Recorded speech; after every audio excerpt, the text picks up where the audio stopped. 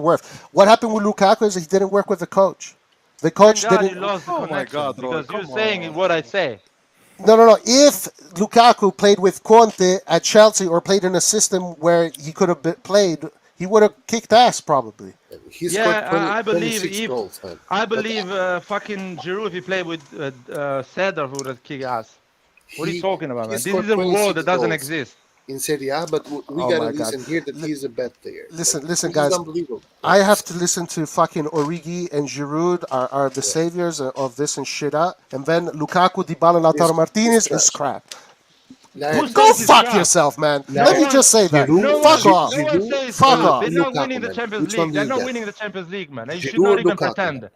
No, Richard, you should not pretend to win the Champions League with Lukaku up front. You should just stay silent and hope you go to the quarterfinal. Okay. That's what I'm telling you. That's what you would do. You would no, that is the reality of the history of Lukaku. That was is the Lukaku ever Lukaku. included in the top 50 players of that the world? Is the career of was Lukaku. He ever nominated for that? Ever. So we have no chance of winning the Serie A. Answer me, Roy. Answer me, Roy. What? Was Lukaku ever introduced to the top 50 players of the world? Probably was. Probably yes. Most likely Probably yes. And he finishes top 40 or something. And you tell me with that kind of striker, a striker, normally that should be banging 30 goals more than Haaland for sure after 15 years of playing football, yet he cannot. And go to Champions League and score 3 goals every season maybe. Okay, so let me ask you this. No. I need to ask you this because I have to ask you then. All right, let's say our offense next year stays Origi, Giroud, Lazetic. Okay? And they have Dybala, Lukaku, They have a and... better team then. So who's favorite to win? Inter. No one is favorite to win the Champions League. Yeah, but what is Inter this? is better than Milan. You were talking about Champions League, man. Champions League, one of them is going to win it with that team. No, I just needed to make sure that you guys were that You guys say if I'm an Inter supporter, I'm pretending to win the Champions League. And I'm telling if I'm Inter supporter, I should shut up if I go a quarterfinal with Lukaku. I should be happy. I should celebrate. Yeah, that is a massive achievement if you go quarterfinal to me, with Lukaku. that's loser mentality. If that's the way... That is a mentality that you actually come No, back that's a with loser mentality. That's a loser mentality. That's a loser mentality. That's a loser mentality. That's where Inter should be, man. If I am a coach and I have those players and I'm going to be happy with the quarterfinals, then I should not be fucking nowhere near a football pitch. You guys are fucking loser mentality. No, man. I mean, you have a loser mentality that you think Lukaku is going to do something. You have a loser mentality. Because losers live in a hypothetical world. They imagine things. Okay, Roy. What if next winners, season... They're realistic. They know winners strive for the stars. Yeah, Lukaku has never done that in 12 years of his career. Okay, that's your opinion, and that's it's my opinion. Okay, next year Inter is gonna qualify. It's my opinion. Next year Inter is gonna qualify, right? They're gonna play probably Villarreal or something and lose. And then you're gonna come here and tell me, they lost because of some other thing. If they lose, I will say what fucking morons they are, because with a team like that, they shouldn't be losing against Villarreal. The same thing I said about Juventus. I'm gonna tell you, but you guys have a crystal ball and you've already decided what's gonna happen. That's the difference. If a player, you have already decided what's gonna happen in the future. No, I'm not deciding. That's why this conversation is Narnia, because you are talking as if you already decided what's gonna happen. You have already decided what's going to happen in the future. Oh, even Inter president does not believe Inter can achieve that. Oh my God. Yes, that's the objective of the team. I'll probably say to the coach. I don't know. I think honestly, I think this is the problem. The problem is that we can't have like a rational conversation. We are having a very rational It's just because this is Inter and you guys hate Inter with all your guys. Inter, it's all Italian teams. It's all Italian teams. No Italian team has a chance of winning. Roy. Let's not talk about Inter. Let's talk about Chelsea when they bought Lukaku. Let's talk about Chelsea when they bought Lukaku. Lukaku was coming from 2 seasons that he was scoring 25 goals in Serie A. Yes. And he was being one of the best players in Serie A. So when Chelsea bought Lukaku, I thought this guy is going to score a lot of goals and help Chelsea to go to the semi-final. I was completely wrong. Lukaku proved me that he's an average player. That he's always going to be like this. He's always going to be a player. He's always going to be like this. Dude. Yes, because that is his career. That is shown. That's bullshit. If I listen to someone like that, Like I don't. I close the door. Like if someone Roy, tells this comes. this Close is the hold door. on. Dude, that is reality of his career, man. Roy, That Roy. is the reality of his career. This That is the Like, reality of his I career. believe you can This have a is successful life and you can this achieve is everything you want to achieve, man. Roy. I'm This not is gonna win the Champions League next season. I know that. And No, I Lukaku know, should but I'm understand saying that your as well. Roy, did you career, give your your answer life. yet, Roy? Roy, did you give your answer yet? Yeah, I did kind of. Roy. I wanna tell you this. Lukaku for me is the worst Higuain, and Higuain himself, I had the certainty that he It's would a worse never. Higuain says, man. What? Man, Higuain was a super player. But he always failed in the finals, and I always said it that he's always gonna fail in the finals, But so and he what, did. man? He proved me right every time. Okay, But so what, man? how, So what, you bro? can That's tell what the future. Lukaku is as well. Lukaku You've is a already player. decided. You know, there And are and players and for me. Zlatan too. No, And Zlatan Zlatan is as well. different. So Why? Zlatan wins you so Why? leagues, you'll man. as long Because he as we have plays for Zlatan, we'll Milan. never win Because the he plays Champions for League. Milan. Zlatan wins you leagues, but he never wins Champions League, and Okay. we know that. Because Everyone he's a knows that. loser, right? No, he's not. He's I a bad said he player. wins you leagues. Do Yeah, you but he's understand a bad logic player and in the Champions League. English, man? Wait, I'm but saying so did Lukaku Higuain won the though. league too for them. He's a exactly bad against player. a broken Milan in building with very youthful team. That's their opponent, bro. And they almost bottled it against that Milan, bro. Do you see what you're And saying? Ibrahimovic won a lot of his leagues in If they were France, facing, where if they were his facing the competition was okay, there was if no they were competition. facing Ibra from 10 years ago, Ibra would walk over the Scudetto, bro. He would walk over these defenders. At Yeah, 40 probably. years old, he's doing that to Koulibaly. So, I can't believe, bro. We're so watching the same football. he would do the same thing that Lukaku did when he was in Lukaku Serie does A. that in Serie A because Serie A level is Okay. lower than EPL, guys. So Let's all listen. agree on that. So tell us He about cannot do the Kulusevski. same Why in EPL. Kulusevski was shit at Juve, goes to Tottenham all of a Because sudden. Serie A is the best league in the world, man. So he went to a shit Who league. said that Kulusevski was shit in Serie A? Did I say that? Did you say Yeah, that? exactly. It's facts, man. We don't have to ask you The about facts. Now you create the facts, right? No, no. Shit is a fact. Do you know? Do you want No, do you know another? what you're saying, right, John? Do you know another You fact? make your own facts. You create them now. Do you know another fact? Bentancur was even shittier. Both Yeah, of what them does that superstars mean with the Inter winning the Champions League? Can you explain No, me what yeah, is the exactly. connection? Because I'm confused now. It has to do with what he said, that Serie A players are trash in the EPL because Serie A is shit. And I'm telling him, two players of Serie A that were trash in Serie A went to the EPL and now are superstars. Explain me that. Not superstar. Or Chill. Don't forget or Jorginho say as well. that you were wrong. Bentancur is now a Jorginho as well. superstar. Okay. Or say that you were wrong, man. Both of them best players of Tottenham after Keane and Where Son. Tottenham finish in EPL? What? Where did Tottenham finish? Fourth. Okay, thank you. After 5 years of nothingness, 4 years of nothing. Okay, they didn't win anything yet, listen, right? They have three Serie A. They have three Serie A players. Okay, man. Red Three John, Serie A. Okay, this is where you're wrong. You're saying superstar, they great had players, to go to Serie A. finishing fourth, not winning any trophy, and superstar for you. Great, they are achieving in the EPL for you. What? Come on, they're not What? achieving yet. What is your definition of superstar, man? Superstar, you can give me one example of a player in Serie A that actually achieved in EPL, and you did not. Is Harry It's Kane? Mohamed Salah. Is Harry And Kane? that guy actually walked over EPL because he Is- was so much better than Serie A. But is Harry Kane? He was first of all, he didn't have those numbers in Serie A. Okay, give Second me of one all- player that came Yo, from EPL and sorry, failed in Serie A. Anwar, sorry. second of Can I all- say something? Can I say something? But you guys cannot come one live and say Serie A is at the eighth league in the world, and this live yeah. come and say Serie A is Exactly. good. You need to pick defend a Serie A side. now. You cannot change your Either opinion you every say week, No, depending on the quality topic we are course I can. talking here. Yeah, Of but course you're, I can, man. you're talking I'm about the talking about league, the and we're players. talking about players. No, I'm But talking he's about playing the league, Inter. Nathan. Inter- Lukaku Yeah, is but playing that against Then the how league. do you That doesn't- explain? How Inter do you explain players, that they he's never staying in played the a Premier League with quarterfinal of a Champions Kulusevski League. and Bentancur? Why How are we do you talking explain? about Kulusevski and Bentancur? We don't need to talk They about didn't that. achieve anything. Like We you're don't need to talk comparing. about that.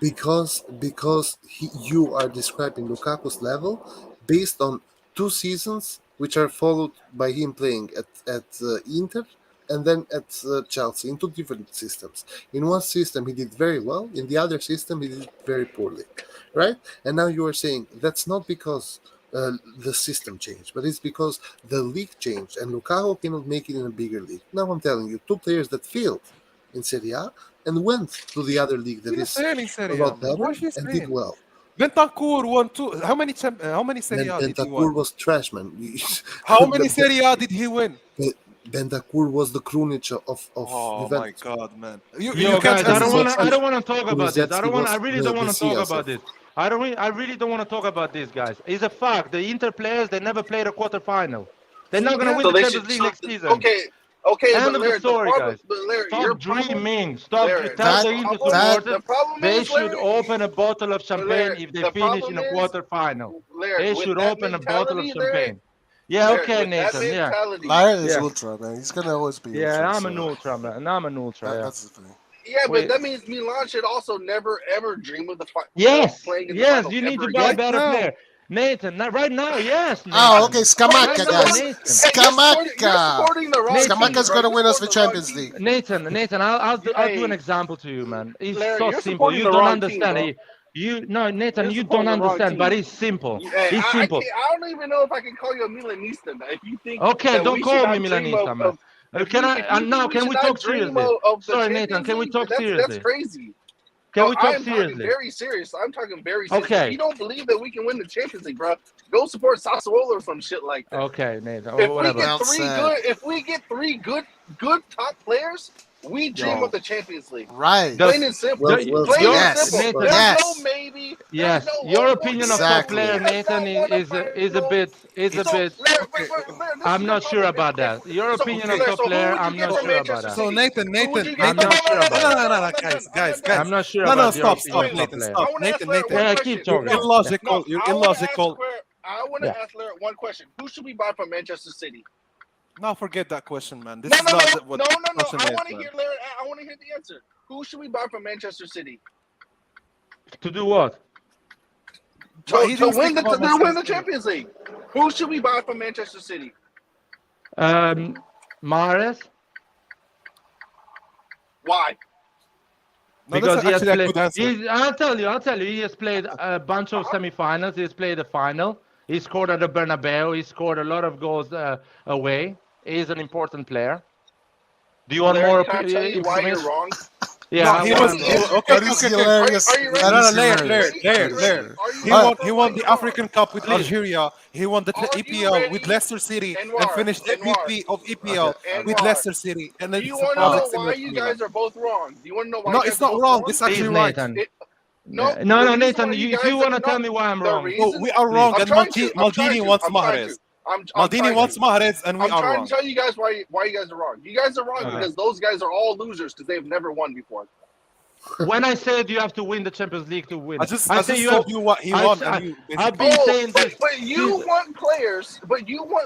To get you to certain levels. But the players that you're describing are never gonna get, are not getting there. Mahrez is not on that level. Hold on. I feel like I'm talking to Hold on. I have a kid question here. to Larry because he contradicted yourself really badly. Exactly, Roy. Exactly, Roy. No, I didn't contradict myself. Because then you could say the same thing about Dybala, Larry. Dybala did even better than Mahrez in the Champions League. I never said that, Roy. Thank you, Roy. Dybala did exactly what Mahrez did. No, did more because he got into finals. Exactly the same. And he has exactly the same. And he's won more leagues. He's won more leagues. Dybala did not win it with Leicester City and finished MVP of the season. Okay, but he won more of them almost every year. And he got into. He has achieved more. He's achieved more than Mahrez. Right now, the achievement of the century, team winning EPL. Dude, it's such a contradiction. It's not a lie. It's not a lie. So Dybala would not help you win the Champions because the question Nathan asked, who are you going to get from Man City to make you win the Champions League? For Milan, it's Mahrez. You said Mahrez. Okay, but then you pointed out the reasons why. But you can look at Dybala, who's going to Inter, his achievements are even better. Can you please ask me one question? Can you ask me a question? Roy, I got them. Can you ask me the question?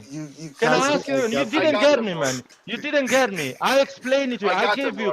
I got Sorry, them. Roy. It was so easy. It was so easy to get them. No, come on, man. Okay, Roy. When I gave you the list of the Inter players. When I give you the list of Inter players that never played a quarterfinal, No, I'll give you the list. Andanovic never played a quarterfinal. Skriniar never played a quarterfinal. None of them, bro. Evrai never played a quarterfinal. Okay. Bastoni never played a quarterfinal. Di Marco never played a quarterfinal. How's it called? Darmian never played a quarterfinal. Dumfries never played a quarterfinal. We should just go for all the. Brozovic never played a quarterfinal. Barella never played a quarterfinal. Hakan Çalhanoğlu never played a quarterfinal. We should just switch The question was not about. Wasn't the question about Milan?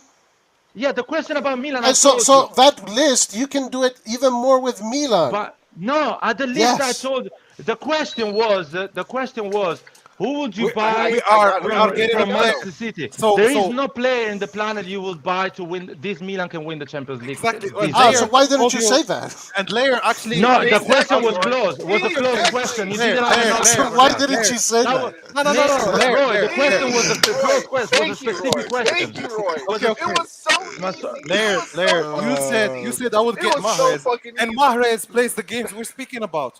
That's Dybala is not playing right now.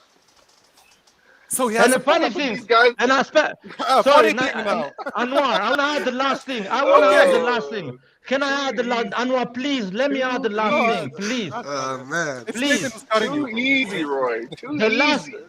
The last 3 years, Mahrez has played semi-final, final, semi-final.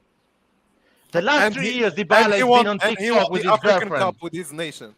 The last 3 years, Dybala has been on TikTok with his girlfriend. And he's 29. Okay, what do you say about that, Nathan? They don't laugh now because I'm serious. I don't laugh to them. That's ridiculous. It's just ridiculous. It's ridiculous. Exactly. I mean, you have nothing to say, Roy. You already contradicted yourself. Nothing to say. I mean, what do you want me to say? You've contradicted yourself already. I don't contradict myself because I told you this team cannot win the league. I'll give you another answer. You can buy three top players. You can buy 3 top players to this Milan. He's not gonna win the Champions League, and I'm not gonna accept them. Hold on. Let me answer them later. Yeah. If they get Lewandowski, I would agree with you. That's a player who can win you a Champions League, man. Not Lukaku. You get my point now? Okay. If I had Lewandowski, if you go get Karim Benzema at this age, maybe they can build something around him and go on it in Champions I'll League. give you an honest answer. If I had Lewandowski or Benzema, I'd believe even more. Yeah, that's what I'm saying. That's where you actually believe. It's you need that one man to take you over, man. Of course. Listen, Lautaro, Lukaku, Dybala. Why does Liverpool play? No, bro, you make me laugh, man. Roy. Come on. I'm laughing, man. If a Liverpool Roy, in that case, that is a joke. This is a joke. These guys, they cannot win the group stage together. They cannot win a group stage. Let me ask them this. You guys make me laugh. Let me ask not them. even The thing is, like, I'm talking to guys that have already established what's going to happen in the future. No, it's not already established. And then you want to argue about it. It's like, come on, Roy. No, you already decided. You contradict yourself every we didn't. No, I'm not contradicting myself. You have an idea, and then your next idea just contradicts. No, I'm not contradicting myself. You asked us for a player who plays the games we spoke about for 3 hours, and we gave you an example, and you told us, "Oh, we cut you." We gave you the exact thing that we're speaking about, man. But this is the thing. You say that guys who get you to that level, and then the next minute you say guys who win. So what is it, guys? No, I'm saying you build around the ones that. Choose one and stick with it. I choose one, man. I choose one. You need 11. Yeah. Okay, I want to answer this comment. This is a good question. This is a good comment. I want to answer this comment. So you're getting now Haaland. Haaland already played quarterfinals. Listen, and semifinals. He played the semifinals. Already played semifinals, quarterfinals. He has many goals in Champions League. And he's 21, not 29. Listen, he's not 29. Let me finish this layer. And you know, you are bringing him into a team that played a final, a semifinal, and another semifinal. So they already have the players. Mahrez is 31, my man. Mahrez is 31, let me ask you this, Why don't we and he has a better career than Lukaku, Roy. He has a better career. No, Dybala. The comparison is Dybala. Even better than Dybala, because I told you the last 3 years he's not been on TikTok with his girlfriend. He's been actually playing those games. That is stupid. You don't like it. I know you don't like it. I'm asking one question. So should we go get the 3 best players from Villarreal? No. This is not what Nathan, I'm saying. what the fuck? Why are you Should we get confusing? why not? Why not? Because they played one Because they got to semifinal the in 20 years, Bro, which is different from playing a semifinal. Oh, you see, again, of course, that's what we're another saying, bullshit-ass man. answer. It's That's another not a bullshit-ass answer. Again, No, man. you No, guys, this is no, just your ego now, Nathan. Your criteria went from winning, and then it went to teams who can Never get moved players from there. Never Then moved it from went- no. playing those games. Then Nathan, it go went to back. players. Sorry, again, Nathan. No, Blair, Nathan. stop. Don't. Then it No, went don't to stop. players who No, can get you to Nathan. the Nathan. semifinals. No. Probably, yes. No. You should get a player No. probably from No, Villarreal. Nathan. Probably No, they I'll have one stop good you player now. there. I never said you have to win it. I said you have to play those games. Lukaku has never played in his career. But those Dybala has. Stop One pretending that player, Dybala is bro, not part of the 20 picture. 22 players, Ma- one player. Shut up. But he's Shut not up. playing You the said 11 you now. said Mahrez. What you said Mahrez? It's the same thing. No, But Dybala Nathan even put better. me. No, Nathan put me in a position which player you would buy from Manchester City to try to win the league. I didn't say we're gonna win the league with that player. He asked me a specific question. If you buy Mahrez, I'm not gonna go next season and say But I what pretend team were Milan you to win the term. What team were you thinking about? Like buy that player as Milan or buy that player as Inter? Nathan asked me if you buy one player from City, which one Which would you player buy? would That you was buy? a- Milan, a for close- Milan. For Milan, that was a Right. close question. Yeah. He didn't ask me how do you win the Champions League with Milan. So- if he asked me how you win the Champions League with Milan, you That's a buy different one answer, man. important player every year. And you Allow build your on group it. of You're players moving to the play question. You're quarterfinals. moving the goalpost. No, this No, is you're this moving is the the goalpost. There are reality. two different You're moving the questions. No, no, These no, are no. two Taking different questions. conclusions. These are two You different questions. you said Mahrez guys is going to are help you maybe You're not win the being Champions rational, League. guys. No, now. So, no. The so question Dybala was is which even play- better. No, and bro, for Inter, who have more bro, experience bro, than bro, Milan, so go that and means ask- you're go and check the- contradicting no, yourself. bro, Your Bro, math you're, is you're not mixing working up out. questions and, question? and What's the wrong subjects. question? Oh my It's not the What's the same wrong subject question? and Guys it's The not the are same crazy. discussion. Stop bro. moving You the guys are subject. crazy. The question was specific. I'm not questioning. You are questioning that. You are crazy that you asked this question. Okay, Laird, I want to ask. I You want to guys, ask these guys you this question. contradicted I want yourself to, really poorly. guys. The Can I ask question- you this no, question? No, I need to explain, Roy. No, the it's too question was, late. You contradict which player? yourself. There. No, I didn't. I asked Yeah, you the question. I answered the question. You contradicted yourself. No, I didn't. He asked me which player would you buy from Manchester City, Yeah. a specific team, Yeah. to try to win the league, the Champions League. Yes. And I answered that question. I didn't say we're gonna win it for sure. Okay, you but wanna that buy- wasn't part of. Liar, who did you say? Mahrez. Oh, Not Berardi. that's I didn't say fantastic. I didn't That's say fantastic. Berardi, by the way. You mean You can Sterling? say even Bernardo Silva. You can Okay, say a lot okay, of right, Bruyne. right. Oh, De so Bruyne. a Yeah, lot you of can players. put Now, pick one, now and still you don't win a- said that, and then Milan, with all the reasons you talk about on players with experience.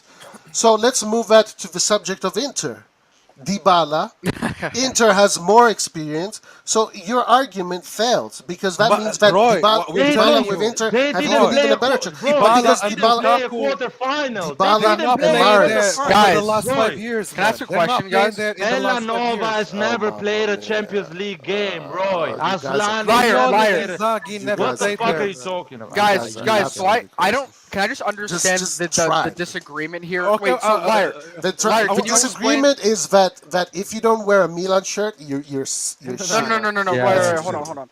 Wait, Liar, tell me That's what true. you're Antonio, arguing I'm gonna about. ask you a question because you're new to the subject. So You I'm gonna can't ask you the you question. can't have because like a I've been real asked- football conversation. It's all about I wanna ask you this tribalism, question. ultra, So Milan. if you have Benzema, Lewandowski, and Lukaku, which team do you think would actually go and win Champions League out of this three strikers leading their teams?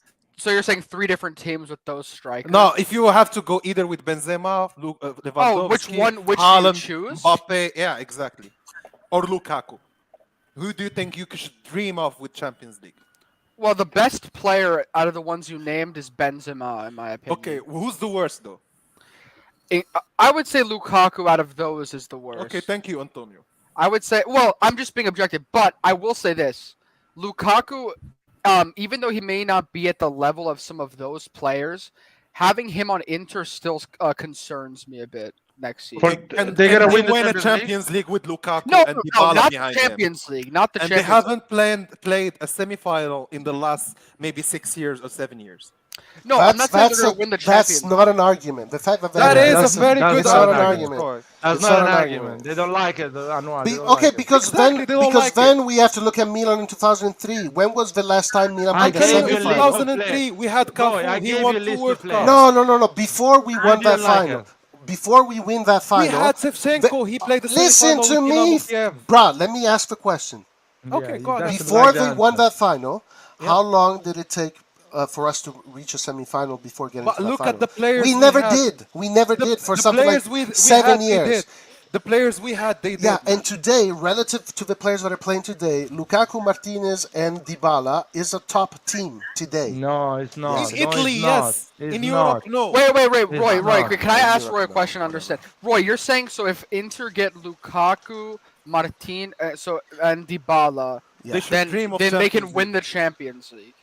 They should dream of it. They have the potential to do it. It should be a team. It should be a team that should believe that they can. Yeah. I mean, I don't like. I mean, do they realistically have a chance? Not a high chance at all. But I mean, it's maybe 20%. They should still try to go. Oh, now it's 20%. 20%. Are you making this whole debate about 20%? Wait, hold on. Oh my God. Hold on. How much percent? Hold on. No. Guys, how much percentage does PSG have of winning the Champions League? How much percentage? No, you guys don't know how to separate pies. You see, you guys are showing me how shallow you are because no. Okay, so Bayern, what's the percentage of Bayern? Answer the question. No, I'm not answering the question. Guys, this is a good trick we're trying to play, but the total own goal. Because the reason why I said 20%, the reason why I said 20% because in Europe you have Manchester City, you have Chelsea, you have Barcelona, you have Real Madrid, you have PSG, you have Bayern, you have Juventus. So 20% chances, all of these don't get big. All of these don't get big chunks of the pie. Real Madrid probably only gets 30%. PSG probably 25. Well, guys, realistically, if we're looking at the betting odds, it's much lower than that. But no one team gets 20% has that much of a chance. Right, exactly. You guys just don't even understand what I'm talking about. It's like two different levels. You're two different levels of understanding. Roy, I will say this. Antonio, I wanna tell Roy one thing. There are betting websites that give probabilities for teams of. This is the comment. This is the comment of the whole topic. No, he didn't get it. He doesn't understand. He's like, let me tell you. He's like you. He doesn't understand you. Guys, I understand. And you know, please, Sheriff gets 1% to win the Champions League. They don't have that percentage. It's just a betting statistic. Sheriff? Yeah. No, Sheriff gets maybe 1%. Yeah, no, you're wrong. I have the statistics. I'm looking at them. Okay, go ahead. Guys, let's not talk over each other. The statistics, Real Madrid at the beginning of the season, they had 7% chance of winning Champions League. That's Real Madrid with Benzema, and they won it 4 times. Yeah, see, that's what I mean. It's much lower than that. Okay. Hold on. Was not even 1%. Hold on. In that case, hold on. If we're using those metrics, in that case, I would say I'm not using those metrics, Roy. They're 3%, 3.5%. I'm not using those metrics, man, because Shakhtar Donetsk, Antonio, can I explain to you what's actually going on all these bullshit teams, after Liard finishes. I count 7-8 teams. 7-8 teams I count. If we're going to use that metric that Anwar suggested, then I would say if Real Madrid has 7% chance. I love it how you use No, you guys are trying to be clever. You guys are trying to be clever. Guys, you're not getting me. You're not getting me. And Roy, in all fairness, Roy didn't know how the percentages for betting were scaled. No. It could be. You can make your own metric based on all the teams that are competing in Europe. I think Roy was the 20%. Correct me if I'm wrong. Was coming from you were looking at all the top teams and you were saying this team has this much percent. But that's so in the betting world. In the betting world, the margins are even lower. Okay, so. Yeah.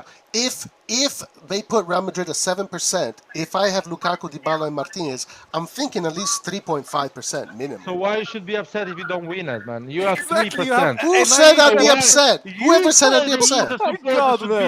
No, I said they should expect. Guys, can Nathan speak? You guys are kidding me. You guys are kidding me. You change your.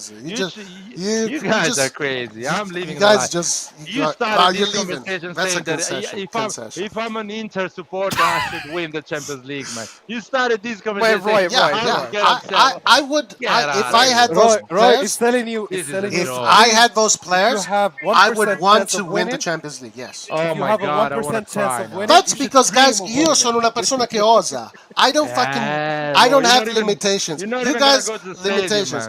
Listen, if I have those players, I expect to win trophies. If I don't, well, I'm not going to cry. Well, to be fair, though, Roy does say that Milan can go to the semi-final with the current players we have. Yeah, because he's a supporter. I think we can. I think we can win it. I mean, we can win it. Roy just is like crazy like that. So, no. I think we can win it. Laird thinks I will never win it because. Roy, hold on for a second.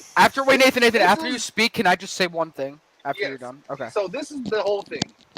We were saying that let's say if Milan were to get Dybala, Lukaku, and Martinez, would you, in this Milan team, would you dream of winning the final?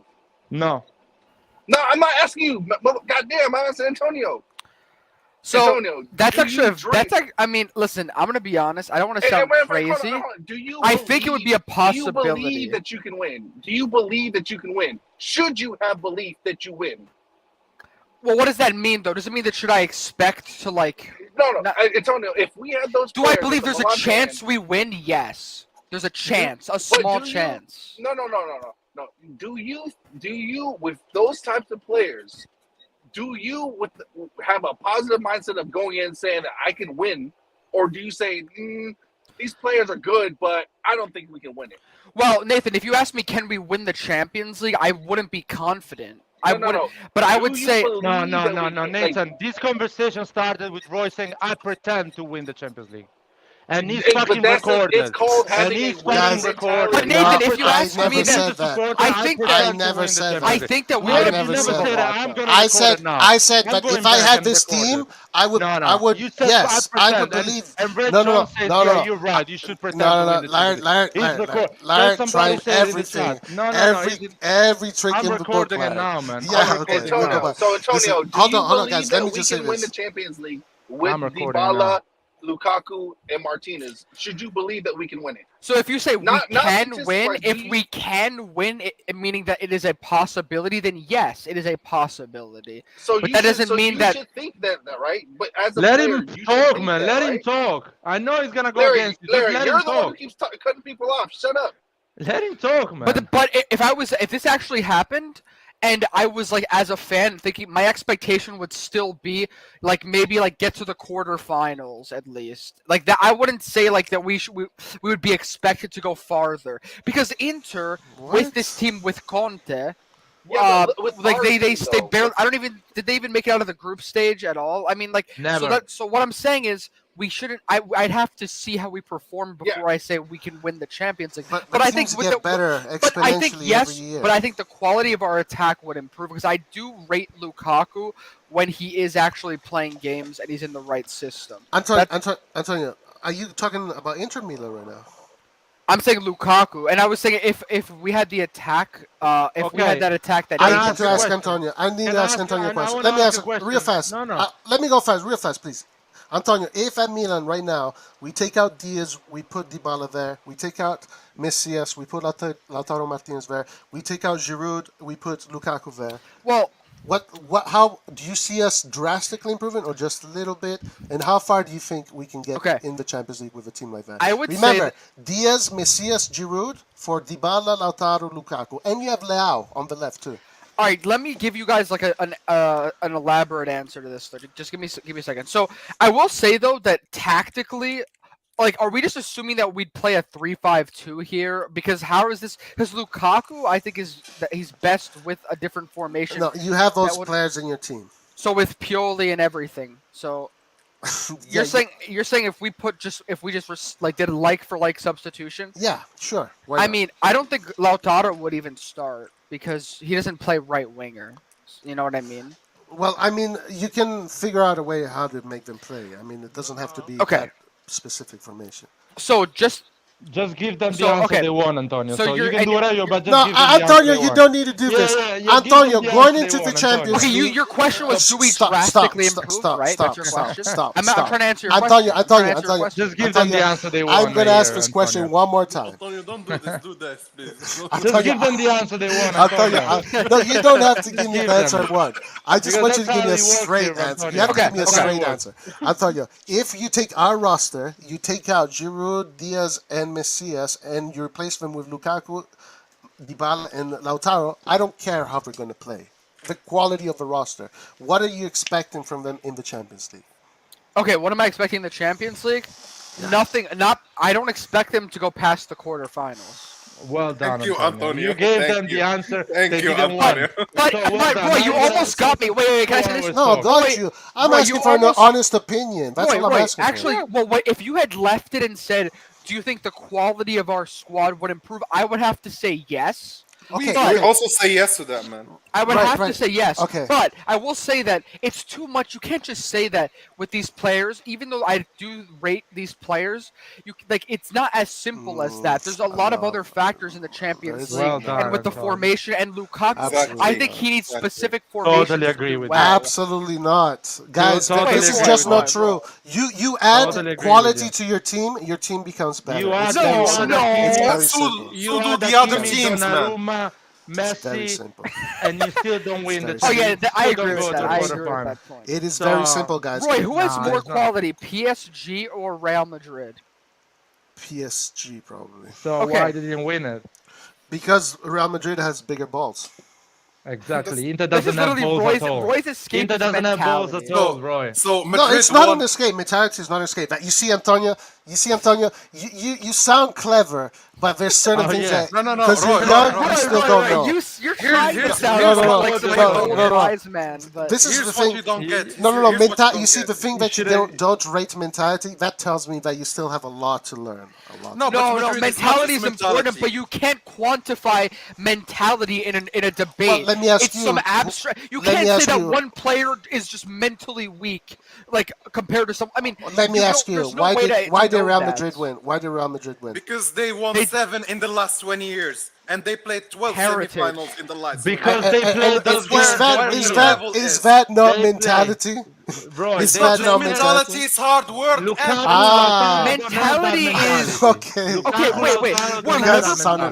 You think Vinicius just landed like that? You guys gotta Do you be think smarter Valverde than this, just guys. landed like that? Do you think Camavinga just started playing like that? Do you think they just got Carlo Ancelotti just like that? With the right mentality, the right mentality, they work hard. It's also a bit of situations and. Like, for example, Liverpool they didn't look mentally weak. They had many chances and they dominated the game at times with possession. But Real Madrid, of course, they're mentally strong in defending and they play well. Can you give me an example of a run harder than the Madrid one this year? Group stage and quarterfinals. Every game all the way to the final. There is no team that achieved a Champions League in the hardest way that Madrid did it. And with all the remontadas, bro. But they didn't do it dominating the games. But Roy, it's work. If you get Pintos and you have Anwar, what the hell do you think mentality means? What do you think mentality means? Why Madrid comes back in the last? Why you don't consider mentality on Lukaku? Lukaku doesn't have the mentality to win it, man. No, with the right environment, he does. 100%. Right environment. Now it's the environment. It's not the mentality. I told you, man. You got exposed. Where is the? Not get exposed. You guys are saying a lot of bullshit. You got exposed, man. Where is you guys are saying things that you don't even know. Wait, guys, can I ask another question about this? Things that you don't even know about. Hey, guys, can I ask you a question? Antonio has his opinion, which I respect it, but he's wrong. If he thinks that Lautaro. If he thinks Lautaro, Dybala, and Lukaku... There you go. This is the reality. Italian Mike. Wait, Roy. No. Hold on. Let me say this. If you think... If Antonio thinks that Dybala, Lautaro, and Lukaku don't bring you world-class offensive play. I never game. said that. I never said that. And you say I never said that. And he says, hold on. And he says, well, we'll get to the quarterfinal. That's what I expect. Every time he gets exposed. Exposed, whatever. Words a world-class offense like that, you have to fight for minimum top four. Okay, Roy, you guys are let not, me ask you this. Wait, can I ask how for a question? Roy, ask me the same question if it was on Inter, though. Okay, on Inter, sure. Okay, with Inter's 3-5-2 formation, if you put these players back in like they were last year, I would think that Inter may have a slight chance, but still not a great chance, but they would have a possibility of winning. Ah, okay. But you asked me about Milan though, and I don't. Well, I disagree with how you. How do you rate this I think that same with us. Where do you see Inter finishing next year in Champions League? So if they have Dybala, with Dybala, with Simeone, Inzaghi, Brozovic. Well, actually, there are a lot of variables because Inzaghi, I'm not sure what he can bring, but I did see good things from them in the Champions League this year. I mean, I could see them. I mean, going to I could see them in the semifinals potentially. Maybe. So they're gonna play Bayern and win in the quarter.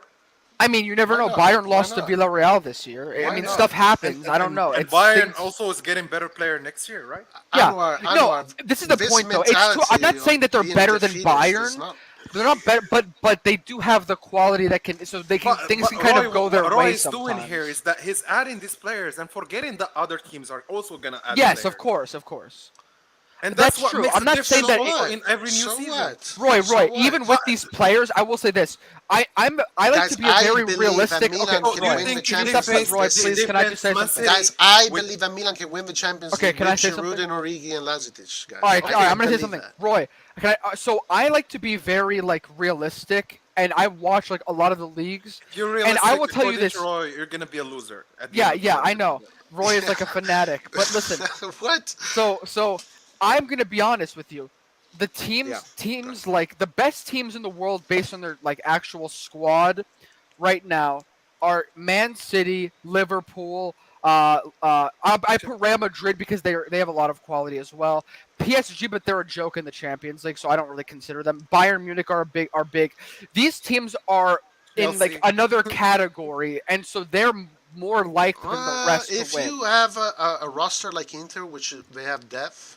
It's still not good enough to be in They that never level. won against. Now, Roy, that doesn't mean that Inter can't win. I'm sorry. But You they have a could statistically never be lower football chance. coaches. Roy, I'm telling you, they lost to Mönchengladbach with Lukaku and Hakimi.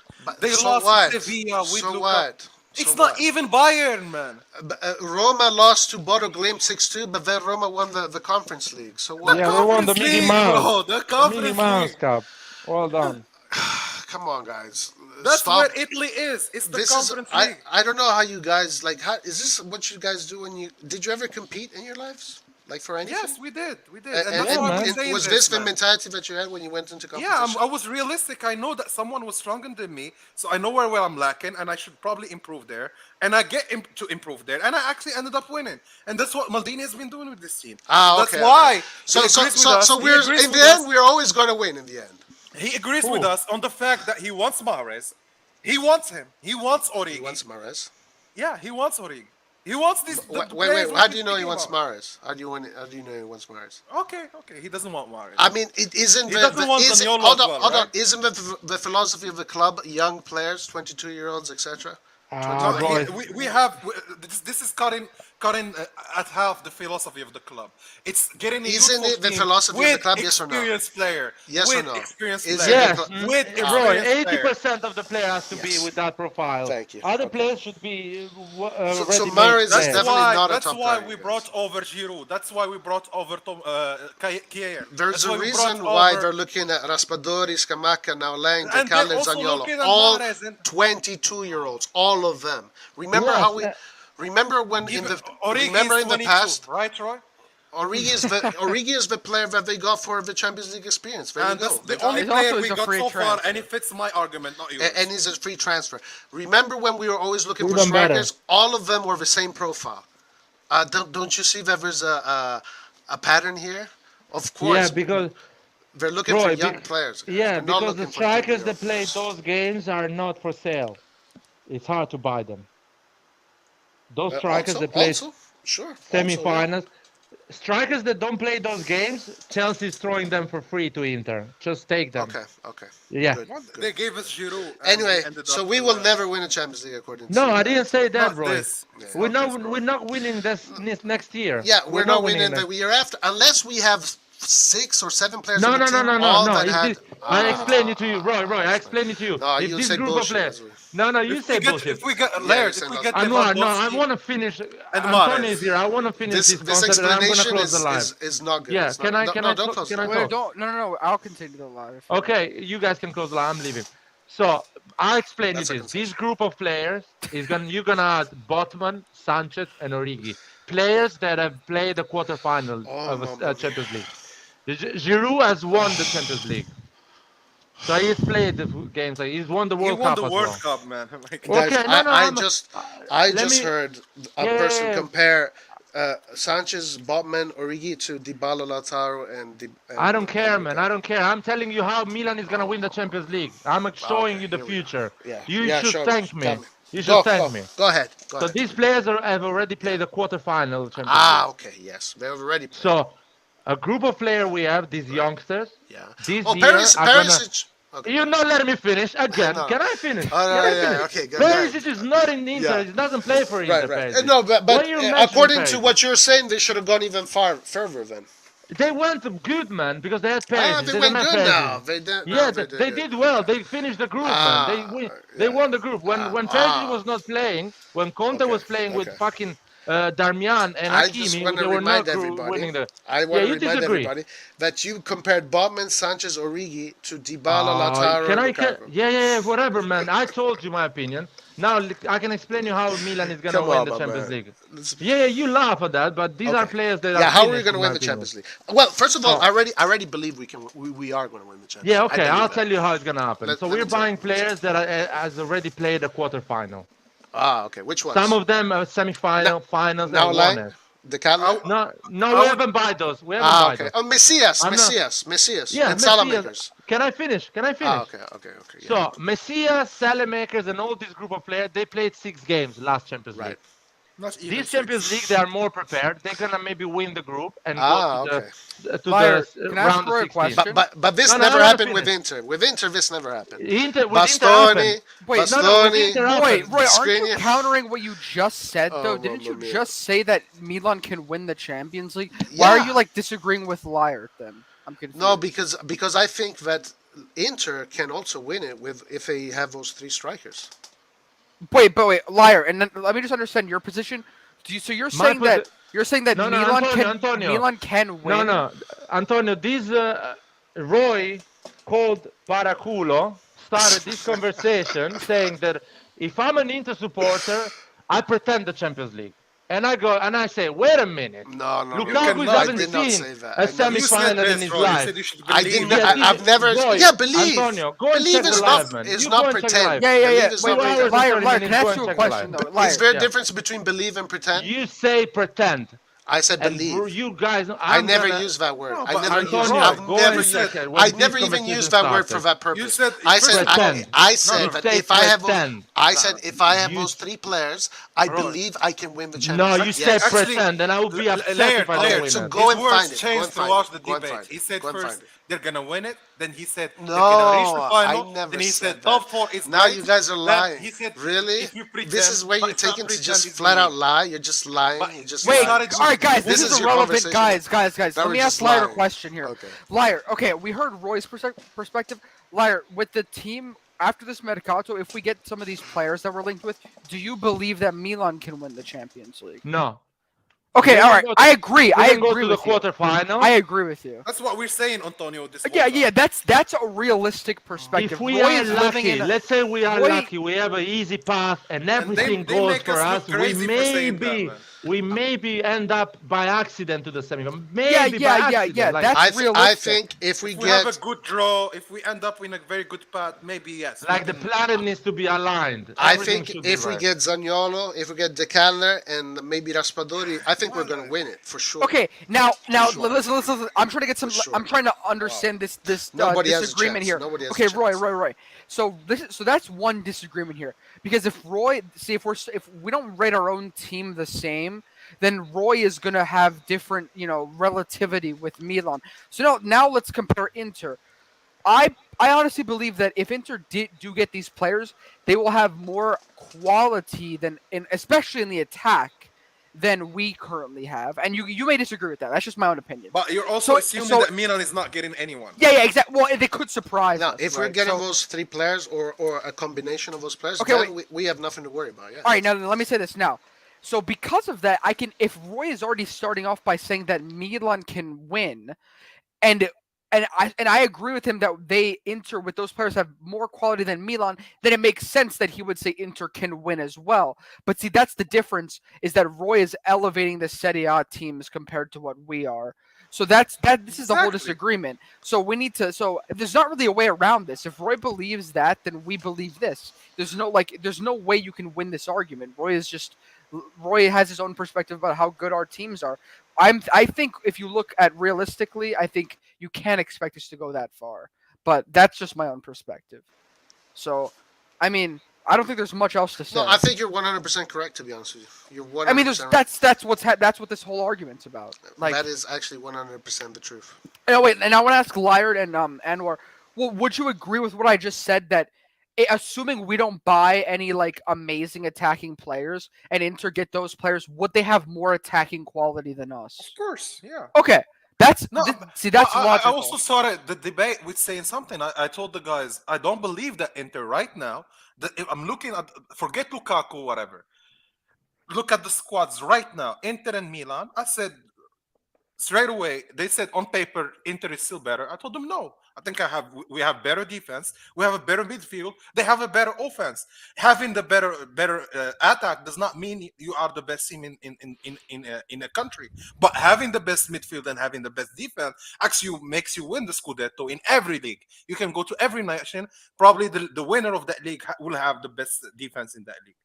Yeah, I think if you don't look at Lukaku and the signings... So, if we add more quality to our attack, and Inter adds more quality to their attack, do you think now is even better? Now we have a better defense, a better midfield, and a better offense than Inter. And you still think that Inter on paper is better? I will say though that with better I don't potential, think they are at the end of their careers. Most of the players are Inter. They're not. That's not true. The starters, yes, man. I will say this, guys. Wait. Sorry. I'm saying they are at the peak of their football. They're not getting. Lautaro's 24, right? No, you're giving me the youngest kid in the team. It's like telling me that Ibra is 41 to make the point that Milan is an old Bastoni is a youngster. None of them are in their 30s. Yeah, but look at Handanovic. Look at all the others that are except for Handanovic. They have more players above 30 years old. A lot of their players are in their prime, actually. Inter has probably one of the highest ages of how do you call that, median or whatever in Serie A. Maybe I don't think so, because I mean it's not young. The highest in Europe on the major 5 leagues. Inter has the highest age. Okay, so it makes my point right. In Europe, higher than Real Madrid. You can't discuss that, Roy. It's facts, like age and career football. Because I don't know about that. I don't players, know about man. Zeko is not gonna get better. That's what I'm saying, man. Okay, there was an image that somebody sent on the group.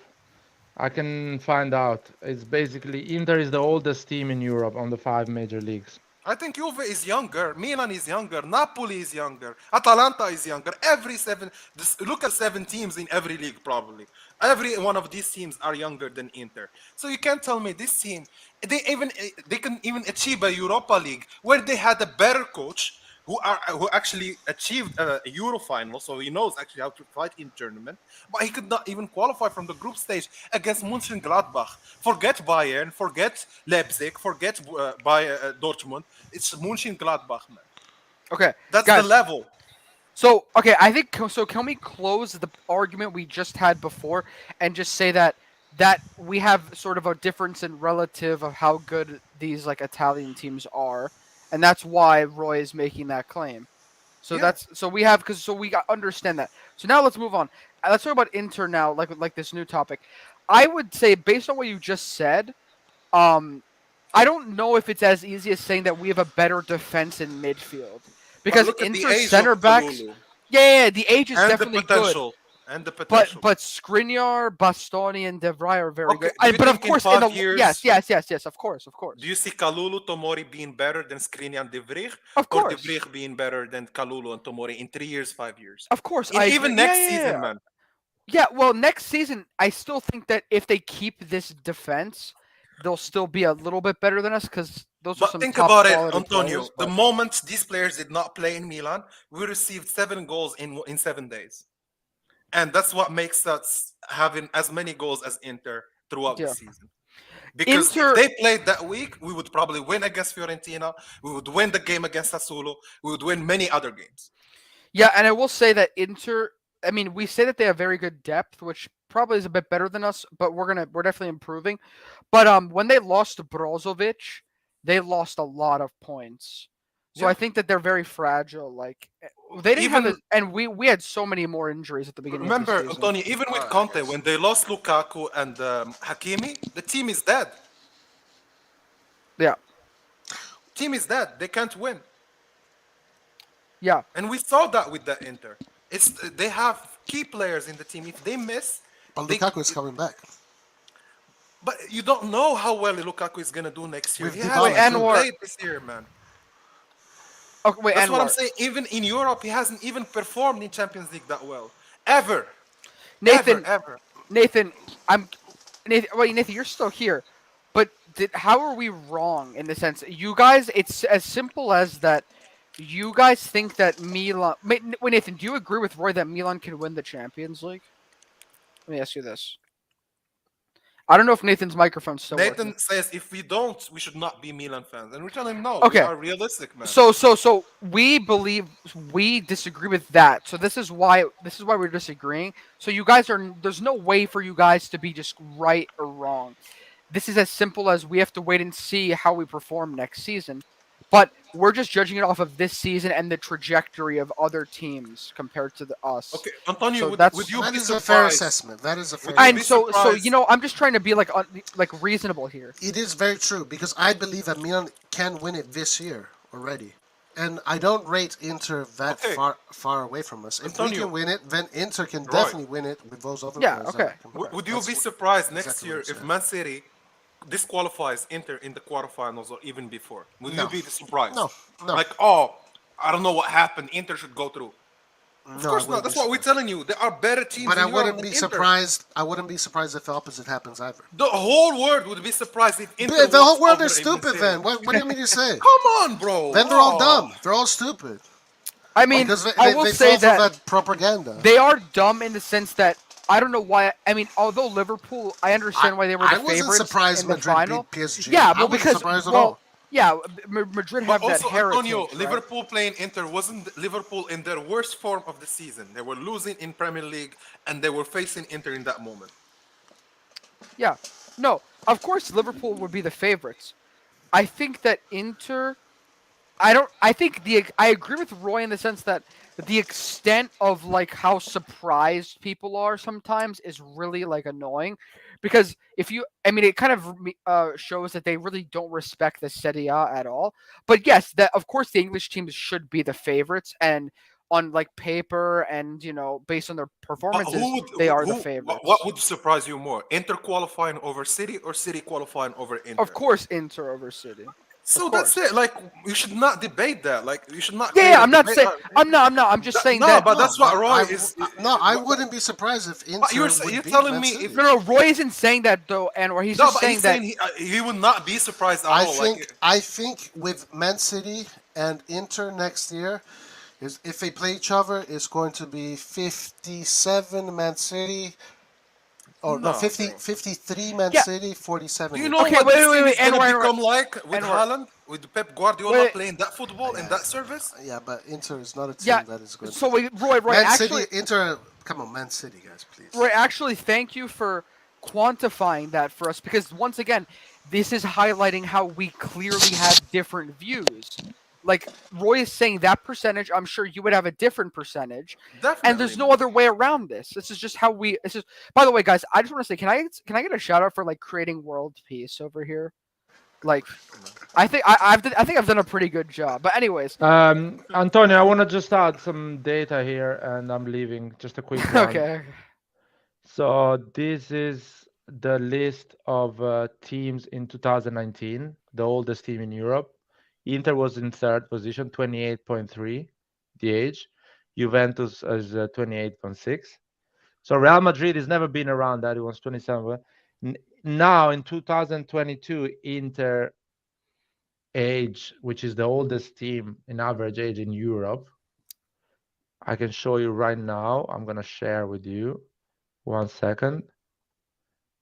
Now, Inter is the oldest team in Serie A and is the oldest team in Europe as well, with an average of 30 years old. I knew that just based on the players I know in Inter. But I didn't even like. But the starters are not old. Doing medians and. Wait, why is Milan 26.7? The starters are not old. Because Barella is not old. Mirante. Guys, is Barella old? Yeah. No. Is Martinez old? No. Is dude? Look at Nathan. Yo, Nathan, man. Oh, what? You're That's the so man, nice. Nathan is on the pay to win kind of games. What, Nathan, man? He's paying to win now. Nathan, man. That's, Are we gonna Nathan is a send it back legend to him? for that. That's how it works. Are we giving him Everyone back is to a him? legend on this TV, but for sure Nathan is. But thanks, Nathan, for.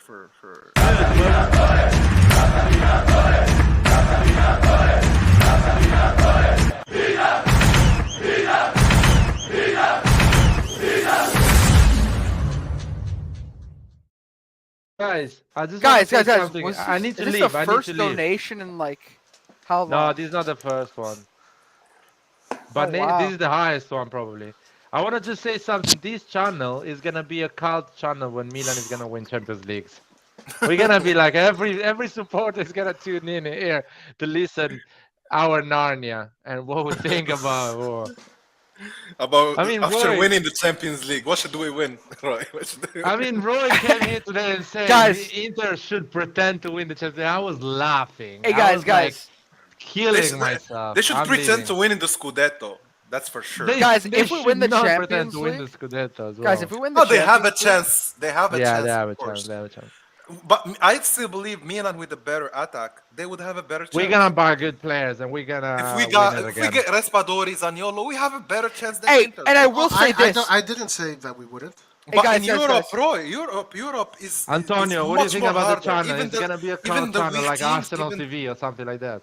Yes, I do think though the streams would be a bit better if like we stop talking over each other. But yeah, other than No, that, that's we're the good. fun. That's the That's fun. the fun part, Antonio. Also, we need to get our promotions up, guys. We need to like start advertising and getting like. No, can we advertise this madness, man? We should hide this No. madness. Not advertise it. That's the point. That's the. We cannot hide.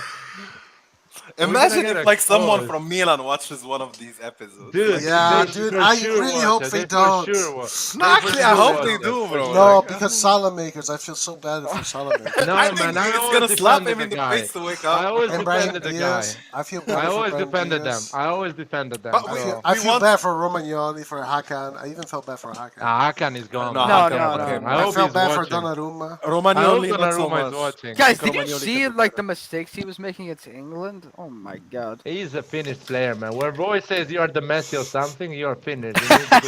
You need to be worried, man. Yeah, about yeah, I this remember that, player. Roy. You were so sad. I last still believe summer. that. I still believe that. He is the Messi of goalkeeper, and then you He's going to called be the and then you best said goalkeeper in the Messi world. was like washed. At 26, 27, he's going to be the best goalkeeper. in the world. Antonio, imagine if this channel has a proper advertising, the clip they're gonna do. Guys, this summer I against can put us some. and put them on I can, Twitter. this No, summer no. I can add some editing, and I'll help you guys out.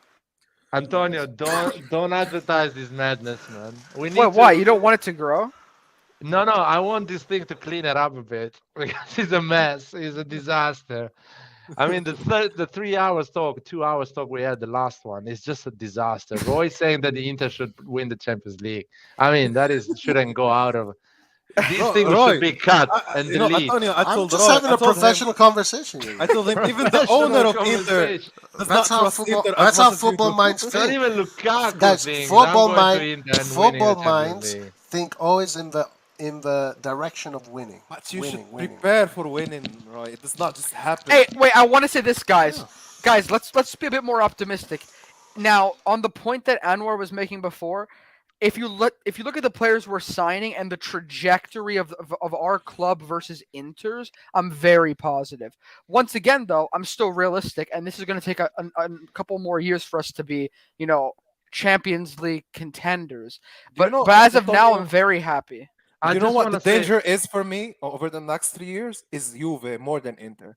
Because they have a very young squad. Yeah, and they're buying a lot of players too. And they're going to rebuild around that squad. I want to say something. We accelerated this process. Not we, like us. In COVID, yes. I think like AC Milan accelerated this process because we shouldn't be winning the league in the second year, and we did that.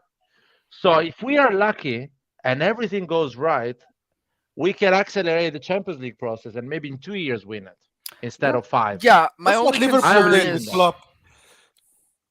and I really think if Inter goes to the quarterfinal next season, the year after can go to the semifinal or win it, but they need to go to the quarterfinal first. At least, Roy, yes. And fight Roy in cannot tell me, they're gonna win it. You should wait. No.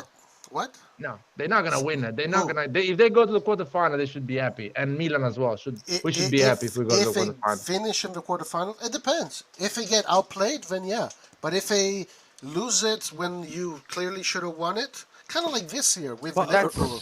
Roy, would you agree with me that Inter lost some points in Serie A because they were still engaged in Champions League and we were not? 100%. So we don't even have. So compared to Madrid, who were already winners of La Liga by that time. Okay. That's the difference that I'm telling you. It's a difference of quality in terms of having Modric and having Hakan. It's not the same thing, bro. They're gonna have quality. They can do it. But still, they have Hakan. Hakan against Modric. Guys, I'm going, guys. I'm going because Narnia is starting again, so I'm going. Yeah, guys. If I don't think like a loser, then I'm not a loser mentality. It's a realistic mentality. If you want to do better, you should do better. Exactly. All right, so there we go. That once again highlights our differences. We can't be debating to infinity on something that is fundamentally. I think it's standards, maybe. I think it's standards. On one thing, Roy. On one thing, we can agree. What? If we are at the beginning playing a quarterfinal, all of us are gonna believe, we can win that quarterfinal. I got to the semifinal. So but if we are there, but if you're an Inter fan, no. If you are an Inter fan, you should do that as well. You should well, believe you can win it. Get to the quarter. But at the beginning of the season, think, I'm going to be upset if we don't win the Champions League. No, I that's never bullshit. said I'd be upset. You're an Inter fan. I never said that. You said that, Roy. Go back. I did not say that. So Bro, you said it. That's what I say. If Milan doesn't win, guys, I expect Milan to win the Scudetto. But if they don't win, I'm not going to cry about it. I'm going to accept it. I'm going to cry because... Wait, okay. Guys, hold on. Guys, so guys, how about this? Let's establish the bottom, the minimum, and the top expectations for both of these teams. So let's do Milan and Inter. So for Milan, what is? I think we all have an agreement here. What is the minimum we need to get next season in both the league and the Champions League? And the minimum meaning like Pioli would get like sacked if we don't get this. No, basically. No one is gonna get sacked even if we don't get the. Well, minimum. I'm saying like things would be very like bad if we don't get this. I will tell you a scenario where we don't win anything and Pioli might even stay. And it's a scenario where Inter wins by 1 point in Scudetto. He finishes probably in quarterfinals, gets disqualified by the winner of Champions League that year. And I think it's a correct season. It's still a really hard-fought season because if you lost by 1 point, this season you won by 2 points. It's still like Inter still had a chance to go for it. No, and I would say, I will say this. 3 points, 2 points, but it's still one game. That's what I'm saying. It's not detail in this season. For me, I know I agree. For me, I'm just saying like for Milan, the minimum for me would be if we don't get top 4. And that's like the least of the least. That's not gonna happen. I think the objective is to maintain the Scudetto. I think that's the realistic season, objective. Antonio, I agree with you. Because you won it. You are a campione d'Italia, Antonio. Yeah, but the worst case scenario, a bad season, really bad season, is to finish top 4, like finish 4th or 3rd. Okay. That is a bad second, season. If I told you if you finish second by 1 point because you that is a good season. That's a good season. Okay, overall, okay, fine. So for now, That's a good can we all? business. So we all agree that Milan, the minimum is like 3 or 4 position in the Yeah, league. the worst The season when minimum everything goes is wrong, 4. you play bad, and you If still you finish top third, 4. I think third is questionable because that Okay. means you lost it to the second. So of okay, the so race. what about Fourth is what's the the minimum we should be expecting in the So Champions second, League? probably if you finish second, get quarterfinal First, Champions League. Quarterfinals. It's a good result for good a team that's result, building now. quarterfinal. For this age, Okay, man. okay result, first game after the group. Bad result, not going ahead of the group. So you think that us not passing the group is like a possibility? That's a bad still? result. That's a bad result. Yeah, and there is Well, a obviously it's possibility. bad, but It's I'm a- trying to establish Yeah, our it's a minimum. possibility. It's a possibility. Okay, so You that's can- the minimum, right? That No, we are can- there. It's not the anyway. minimum. that's- The that's minimum not is acceptable. to qualify That's second. unacceptable. That's a failure because you are already there. Okay, and no. you don't go So ahead. If you guys, don't so, pass the okay, groups, let me it's unacceptable. rephrase this. No, Let the me minimum rephrase is to qualify this. second. Champions League. Qualify, yeah. Okay, let me Qualify re- first or second. Yeah. Let me Second, alright, second. okay, Let's right. say So it's the minimum. like we said in the league, we all kind of agreed that we're not going to be getting realistically out of the top 3 or 4. So what are we realistically not going to be like? We have to get this, is what I'm saying. So what's like something that we have to we get? have to finish top 4, and we have to play great football in the group of Champions have League. to Like fight for play the- good for football. So we have Yeah, to no. basically. So we all agree that we have to basically at least get second place in the group. Yeah. Yeah, I mean, Okay. you So can that's go even- you I'm can- saying realistically. Antonio, you Yeah, can even but finish. Antonio, You can you're even first finish pick this third. year. Sorry, you can finish third in the group with the same points of the team that finished second, and you don't go ahead. Well, I know you can technically, but I'm saying.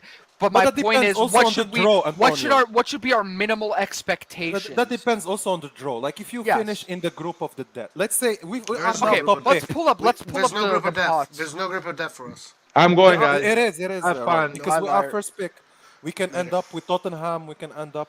Tottenham is third pick. Right? Can I you believe. pull up the pots if there's like We some- can if we there's can an still article? end up with the group of the we- dead, but I it's the actually- lowest. It's a probability, a low one, but it can happen like it happened last year. There's no group of death because the 4th team, there's no good, no. But death a group teams of deaths on the 4th. could be only 3 good teams, 3 very good Well, teams. for example, I think there were If like you have, arguably let's 2 say- groups of death this Okay. year. Our group and the Man Okay, City fine. PSG Sure. group. If you But consider that a group of death. Okay, let me tell you this: if you finish with, let's say, I don't know, Ajax or Dortmund, and you have Man City, not Man, Liverpool probably No, is going that's to be not a second. group of No, Liverpool can be first pick as well. Chelsea can be second pick. wait, Liverpool are a pot 2 team, right? So yeah, you can still end up with Liverpool in your. That's Yeah, what I'm so we saying, can man. get Liverpool again. I'm pretty sure. You can this still season. get Liverpool or Dortmund in your You can group. get Well, Liverpool, Dortmund, I think we but- can beat Dortmund. But in I'm the gonna top, be honest. in But the it's top they 3, can still beat you. in Yeah, top yeah, yeah, 3, yeah. Yeah, Dortmund. You consider Dortmund a group of death? Yeah, bro. Inter failed in that group, even against Gladbach, bro. Dortmund look pretty bad now. Bro, They're not as good. Leroy, I'm telling But- you, not even Dortmund, Mönchengladbach. Anwar, do you think Milan made its history thinking that Dortmund is a group of death It's team? not history. This is not. I'm not speaking about history of Dortmund and the history of Milan. Come on, man. I'm speaking about the level right Liverpool, now sure. of our squad and the level right now of Borussia Dortmund. We are about the same level.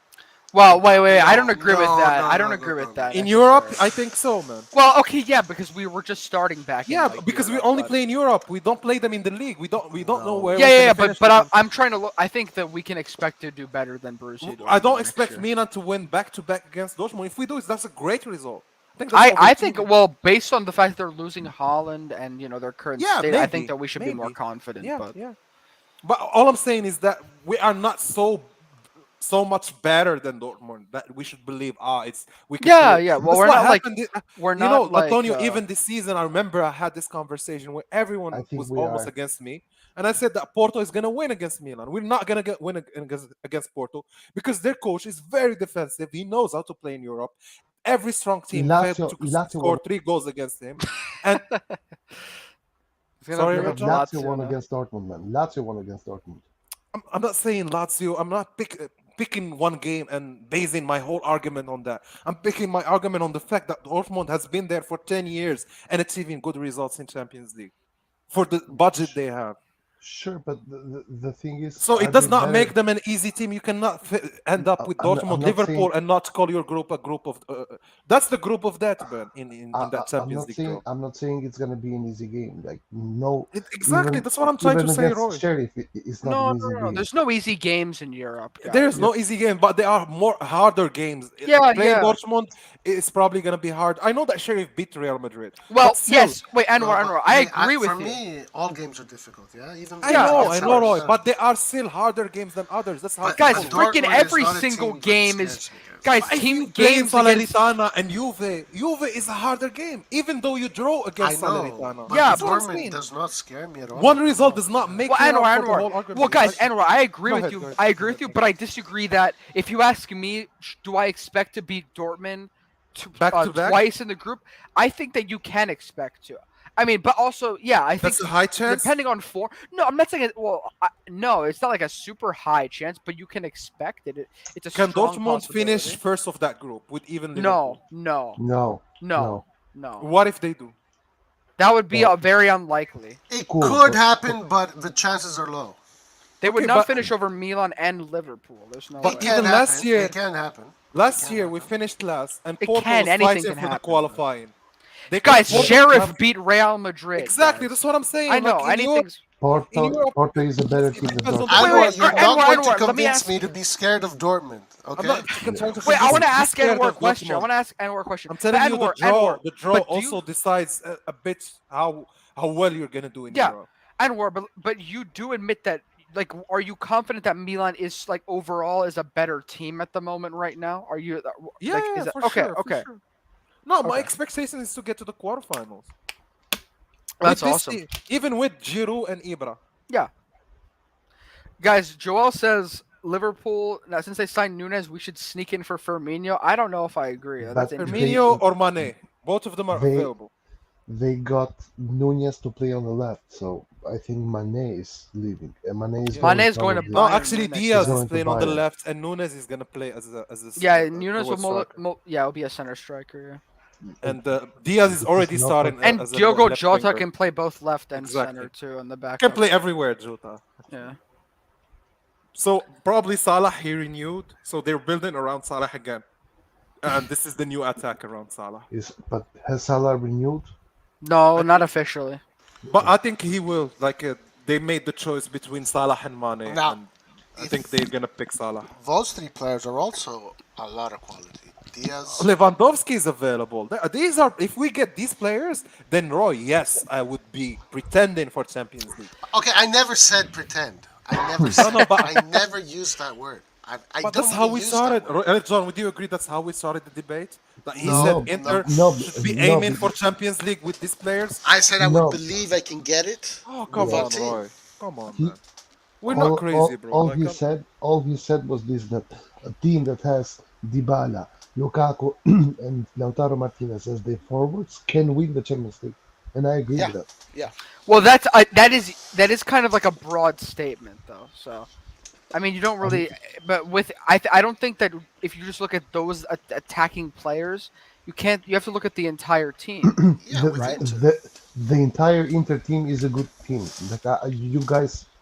Yeah. Wait, and then also, okay, so once again, we also have the disagreement of there's two things now. Not only is it the relativity of what we disagree with, at least what I disagreed with Roy, but it's can versus they should expect. So Roy, so according to you, you didn't say they should expect to win. He did, bro. Let me ask you. Let me. Okay.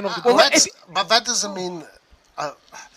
Oh, come on. Yeah, if I have those players, I expect to win. Yeah. Okay. So he said, so I disagree with that, but that's just a disagreement. We don't. Why wouldn't you? Well, that's the whole argument. If you don't, but the reason why I'm not saying pretend, because if you don't, I understand. That's actually saying pretend. You should expect winning Champions League is pretending for it, man. I don't think you can expect to win for Inter with those. Without pretending, if I had those players in my team, I would expect to win. Wait, Red John, do you agree with Roy? Would that be the expectation for Inter? Again, pretending to win and expecting to win, it's not the same thing. Okay, let me ask you: would you expect it? I would pretend to win it. I wouldn't expect to win it. But Roy just said expect though. So... He made a mistake. He can correct himself now. Because if my three forwards are these three players, I can pretend to win it. Doesn't mean that I expect to win it.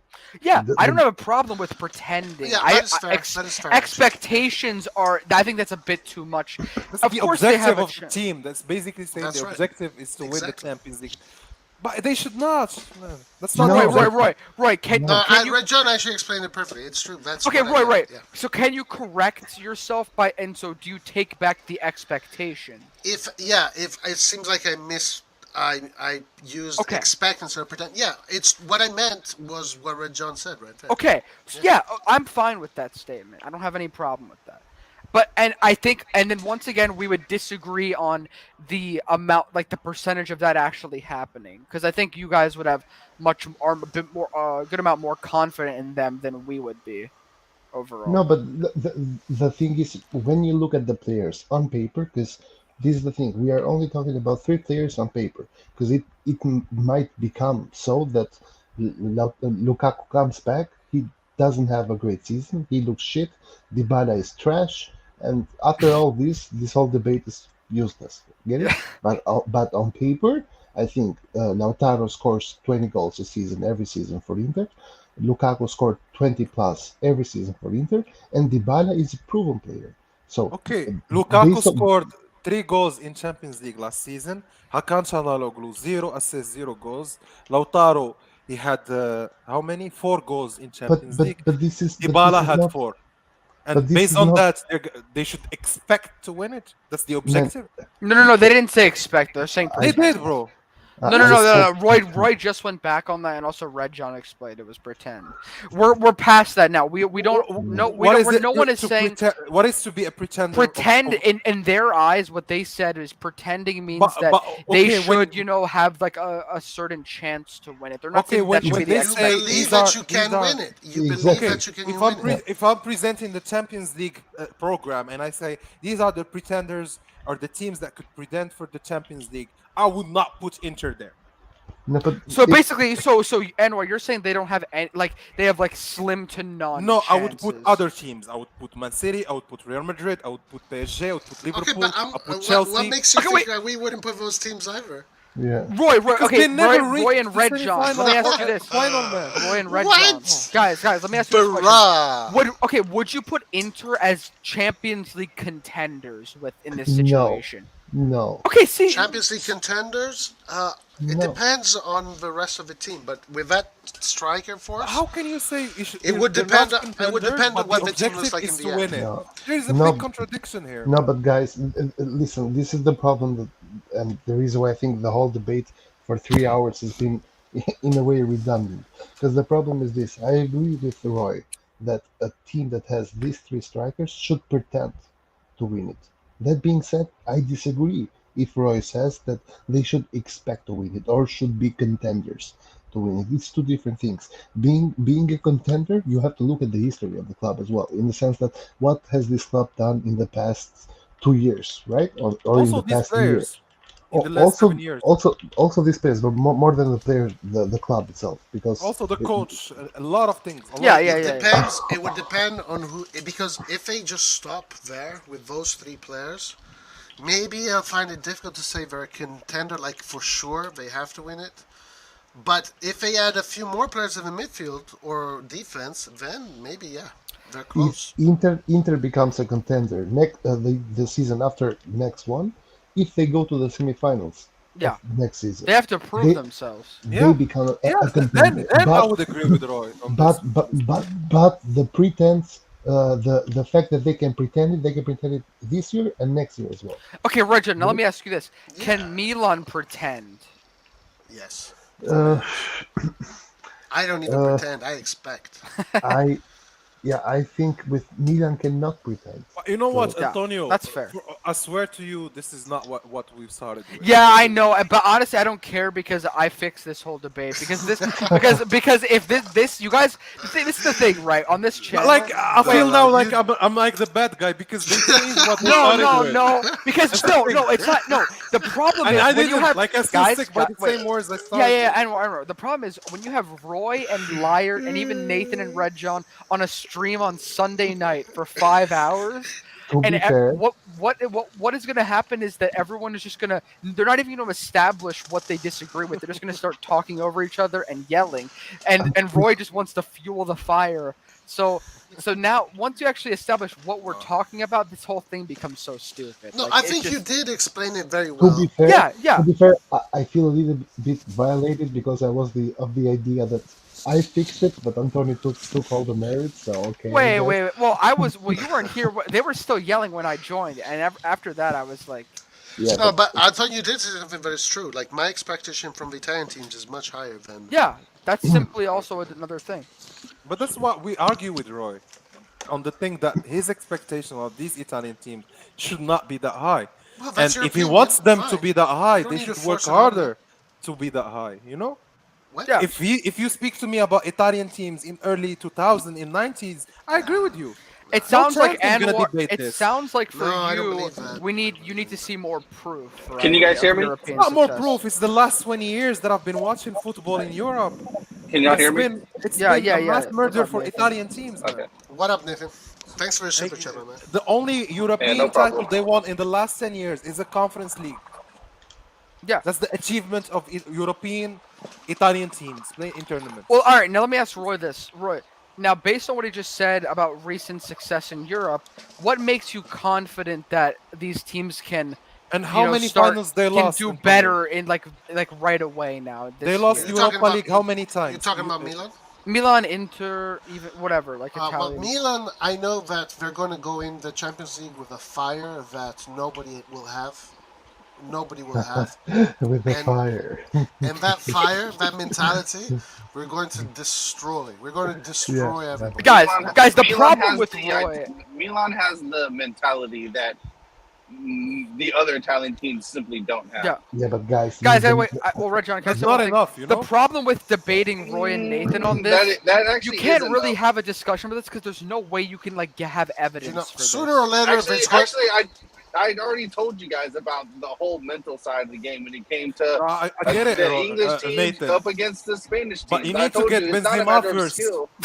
No, but guys, Yeah. You need to get Lewandowski first. No, That's no, the thing. I mean, no. Chelsea, The new Chelsea doesn't Benzema have is called doesn't Leao. have- No, but Chelsea spent 400 the new million in 1 Lewandowski year. is called the Catalan. And Chelsea doesn't have Benzema, Chelsea and spent Chelsea don't 400 have million on Lukaku. players Guy, in yo. a year. Yeah, But they don't. have. But yeah, they wait a don't- minute. They're Wait a not minute. Milan. Wait a They're minute. not Milan. But Chelsea, did they have Lukaku? Did they have Benzema? Did they have Lewandowski? No. They Chelsea spent a lot had of players money. who never won it. True, Chelsea had players who true. didn't win it. Exactly.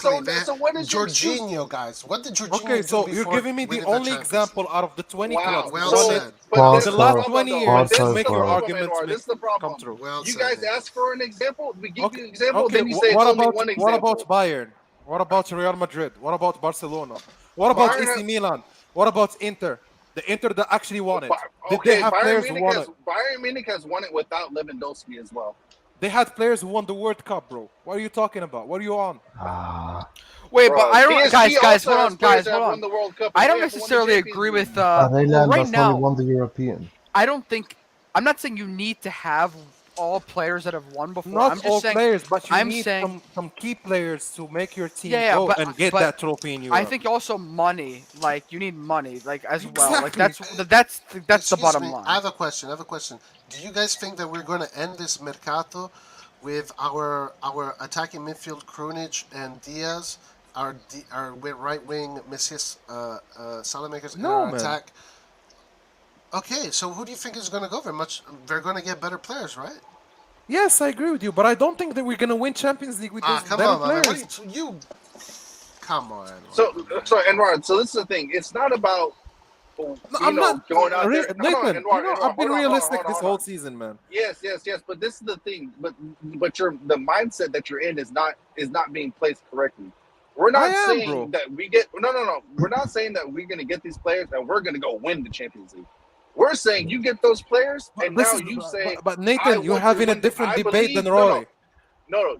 If you don't believe you can win the Champions League, you're not going to win, bro. But Roy is telling me with these players we're going to go win. Exactly. That is literally the fundamentals about sports. The fundamental of sports is exactly what Nathan just said. Exactly. If we get these guys who have also, won like the Euros and whatnot, these guys have a winning mentality. So do you think I'm gonna go tell the players go lose the game, right? What was the one thing Zlatan? I don't get you, man. What was the one thing Zlatan brought to this club? Hold on. What is the one thing Zlatan brought to this team that we did not have Why before? are you discussing this? Why are we discussing Ibra mentality? Can you ask me and answer the question? What did Zlatan? This is not my debate, man. Come on, stop this, Nathan. I didn't speak about any of this. This is the whole thing. But this is the whole thing. Is the so Milan next year is gonna win Champions League. I don't get. They have to believe it. I believe they can. They have to believe it, Anwar.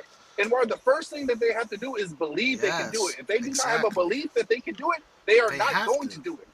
Exactly. Real Madrid wins the Champions League because they believe they can do it. No, they won it because they won it 7 times out of 20 years. Bro, and that's why they believe. Bro, and what is because they have quality and belief and mentality. We have everything. And all we need is quality, and they have a lot of luck. If we get 3 good players, and we'll be in the running as well. But okay, I think even with Zaniolo, listen to me. With Zaniolo, Origi, Leao, if we get beaten by Man City, that's not a surprise, bro. Oh, we're not saying anything about a surprise, but the players have to believe. I'm saying if you are, that's what Layer told you earlier, bro. He told you once you reach the quarterfinals, of course you're gonna believe. But why are we gonna get destroyed by Manchester City? Because they are better. Would you agree they are better or not? No. I don't. Manchester City passes the ball. Come on, Nathan. No. This is just your ego. The whole year you've been giving people here like lessons about how Chelsea, Man City, Liverpool are better than Milan. Madrid, they have this. The Bayern, they do this. And now you are telling me, oh no, I don't know so much. Anwar, wait a minute. Come on, bro. I gotta correct you. This whole year, don't correct me. Roy, I know you've been saying this. No, this whole year, along with Roy, we have been saying that the mentality from the Italian teams in the Champions League is one of the main reasons why we always fail. Yeah. Do you think it's just a mentality question? This has been consistent. This has been very consistent. We have said mental-wise, we are not there. It's not just the mentality, bro. If you lose to Villarreal, it's not just the mentality. That's the main thing. But that's the main thing. But look, Anwar, if we get 3 good players and these players believe that they can actually achieve this, I'm not saying they're going to win. Come on, man. I'm not saying that. I'm saying the realistic objective of the team is not to win the Champions League with that team. It's to achieve the best you can. The best you can is quarterfinal, realistically speaking. If you do better, I'm happy with that. I want Milan to win. Okay, do you think that I don't want Milan to win the Champions League? That's a Villarreal mentality, bro. Okay, so do you think that's a Villarreal? That's a small team mentality. Okay, so early in the season, I said Milan is gonna win the Serie A, and we're gonna win it in the last game of the season, and we're gonna finish last of the Champions League. I was bullshitting, and everyone was calling me bullshitter. Right? No, because I agree with that. I agree with that. No, you didn't agree with Europe. I've always said that Milan. You never agreed with Europe. We never agreed with Europe, Roy. Europe. And Roy. Yeah, when I said they're gonna finish last, you started telling me, you don't know what you're saying. Maybe not. No, you gave me a Anwar, long I was on your side with that. Now, Anwar, I was on your side because with that I was realistic on that, and I'm being realistic as well now. Yes, with but can you say? I want Zaniolo in my team, but I don't think Zaniolo is better than Phil Foden. This is I not don't think fair. Zaniolo is better than Kylian Mbappe. Why do you think he's not better than Phil Foden? Because Phil Foden he's just not better. He's won nothing. He's not one thing. He won the Premier League, bro. No, he won the Premier League twice in a row. Who cares? Leicester won it as well. That's the thing, Antonio. This whole debate, when I make a valid point, like he never won something. I tell him he won 2 Premier Leagues. Who cares? Winning the league doesn't mean jack shit. This is not the debate. How many times does AC Milan win the Champions League and we don't win the league? So who cares? That's why I say that. Not to disprove your point. Also, you cannot make that argument because all Inter teams won the league as well. Yeah, they won winning Serie A is gonna make you Champions League. That's what's been happening over the last 20 years. Yeah. Okay. So why doesn't Manchester City win the Champions League? They actually reached the finals. I don't care. Why don't they win it? Oh my god, man! Did Why Chelsea don't win it? they win it? Did Chelsea win it? Bro. Did Liverpool win it? Oh, bro. No, but The we're reason speaking why about the Man- quality of a league winning in Europe. Why do you go on a holy team that did not win it? When Chelsea won the Champions I'm League, giving did you they two win the Premier examples League? of the same league that actually won it. I can give you another example of a team that actually reached the final, which is Tottenham. There are And did so they win many it? better Did they teams win than it? you. Oh man, Did the they win standards it? are different, bro. The standards are just different. Where will Leicester finish in Serie A, in your opinion? 11. Anwar? With the team that won the Premier League, they would win Serie A, man. No, with the team that they have right now. Oh, okay. No. Okay, guys. No way. Yeah, Oh, because Milan back then in banter era no, is with the team they stronger have than now. Liverpool that is playing the The team Champions they League have, final. the team that they Amazing, have now. guys. The team that they have Amazing now. football analysis. The team they have now. Where would they finish in the Absolutely Serie A? amazed, bro. Bro, that's one of the wonders of football. That What? team winning in that league, and oh my days, man. With that team, I don't know. Maybe not. Maybe not. Are you serious, bro? Not in Italy. Maybe Do you not. remember that team playing in Premier League? Have you watched them play? Yeah, but Ranieri. I've seen Ranieri coach, and Ranieri in Italy is not very. Oh has my not God. done very well. But whatever. I wasn't talking about that team. I was talking about today, Leicester. Where would Leicester? But why finish do you in go Serie to Leicester today? Leicester today is not playing Champions League. A? No, because I want to just see how you measure the difference of Serie A and EPL. But I still believe Leicester right now, not playing Champions League, would give a very hard fight to Milan.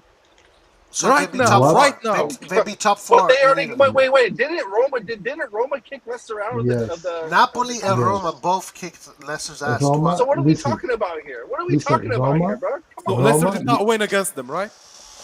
No, they got no, disqualified.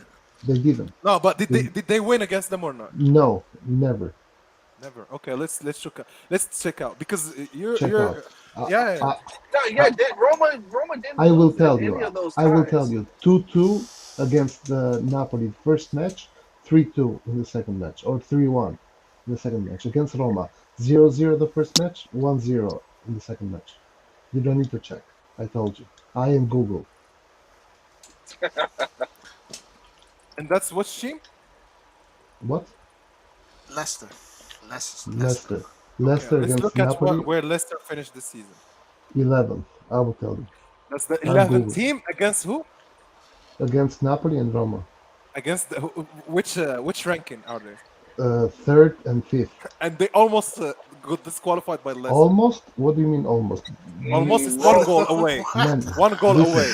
They didn't destroy them. Nah, One goal this away. is- I'm sorry. It's Listen, 3-2, 2-2. listen. The 11th against the fourth and the third. Anwar, listen. Anwar, when we get beaten by Sassuolo all the time. 11. And what did Sassuolo is Villarreal 11. did to Juve? What? What the Villarreal did to Bayern Munich? Yeah, What did- exactly. Because Bayern Munich was lacking that year. So What how did- would Leicester would be top four in Italy, even though they can't beat Napoli or Roma? What did I'm not saying Shakhtar- this. I never said this. I said this. The Leicester City that won the EPL would win the Serie A. This is what No, I said, and I stand by it. Oh, No, you- wait, wasn't no, Juventus Anwar. still dominating at that point? So you Anwar, think they were better than that Juventus? I think they were better than this Milan. No bro. way, bro. Let me correct you. You said I this. don't like correct to be You- corrected, man. I believe in this shit. You said that the Leicester of this year would still. Yeah. Okay, also, one comment here, Nathan. Don't forget that we lost to the subs of Liverpool in San Siro. Don't forget that we Listen to what lost John was No. about to Lille. tell you. You said that the Can I Leicester correct of you? this year. Yeah, and that The was Leicester- also not our full team against them as Yeah, well. Let's exactly. not pretend that was our Full team. But So, Liverpool losing to Inter, we don't care if they were missing on form. No, but wait. But what do you mean on form, man? We are That was talking that about. was we didn't have Liverpool's the whole team. team. The third Listen. facing the 11th, who gives a shit, right? No. But wait, let me correct you. You said the Leicester of this year would have given trouble to Milan winning the Champions League, and I don't believe that because let me No, I tell you didn't this: say they would Roma, give trouble to You did Milan say they winning the would give Champions Roma. League. You I would did say they would would give a hard fight to Milan in a game. because That's what I said, bro. because Come Roma, on. You keep Roma feeding me lost. shit that I don't say, man. This Roma whole debate beat- has been like this. Okay, man, but just let me finish. Roma didn't win a single match this season against the top 16s of Serie A. Not a single match. Yeah, and they won against the 11th in EPL. Yeah, and they yeah, drew. exactly. Yeah. against the 11th. But if what you say is really true, and I'm a firm believer that the EPL is better than Serie A. But if what you say or the difference is so high was really true, then you would see Leicester City smash Roma because they are in the same level. But it happens so that Roma smashed Leicester City, and Napoli should have won 6-1 the second game, not 3-1. 3-1 is not representing the truth. 6-1. The levels were just ridiculous. I said that Leicester City would give a hard fight to Milan. And from the Yeah, games how would the Go ahead, scores sorry, go are They there, wouldn't. there is They one wouldn't. one goal difference in both games. I And what did we believe. do to Roma when we played them? We fucked them up. So Yeah. if they And can't Roma beat says that the Roma, ref fucked them up.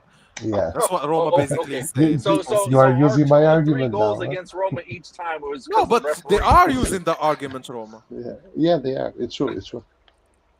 It's true. But gameplay-wise, we dominated them. To be honest. I agree with that. I believe that we were better than Roma. And I'm not saying that Leicester is better than Milan, this Leicester. I said it's going to give us a hard fight. We'll not Listen. win them 4-0. We would win 2-1 or maybe draw a game. But That's what I'm saying, bro. Same as we win against Bologna, man. It's not like we destroy Bologna. That is 11th in Serie A, right? We win 2-1. So 1-0. Bologna is the same level as Leicester City. But how Do you actually like, believe that, sir? Do you actually believe that, Rachel? Be honest That's with your me. logic, though. But that's your No, but logic right now, Anwar. just listen to me, Anwar. You are saying that we would win 1-0, 2-1 against Leicester.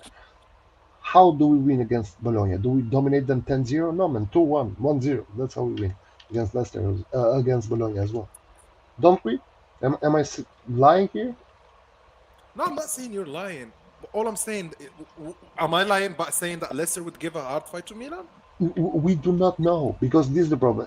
And also I'm going to correct myself from the past as well.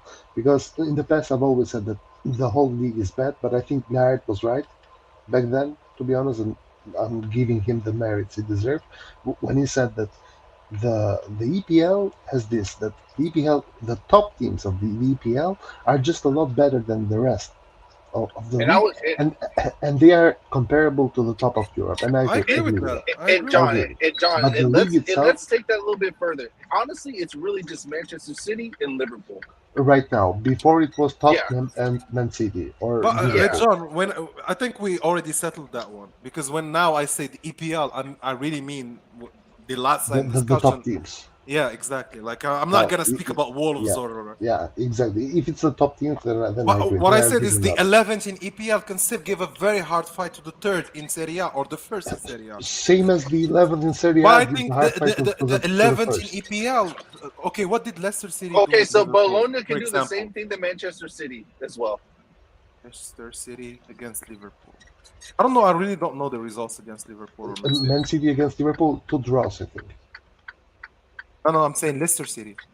Leicester City against Liverpool. Then they actually lost to Leicester City. Yeah, but we lost to Spezia as well, or to Bologna.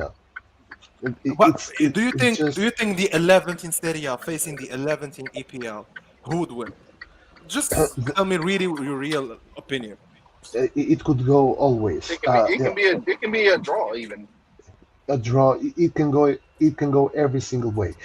Though, if you ask me now, the first of Serie A against the first of the EPL, now I can give you. I think that's already settled, and that's why we have the argument with Roy, because I believe the second in Serie A, not even the first, will not have that high of a chance to win the Champions League. I don't think so, because if you give us Lukaku, Dybala, and if you give us Lukaku, Dybala, and Martinez, and then you add in Leao, then you add in Tonali, then you add in Bennacer. All right, I'm back, guys. What's up? We we have a chance of beating Manchester City. Of course, 100%. 100%. We have a chance, Nathan.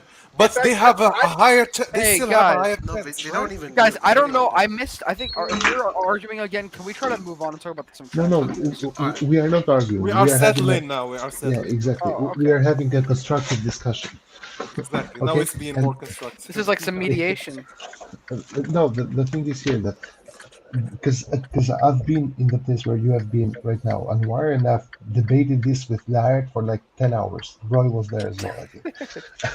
And I have changed my mind. I think I was wrong when I said that the EPL is better as a whole, as a league. I think the EPL has better teams in the top three right now. Chelsea, Man City, and Liverpool would win Serie A, all three of them.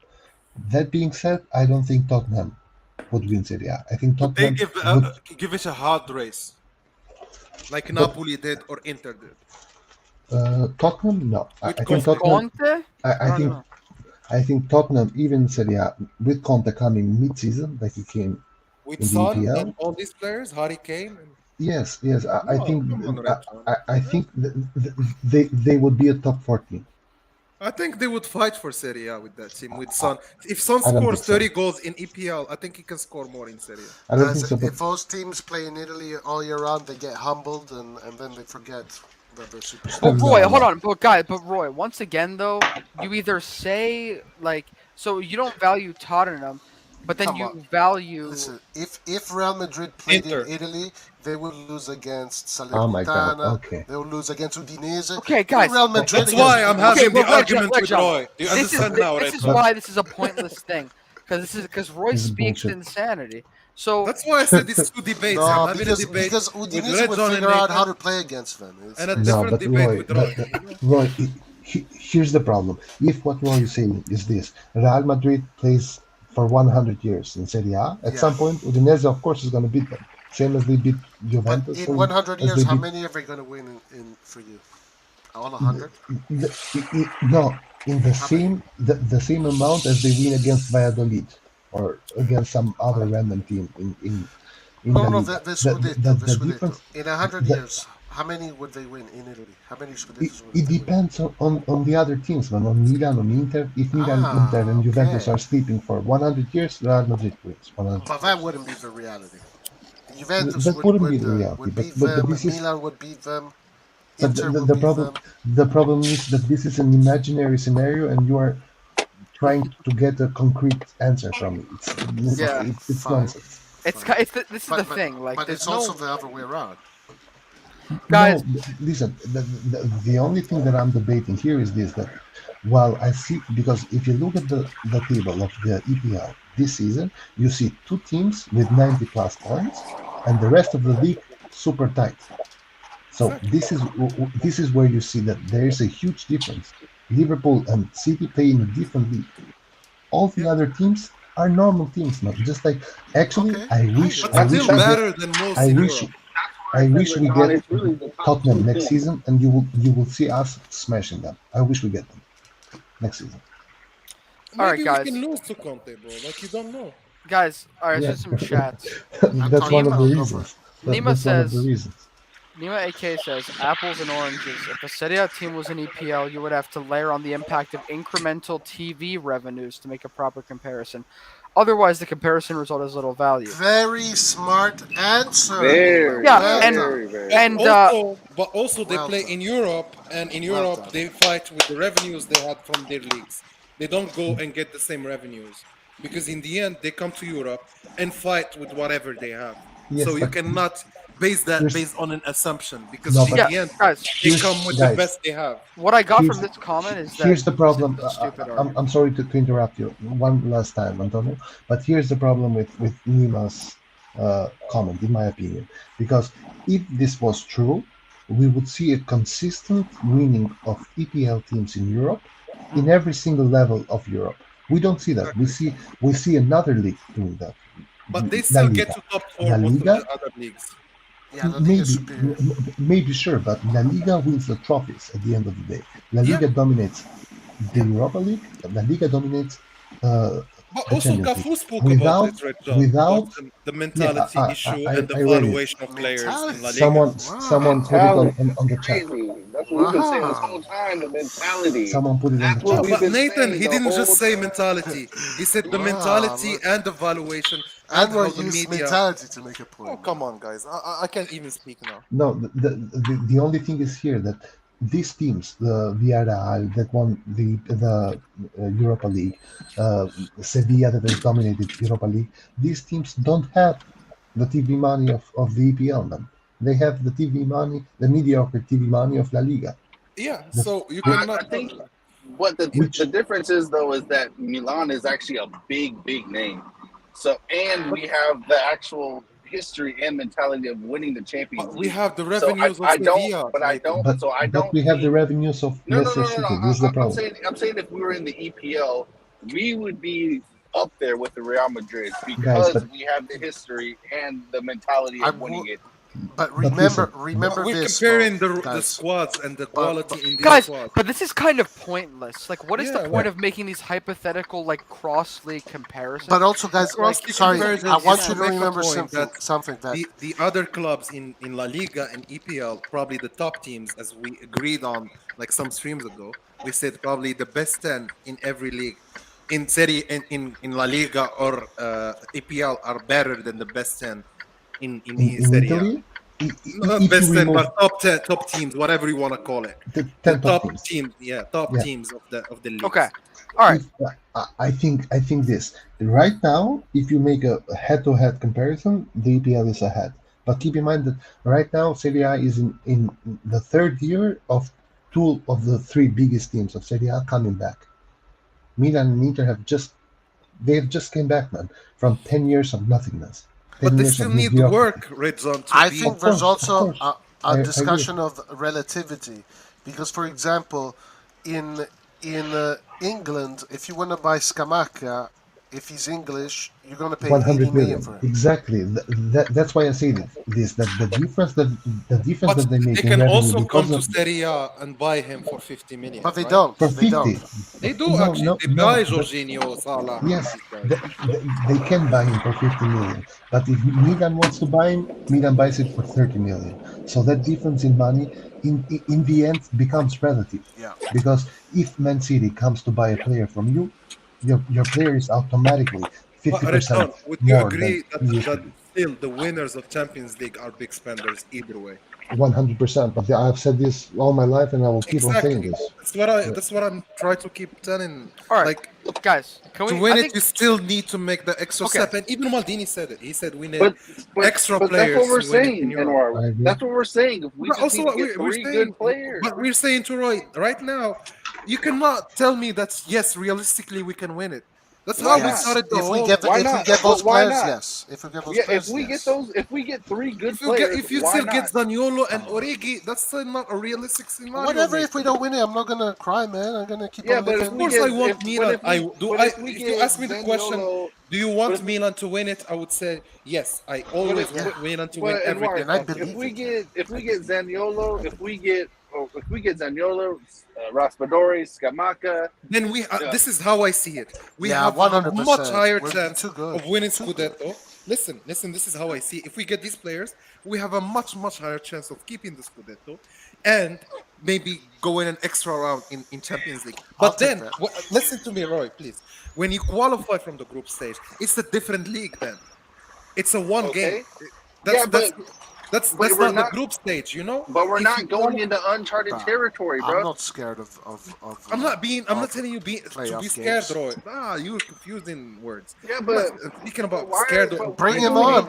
Give me Real Madrid right away. Yes. But if Real Madrid ends up winning, we understand that we still need work. And Sure. then my point is still valid because I said we still need work. That's all I'm arguing about. Yeah, but We you still still need have work to to believe keep- it, though, bro. You gotta believe You it. always believe when you get to the tournament phase, when it's Okay. 2 games away to qualifying, then Now we yes, you always believe in every minute you play. No. You should Ah. believe from the very first game, bro. From the very No, first it's game, different that belief should be calculations, there. man.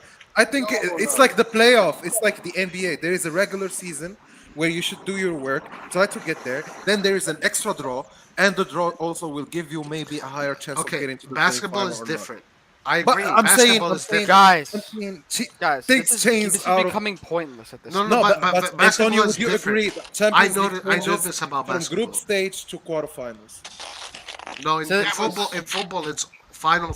Every game is a final. In basketball, it's not like that. No, I think in group stage people think about points. In group and stuff stages, like that. yes. In group stages, yes. Yeah, That's but what I'm saying, group man. stages is- All right. Guys, can we please move on a little bit? Like, All right, go ahead. It's kind of dragging on a bit. Go ahead. Let's just read the chat. Well, the chat's gonna be about what we just talked about, but Yeah, but it's still a constructive discussion. yeah, it is. But at this point, we can move on to some. I think it's becoming redundant for sure. Yeah. So I guess the stream was titled Milan transfer news. What do you guys? There's not really much today. Yeah, but that's always the case. That's always the case.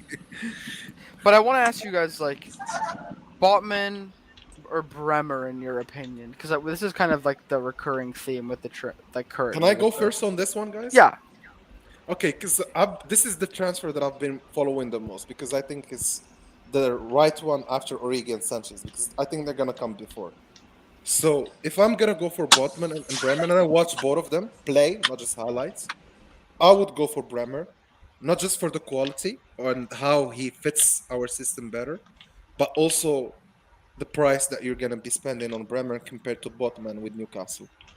Yeah. And I'd rather, because I don't think we have City's ability to spend, or Real Madrid or any of these clubs. So I want the best for the forwards. I don't want us to do another cover up for another season. I want us right now to go to get that player. And Scamacca is not there though? No. I never spoke about Scamacca. My man. Listen, I rate Scamacca, but I think Scamacca is for Lazio Roma. Because you scared me for a while there. No. This is Layers wants Scamacca, not me. Me, I've been saying Lewandowski is available. Go get him for free. My man. You think Milan could attract Lewandowski though? No, because he wants Barcelona though. That's the thing. But you can't attract someone who doesn't want you. But Nathan, there's always a possibility in transfer markets. Always. Like Giroud, even himself, he said, I was going to Inter almost. Tonali was going to Inter, ended up in Milan. There is always a possibility to get a player. But can we really offer competitive wages? Yeah, I think so. With Kessie leaving, by the way, Kessie still hasn't been confirmed because of Barcelona's financial. And I think what you would offer Bremer would be lower than Botman in terms of wages. So I think that's the right thing to do. I think getting Bremer I think even Bremer would agree to even sit in the bench and having Kalulu start sometimes. That's a bold. No, I think with Kalulu playing that well with Tomori, I don't think we should touch them, bro. You cannot touch that there, bro. The teams who are also after Bremer are going to give him a starting spot. True, but Milan is offering. But by the way, guys, I did read that Tottenham are starting to advance more on Milan. Because with Bremer, you have 4 starters in the defensive line. Who are Kier is gonna. Nathan, you have a lot of Mike. Nathan, you're in an airplane. No, I think he's working. It's his car. Yeah, I know. But no, Tottenham are advancing. Nathan, you're hot mic and though, we can hear the road though. But what I want to say is that with Bremer, you would save a bit on the budget to go spend that extra 10 million somewhere else. Yeah, I agree 100%. Guys, the chat says, what do you think about Malinowski as a number 10 for Milan? Oh man. No, because he's like 30 years old. Really an upgrade. He's 30 years old. So. I'm not gonna get Malinowski now. And for a big price. I want Zaniolo, De Calder, and Raspadori. I don't know for the cam, Bruges, these Bruges players, I want to trust Maldini. I watched them play. I don't know. I'm still Yeah, I agree. I'm not fully convinced. I'm not looking for me, Tomori was a fully convinced trend. I watched Tomori. I remember speaking about Tomori in the summer. I told the guy, this dude was supposed to come to Milan, but because of transfer ending and stuff like that, we didn't end up signing him. But they were Milan sent actually the transfer request with the money. Chelsea did not respond in time and stuff like that. That's why we did not end up in the summer in Milan. But I was fully convinced with that player. I was fully convinced with many players that Milan signed. Theo, Mignon, even Mignon. I remember. I told Roy the day after I told Roy this goalkeeper is gonna make us forget who Donnarumma was in this Milan. So nobody's gonna be. I'm not convinced with those two either. Anwar, I'm gonna be honest. I'm not gonna claim that for Tomori. I knew that early, but when I was looking at Simakan and Tomori, just the intrinsic value of how he plays on the field. how he's ready to go there. When I was looking at them in like December before the Mercato, and we started seeing all the links. Based on what I saw from him, I was like, okay, this guy is really good. I knew he would be sort of different from what we had. So I definitely agree. And Which these one? two, no, Tomori, and Yeah. these two players, like Lang looks a bit better, but De Ketelaere, I mean, Lang he's plays good on Leao's stats. side though. Yeah, right? and it seems like they don't really convince me that much as well. But they also have this sort of potential. But is it worth the money? Because players with like usually younger players are a bit cheaper, but they're asking for a lot of money. The thing is, I compare him to De Bruyne. I watched De Bruyne when he was like very young, very young. Before even Chelsea bought him, and he looked like the Locatelli right now, like almost the same. And even physically, the way he plays, it reminds me of him. So maybe you're stepping into the new De Bruyne. But Maybe that's the bet they're taking. Maybe because De Bruyne started there. He started in Belgium as well. So maybe you're stepping into it. One thing. De Ketelaere is Imagine one thing, that. but let's not forget Lang. Maybe that's the bet, you know. And also they have like the. I agree with you, the Nathan. I think we DE should go before to their for Ajax names. players, but the thing is, Ajax players are very well Very expensive. sought after, and they know everyone wants them.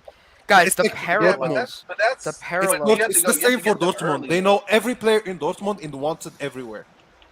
Guys, the parallels between De Ketelaere and De Bruyne are actually pretty crazy.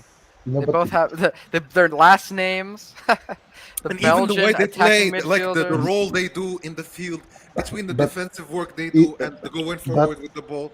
but they have one big difference. That no, the big difference Of course is they this. That would. they no, I'm talking like in their career. That De Bruyne went from Belgium to Germany first, to Yeah, Wolfsburg, to Wolfsburg, to a smaller team, made a then to name Chelsea, for and himself. back to Yes, Wolfsburg, yes, then to and City. back to Wolfsburg.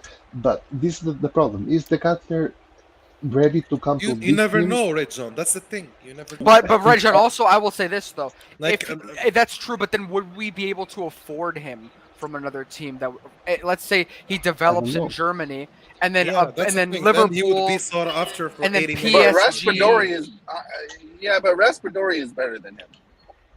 But well, you don't know the potential. maybe though. right now, but you Because don't know his because potential. because that dude has But never you got- played in a Rashford- league like Serie A. Maybe in a league like Serie A, he will develop much more. And you saw that even with Alexis. Back in Belgium, he was this frightened little kid. Now he's a much better player. Even this kid, if you bring him over, and Don't he tell does Nathan just that. if he does no, but still, I think Okay. Nathan agrees with that. That Yeah, yeah. Salamaker's growth we've seen that he has grown from the moment he walked into Milan. Yeah. And now you can sell him for a higher price, not only because but of we achieving we Scudetto, gotta but say the also same because thing he's for become. Raspadori too. Yeah, true. But Raspadori, I see a ceiling for him. I don't know, man. I don't think he's gonna become. I see him like Giuseppe Rossi, like that kind of player. Like he will give you maybe one good season, two good season, then probably never again. I don't see that.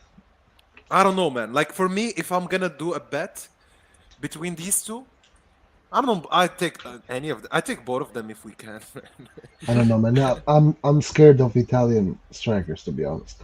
After He's a good striker. He has good after- ability and good skills. after To be honest, after Red. Patini, after Gerardino, I'm scared, man. No, but even Gilardino, I think he did his bit, man. He finished top one good scorer of season. Serie A in that season. One good season. And good one season. Champions League. That's still a Wow. good season. Overall, a good season. Legend. Yes, Top but- scorer but- of Serie A. You're not even the starter. Yeah, I guess. But the thing is, he. I know. like, We expected more for sure. I Yeah, agree. I with don't remember Gerardino fondly, for you. example. No, but I we remember expected him to be like the next people. Like he's gonna Yeah, take exactly. over. Yeah, and but- be there for 7 years, scoring The goals. next and- But if we get these guys when they're younger, they're gonna develop. Yeah, that's better what I'm than thinking about. guys This like Belgian guy. Gilardino and things like that. But this dude is worth 30 million. That's the thing. Like 30 million, you can get other players for that price. Yeah. You can spend 20 more million and probably go for Nkunku for 50. If you want to do the extra effort, and that's the real bet you should take. This is actually this was my fear, because I was hoping that in this summer mercato we would go for more safe options, No more bets anymore. It No, looks like I'd we're rather going go for for a bets player again. who's valued 60 million, 50, Yeah, than two players 30-30. 100% Well, I agree. mean, that's why I said Zaniolo and Nkunku. I would But get two Zaniolo and badass Kuku, that's players. around 190 So or 90 million yeah, in fees and you wages get and two the players. transfers. Yeah, but you get two very good players But you don't have that more can money play. for Oh, by the way, Sanchez or Nathan, Bremer. if we got Nkunku, we would never We don't sign need a center. Zaniolo, We don't though. need center backs. Nathan, if But we Yeah, but you signed still need Nkunku, Sanchez, though. we would never also we wouldn't also get Zaniolo because Why we're both not? so Yeah, I don't attacking think both players would happen. that can play in the same line, like in the Especially if attack. they're Well, getting So. also another They striker play with in the Ibra. camp and right wing. Zaniolo and But you know Nkunku that Ibra is literally gonna can be play missing all those for three of those another. positions. You know, Ibra is probably gonna be missing for an extra year. You know, Yeah. a player that I would probably go like a safe option, not valued a lot. He actually delivers very well. Nabil Fekir.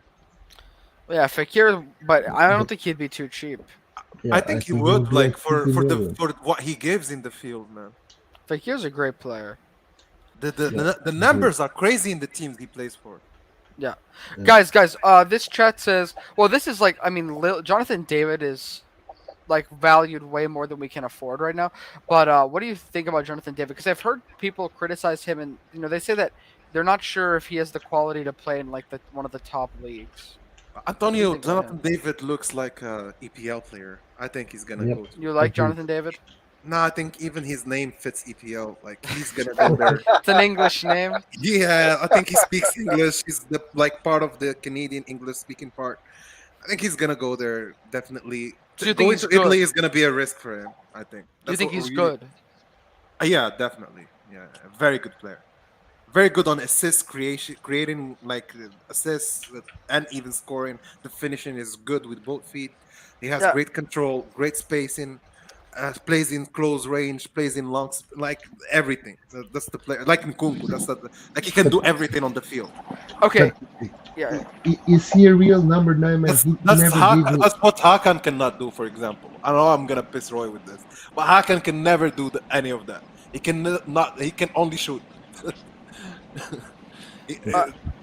Basically, that's it. No, the only thing I disagree with Jonathan David is that I actually looked at his numbers, and Skamaka has better numbers than Jonathan David. Yeah, but his team was not doing great this year. Like with his national team, he qualified for the World Cup. He's doing a very good. I think if he goes to a better team, he's gonna have the stats that really. This is like basically the exact same little team minus Mignon and then Ikone. Ikone. But the coach as well. Yeah, the coach coach, as well. the coach, It's and the coach. It's the coach. and the scout Oh, I and the know, it's the whole coach. scouting team that they had. Do you guys- the scouting well, team was I don't wanna talk about delivered PSG, to all but- EPL and Syria. Guys, I'm gonna bring up this point here, and this could start another debate, but I'm just curious because I have this like interesting like perspective on this. So on another stream that we were doing, someone commented saying, I think it might have been Kangoo. Someone commented and they said that we use the term world class too loosely on the stream. So what is your definition of a world class player? Because I think I have mine, but we can go around. I'm interested. Mignon is a world class For player. me, it's Well, hey, winning. let's not start. Don't start with an example yet, but just tell me your definition. Okay, world class is being above the very good level. Very So- good level means that you can reach higher levels of the best tournaments in the world, be in the World Cup, Champions League, Euro, probably, Copa America, maybe even the African Cup if you want to add it, the Asian Cup, whatever.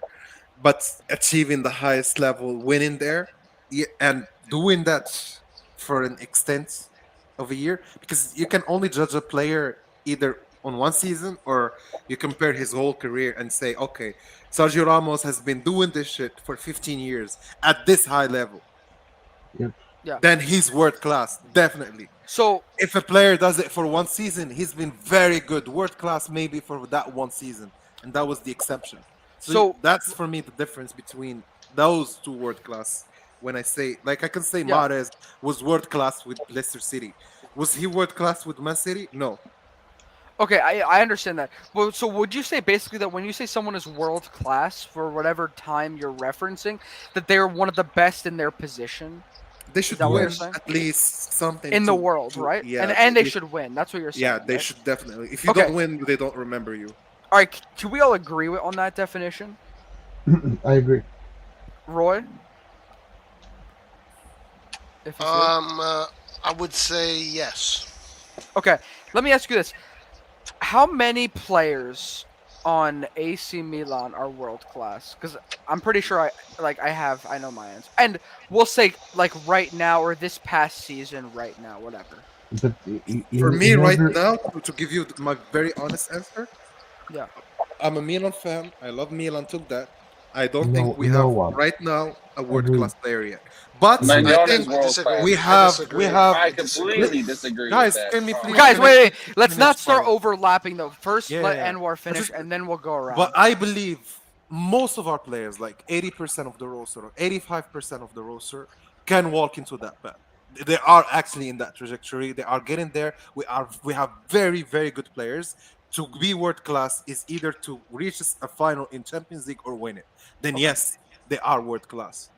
Yeah, or with the national team. If Theo ends up winning the World Cup with his with France, doing like 5 assists, 6 assists in that World Cup, he is fucking world class. Yeah. Yes. Very, very briefly before I know other people want to talk, I will just say my opinion is I think Magnan and Theo are world class. But the only reason why I say that is because my definition is more of that they're just the best in their positions. And so I think that even though they haven't won the Champions League yet, I still think that based on their performances, they're like top in Europe. So that's my opinion. To be top in Europe as well, you need to achieve in Europe something. Yeah, that's true. I'm just that's not that. But when you say achieve something, you mean win, right? Win, but also do that for at least 2 years, 3 years. Then yes, you have credits. You know. Here's a question. Here's a question I have for Anwar though, because Ronaldinho playing for Spezia, is he a world class or not? Ronaldinho? Yes. What do you mean? I don't like. What do you mean? Like after he's finished his career? Or no. Like as an example, a world class player playing in a team that does not win, can he be called world class though? Because he's not. I think yes. I think he can be a very good player, but to get to world class, he needs to move to Milan, Bayern, or Juve, like that's when he will really achieve that world class stamp, or he does that with his national team. I'll tell you. But if he does that with Spezia not winning, like you tell me, Di Natale was world class. Maybe yes, maybe not. But because he was with Udinese, we never seen him play in the very high level. I'll tell you who's world class. I actually don't know. But I don't know the did answer he to have the this chance to go there? Yes. To go there, you need to go. Like Totti said that. He said, my only regret was not going to Madrid and win everything that I could win. Because I know, people used to argue, is Totti world class, not world class, because he did not win with Roma. But definitely he's world class. Why? Because at least he won the World Cup with, like in the end, he still won, over his career with the team that should not be even there. And he got them to a level they should not be playing. Yeah, Roy answer. Okay, the world-class players at Milan are Magnan, Tomori, Teo Hernandez, Tonali, Leao, and Renato Sanchez. So we have 5 or 6 world-class players. Agreed, Roy. I agree with everything you just said, now, Roy. So there's one of the players that Roy just mentioned that I have a pretty interesting opinion about that I want to discuss. But first, I just want to look at this comment. Antonio, can we add this to the definition of world class? Okay. When you say world class, they should be probably in the best team in the world. If I tell you who are the 11 or 22 best players in the world, they should be included there. Yeah. They can be. They at least, or they could be matched. They're as good as. No, but that's world, because in the end, when they say this is the best team of the year, these are actually the world class players of the year. Yeah, and I will say this. Based on this comment, I disagree with Roy. I will say. Is Nkunku world class? Wait, not yet. This season, yes. But come on, yet. Bro. He's very talented, very good, but he needs to go there to Bayern. What? Let me finish, guys. Come on. Wait, guys. I will say this though. On this point about consistency, like Kangu says here in this comment. For example, Magnan. I mean, he won Ligue 1 last season. and had the most clean sheets in Europe last season. He won Serie A this season. I know it's not the Champions League, But he is but confirming now. That's what we he is. But like, I mean, I think. I mean, it's okay. I know there's Courtois who performed very well this season for Real Madrid and had a great final performance. But like, how can you not say Magnan is like world class? I think he's top of the team. Like he's in that top tier. You agree with me? Like last year, Donnarumma and Mendy from Chelsea, and probably maybe add even Alisson, were the best goalkeepers of the world. Yes. I think that because of Donnarumma's Euro performances, yes. But I think that he has a lot of. He has a lot of. But I think he has a lot of flaws. If Donnarumma did not win the Euro, would you actually put him in that list? No. Hold on. No, I would still put him there. I want you to look at Sultan Koja's because Haaland is not world class. I don't consider Haaland world class. Yeah, Haaland is still not world class, but he is getting there. Mbappe is world class because he won a world class. Haaland and Mbappe are not world class. No, Mbappe is world class. Mbappe is world class. He won the World Cup. He won the World Cup. He's above. Without him, France would not achieve it though. Elite. He didn't just win the World Cup. He was the best player of the world. At 18 years old, only Pelé did that. Okay. I don't know. Personally, though, I like to judge it based on a season. I know that you guys are judging over time. Like you can call a player world class over 15 years or over. Yeah. So why don't we? Okay, from now on, let's just refer to what the time period. World class to me means one of. But for me, when I say world class, I judge like a world class player. Would I put De Bruyne as a world class player? Yes. Yes. But would I put like I don't know Vardy as a world class player? No. I think De Bruyne, for example, has a very good season. Yeah, I agree. That's like saying Leao and Castillo. Even with Leao, Roy. Leao had just won good seasons so far. But De Bruyne hasn't won. He won Premier Leagues, many of them. He won the Premier League this season. Many of them. Guys, hold on. I disagree with this whole point that you have to win a European trophy to be considered not European trophy, but at least get to the top four. At least get to the top 4 teams of that year. Okay, yeah, you have to perform well. But listen, so I want to get back. I want to ask a question about Tonali to Roy. I strongly think that. I'm not saying that. I mean, I think it's unlikely he reaches this. I don't think he's anywhere near world class. You can't really say. Actually, guys, he asked me. But we can't really say a player is world class only one season. Yeah, I know. He had a phenomenal season, but to become world class, he needs to have more phenomenal. Tonali is going to. You mean he needs to move to a better team? Okay, all right. Let's see. Tonali is going to. Let me answer. Tonali is going to be the best midfielder in the world in the next 2 years. I agree with you. 100%. He's already the best. He's already the best Italian midfielder. But right now, he's still working on that. But the reason why I say world class is because that's where he's going to get, right? But so what if we get to the finals of the Champions League? Yeah. Would he be considered world class? Yes. It depends on how he performs. Maybe you can call it like a phenomenal season. If he is the best player of the team, then yes. World class is to do that over 5 years. But he doesn't need to be the best player, though, Red John. No, but he needs to be like one of the most important players on the team. But if you reach the Champions League final, Nathan, because would you agree with me? Like the 2 teams who reach the Champions League finals, the 11 that start, all of them are important. All of them. Yes, but goalkeeper, right back, all of them need to be good. Massimo Odo has won. He was great. A Champions League for us, but he was phenomenal. Yeah, he was phenomenal this season. Jankulovski was phenomenal as well this season. But none of them are world class, though, are they? Yes, I agree with you. Maldini is world class because he's done that 25 years. Yep. So you guys all agree that it has to be over many years. Yeah, I think like longevity has to do with work class. I like to judge it based on the form off of. You can then say phenomenal season or say the best player in that midfield for that season, top class maybe, but world class you need to do. Like Modric is world class. He's a Ballon d'Or. He will reach he won 5 Champions Leagues. He did everything possible to like you can do as a midfielder, playing for Croatia. That's world class, you know. Yeah.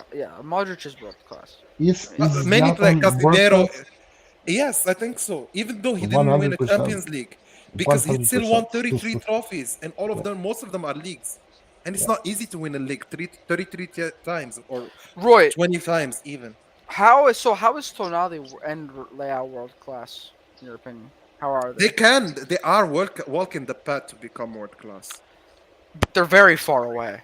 Not very far. In my opinion, they're very far away. No, I think Mbappe, like the season before the World Cup, he scored 16 goals, or like he was around Leao's number. Yeah, then but Mbappe, they're like the same age though. No, but like at that age, like 18, 19, 20, 21 till 30, 25, the growth is phenomenal from one season to 2 seasons, 3 seasons. Especially if you continue winning and you become better with every season. Then that's how Ribery started. He was 10 goals, 7 goals, then 15 goals, then 20 goals. Some players like Messi, they just start with okay, whatever. if we're gonna let's do this. So you don't think, like, let me ask you this: is it fair then to, in this world-class discussion, compare other players in the same position, and just to highlight how far away a player is from being world-class? Is that like valid in your opinion? Yeah. Okay, so with left wingers, right? There's Vinicius, who's I think right now you have to say he's better than Leao. I think you can't say that Leao is better. You can consider him the best left winger this season. You agree, Roy? No, I think he is the best left wing in Europe. He's the best left winger in Europe this season. Yeah. Okay, what about Sadio Mane? I think you still have to say he's better than Leao, based on his numbers and his what he's proven. I don't know. I think you have to. Yeah, because we didn't achieve 19. Then you have Mbappe, but you could say he's a striker, but he's also similar. He can play that. He plays a lot. You can say even Neymar. Yeah, or one of those two, whatever. Those three themselves are all better than Leao. Well, let me say this: Mbappe did not lose because of him. They lost because of Gigio and Mbappe and Martinez fucking around in the back. What about the chances that they missed one-on-one with the keeper? What, Nathan? I mean, Mbappe, yeah, all players miss chances. Ronaldo's missed a lot of chances. Yeah, but I think PSG overall against Madrid, they scored. Like, Mbappe scored. You can only blame Messi there. No, and still Messi gave the assist. Nathan, you can't blame it. Don't tell me you're blaming Mbappe, Nathan. Yeah, but Mbappe still scored. Like, he scored goals. He scored, but you can't blame Messi. I mean, you're going to have to blame No, but that's what they do. What the whole world, after the Real Madrid game, they started blaming Neymar, Messi, and Mbappe. And they were the ones who were doing their part. It's actually the back line who fucked up. No, but it's still Roy. Messi missed a penalty. Even though with Messi missing the penalty, they were still qualifying. It's Gigio who gave them the goal, and Marquinhos giving them the ball again, and Kimpembe giving the ball to Vinicius. Like this, they just kept fucking around for 10 minutes and gave the game to Madrid. And Madrid capitalized on the errors. That's a great team because they saw a chance and took it. Anwar is a Madrid fan, man. I get you. No. I'm not a Madrid fan, Red John. But I always saw. No, Red John. This is what I saw.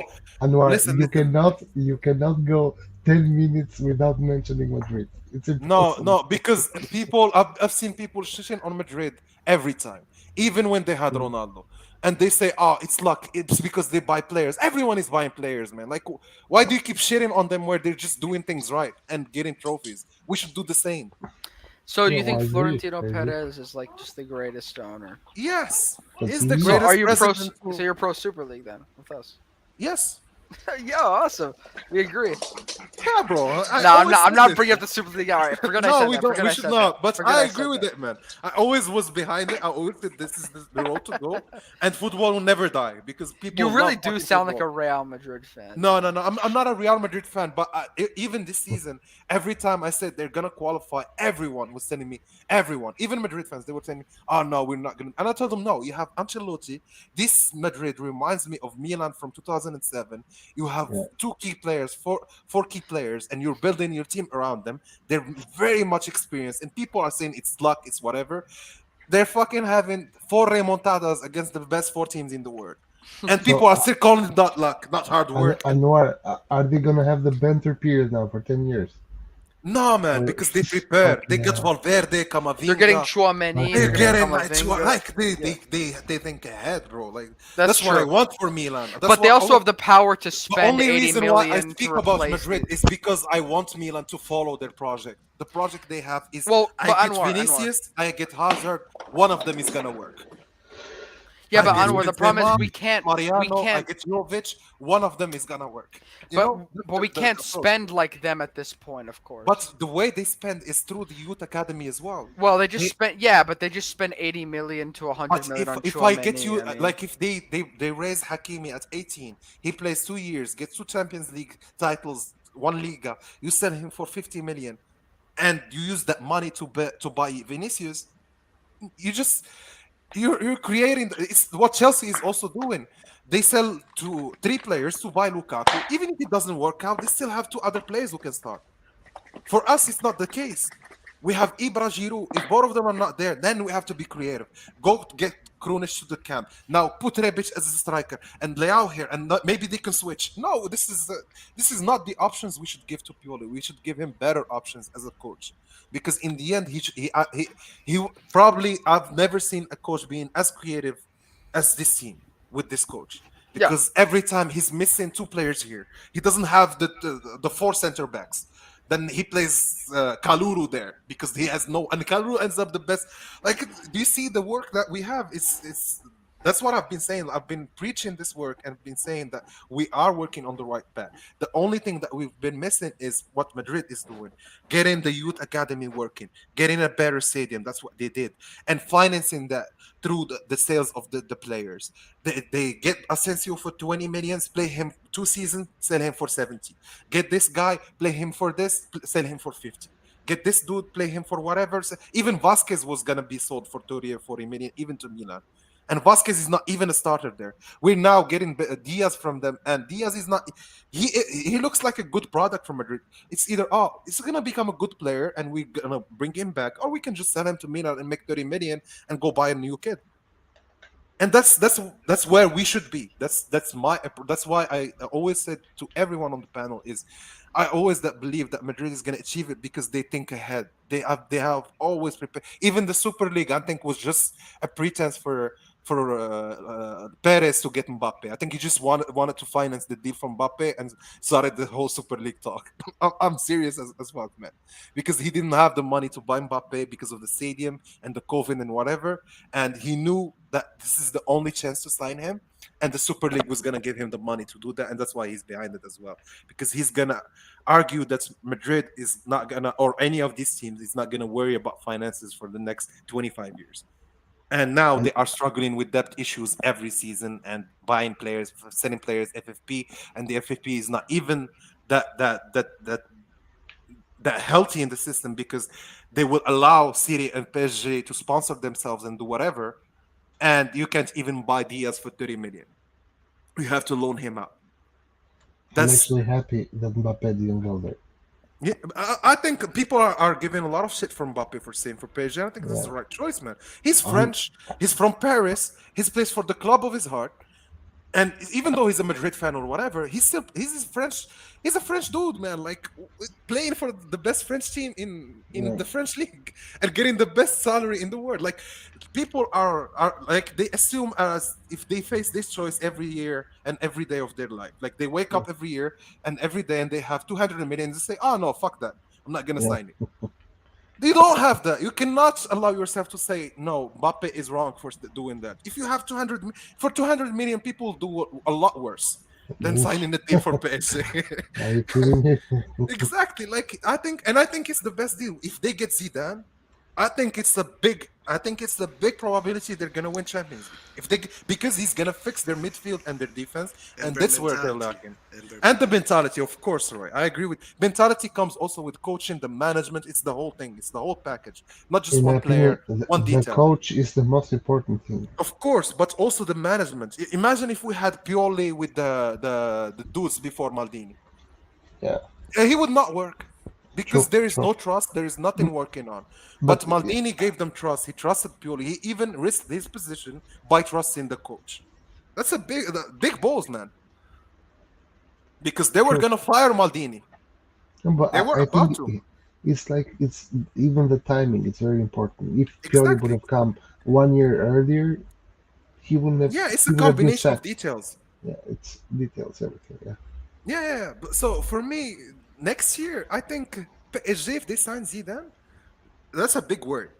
Because probably Zidane first day here, he's gonna tell them sell Paredes, sell this dude in the midfield, this dude as well. I don't want this, I don't want that. Get us 5 new midfielders or whatever. Ramos, get me Marquinhos is good next to him. Probably get better left back or Giju is not probably gonna start. He's gonna put Navas there because Navas has a lot more experience, and he is critical in Champions League games. He's proved that over the years. I think over the last 10 years, he is the best goalkeeper in Champions League. But people would laugh at that. But in terms of stats, he is the best. In He terms is, of but how he many won 3 in saves, a row, man. how many critical saves he made to that Madrid team, that extra Madrid team, they needed Navas to win. Without him, they would not. I remember against Bayern, the Mueller chances, the Gomez chance, so much. And one thing I believe is these teams, with what they saw from this Madrid team, I think they're learning. Because Madrid taught them a lesson this season. People were laughing at me, and everyone that believed that Madrid was gonna win was a big joke. Like, come on, Vinicius, Valverde, how come? And I believed in the raw talent of that team, and also the coaching, the management behind it. There is a whole idea. You get Pinto, you get this guy, you get this. Like, there is a whole structure behind that team, and that team already won it. It's not like something we're gonna be so surprised of. They did it 4 times. Like, why is it a surprise for people? Winning it a 5th time is only natural if you do it 4 times before. But so I believe next year they're gonna go again to challenge for it. I think next year they're gonna be in semifinals again. They have the team for it. I think next year they're gonna get eliminated in the first round, like after passing the group stage. But that's why I always I'm not a Madrid fan, but that's always what I read. Like, Madrid are lucky. Madrid bought this, that's why they're winning. Like, Madrid only have Benzema, and where is Modric? Where is Militao? It's like you're not even watching football. Where is Courtois in that team? The saves he made, and you only speak of Benzema. And no, there is a whole team behind. Cruz is a world-class midfielder, although this season is probably his worst in Madrid, and still he delivered. Milan is going to beat them. Beat them even in the preseason. They still had more ball than us. Champions League is there is a chance, Roy. I'm not saying no chance, never. Of course, football there is always a chance. No more Real Madrid. No more domination from Real Madrid. But the thing is, they dominate, man. They won 7 in the last 20 years. We won 7 throughout our history. They got lucky. 7 in 20 years, lucky? You know how it's almost 50% of the time. If we weren't changing owners, we'd still be. But Roy, do you know what that probability is? Like, over 10 years, they have 50% chance to win. Real Madrid is like Spanish clubs are set up better. Like when they set up. Look at Barca. No, but look at Barca. They did not set up themselves better. They fucked themselves in management. Do you guys think the league is easier and that helps them out? I don't think the league is easier. If the league was easier, Villarreal would not be achieving. Sevilla would not be achieving. Atletico Madrid would not be achieving. Atletico Bilbao would not be. But do you think that the league is they can conserve their energy more in the league compared to Premier League? I think they judge the league better than EPL. When I watch La Liga, I do not see the same pace. I do not see the same exertion of energy. Did you see what Cafu said about La Liga? He said in La Liga they have a different treatment of football than what they have in Serie A or EPL. But he said even Serie A is closer to La Liga. In La Liga, a player is valued as what he is really, and they don't overhype him like he had 2 good games. They're not the next new what? No, fuck that. They keep them grounded for sure. Yeah, they keep even after winning La Liga, they still keep them down. La Liga is still nothing. You need to do it in Europe, then come back and probably do it again, and then yes, now you are a big thing. To me, I feel like the energy is a big factor. I don't know. I don't think it's about the energy because, man, it's all the Liga teams that are successful in Europe. It's not just Real Madrid and Barcelona. Yeah, but maybe because the other leagues they've been using more energy. But even in EPL, like you have one season, like Spurs does a good season next year. Spurs is gonna win it or do that. and then they don't even qualify from the group stage. Yeah, and but that's just the EPL media, though. The EPL media is always going to have the EPL even when you teams as like, I favorites, watch no matter what Carragher and Gary Neville speak about players. I'm like, what? Yeah, Those already rate these guys this high. I think and the style I get of why football, like they though, never like Gary Neville. I get why he never worked as a coach. You have to play like a different style, kind of like when you're in. No, I think England, they have the wrong people in the wrong places. You have like crazy wind. You have like really bad conditions sometimes. I give you 65 million. I remember a transfer that I never understood. 65 million for Sigurdsson. I'm like, what? What? 65 for Sigurdsson? Like, go buy. I mean, yeah, there's definitely an EPL tax. If they're doing any transfer, they have to pay like extra money, basically. Yeah. Yeah. But I mean, they should have to do that because they make all the money. But anyway, Sevilla still won the so Europa I'm League in favor against of them Inter. having to pay more for players. Yeah, but that Sevilla- just means one thing, that the EPL simply isn't as good as everybody keeps claiming them to be. No, it is good, but they just overhype. I'm not saying that they're not good. I'm saying that they're not as good as they're being made out to be. Better. Listen, Nathan, I still Yeah, think of they are course they're better not as than good the as other they're made leagues. out to be. But their problem is that We they all have the overhype English them. commentators. We all have English commentators, and they're all hyping everything up. Yeah, that's even the fine. national But team. when you compare the leagues, you see which leagues actually dominate the majority of the time. Of course, teams are going to win and stuff like La that. Liga But and the EPL, both of them in the last. Yeah, but La 10 Liga years. more, much more. La Liga much more. And watch, I'd say in like the next maybe 3 years or so, you're going to see more and more Italian teams going higher and higher and higher. I think so. I hope as so, well. man. I really hope so, Nathan. I think so as well. But actually, there's also a stat which to me is mind blowing. In the last 30 years, or finals against teams of every other league, right? They have won 22 finals out of 22. What the hell, man? How is it even possible? For the La Liga. Yeah, La Liga teams have won every single final with a team of any other league in the last 20 years. What the hell? That's a crazy stat, man. Even Bro, statistically, in Europa League, they won 17 out of the 21. Last one. Crazy shit, bro. You know what? When I tell you, like, if you win 17 out of the 21, it's not just one team doing it. It's 4 or 5 teams doing it. I think it's because they're the most technical, and when you're playing in these finals, like that's what it comes down to: technical, because of the and then not mentality, making they have mistakes. the hunger. You know, they have the hunger to go prove themselves better. Like if they go against Inter, Sevilla wants to prove they are willing to win. Sometimes I feel like La Liga is what the EPL wished they were, or what the EPL thinks they are. Yeah. Yeah. Yeah. True. The EPL, like, Anwar, they, but you just said it, Anwar. You said that they want to prove that they are better, and that's the mentality that the Italian teams need to have as well. I agree with you, that Nathan. I always agreed with that, but still, it's not the only thing that Italy needs. They still need to work on raw talent. They still need to work on youth academy throughout the country. For sure, they need to work on Serie B. Serie B needs to become much more competitive. The revenues and advertising globally. Yeah, but the only way to do that is for the Italians to start being assholes. Italians are clearly. I think Milan gave them a good, like, Milan gave them a lesson this season. Like it turned things around. Everyone was saying, "Oh, Milan with this roster." Like everyone that watches culture, that has culture of football, like not really following EPL or La Liga, he would say Milan with this team, like even on IFTV, with this team, Milan, they would probably finish top 4. They can really achieve it. I'm like, how can you say that to the Winter Campeones? And many of them actually said that they weren't going to finish top 4. Yeah, and I'm like, wow, like we finished second and we finished first of the home game. And now you're telling me we're not even gonna go. And we keep the same manager and we develop our and players. We have one of the youngest team in the league. And I'm like, this team can only go better because it's the youngest. It means like if you're 21, now you're 22, doing this, maybe in 23 you're gonna even be better. And that's why I said the trajectory of Milan is much better than any other team in Italy. The only team that worries me is Juve. Juve, with the roster they have, Vlahovic, and they're getting rid of Bonucci, they're getting rid of Chiellini, they're getting rid of Dybala. Like they're building around. There is a good. It's funny because they're following Milan. You know, guys, I just want to make this point. football heritage is so real. I mean, if you look at like Juventus's streak, right?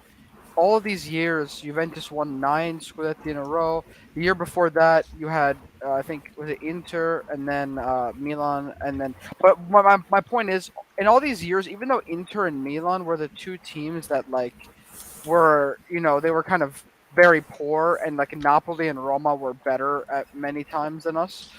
They didn't win anything, and it finally when Inter and Milan step up again, then Serie A will be Juventus, back. yeah, it's just better, and Juventus loses because we have heritage, and even Actually, more so we need for the us in three the of them. Champions The League. three of Yeah, them need yeah, to yeah, be yeah. up, fighting Yeah. in Europe and in But Serie A. my point is though, like Napoli and Roma, I'm sorry, but like they don't have nowhere. They don't have any of our heritage, and we have more heritage than Inter as well. But I mean, they can still but give a good season every yeah, once yeah, in a while. exactly. We But need they're them not to at gonna. least get They're to not the good top enough 4. to. They're not gonna be able to replace us as like the challengers The for difference the is title. that Juve and Inter can bring it every season, while Napoli and Roma, like even Roma with the new ownership, if they do things right and they said they want to follow Elliot, and they're Americans as well, so probably they're following Elliot, and I see them following Elliot actually. If you get Abraham and you rebuild and the whole Elliot wouldn't restructuring even the, spend that much for Abraham, but but still, like there is a good aspect in what they're taking the team, and I think with 5 years work, 7 years work, they can actually bring something into the league. I hope they do because I want this league to be more competitive. Becoming more competitive means what? Remember when was La Liga dominated? When Barca, Madrid, and Atletico had the best players of the world. That's the same for Calcio. Calcio at some point, the best players of the world were coming to Calcio. Now the best players of the world are leaving La Liga, and even La Liga winning still in Europe. Thing is about La Liga, even though they leave, Messi left, Ronaldo left, they still won Europa League, and like that's what like surprises me every time with the La Liga is that even though they sell you this dude and they sell that dude, and Ronaldo will leave, Bale is not even starting, and Barca is not even Barca could have won the Europa League.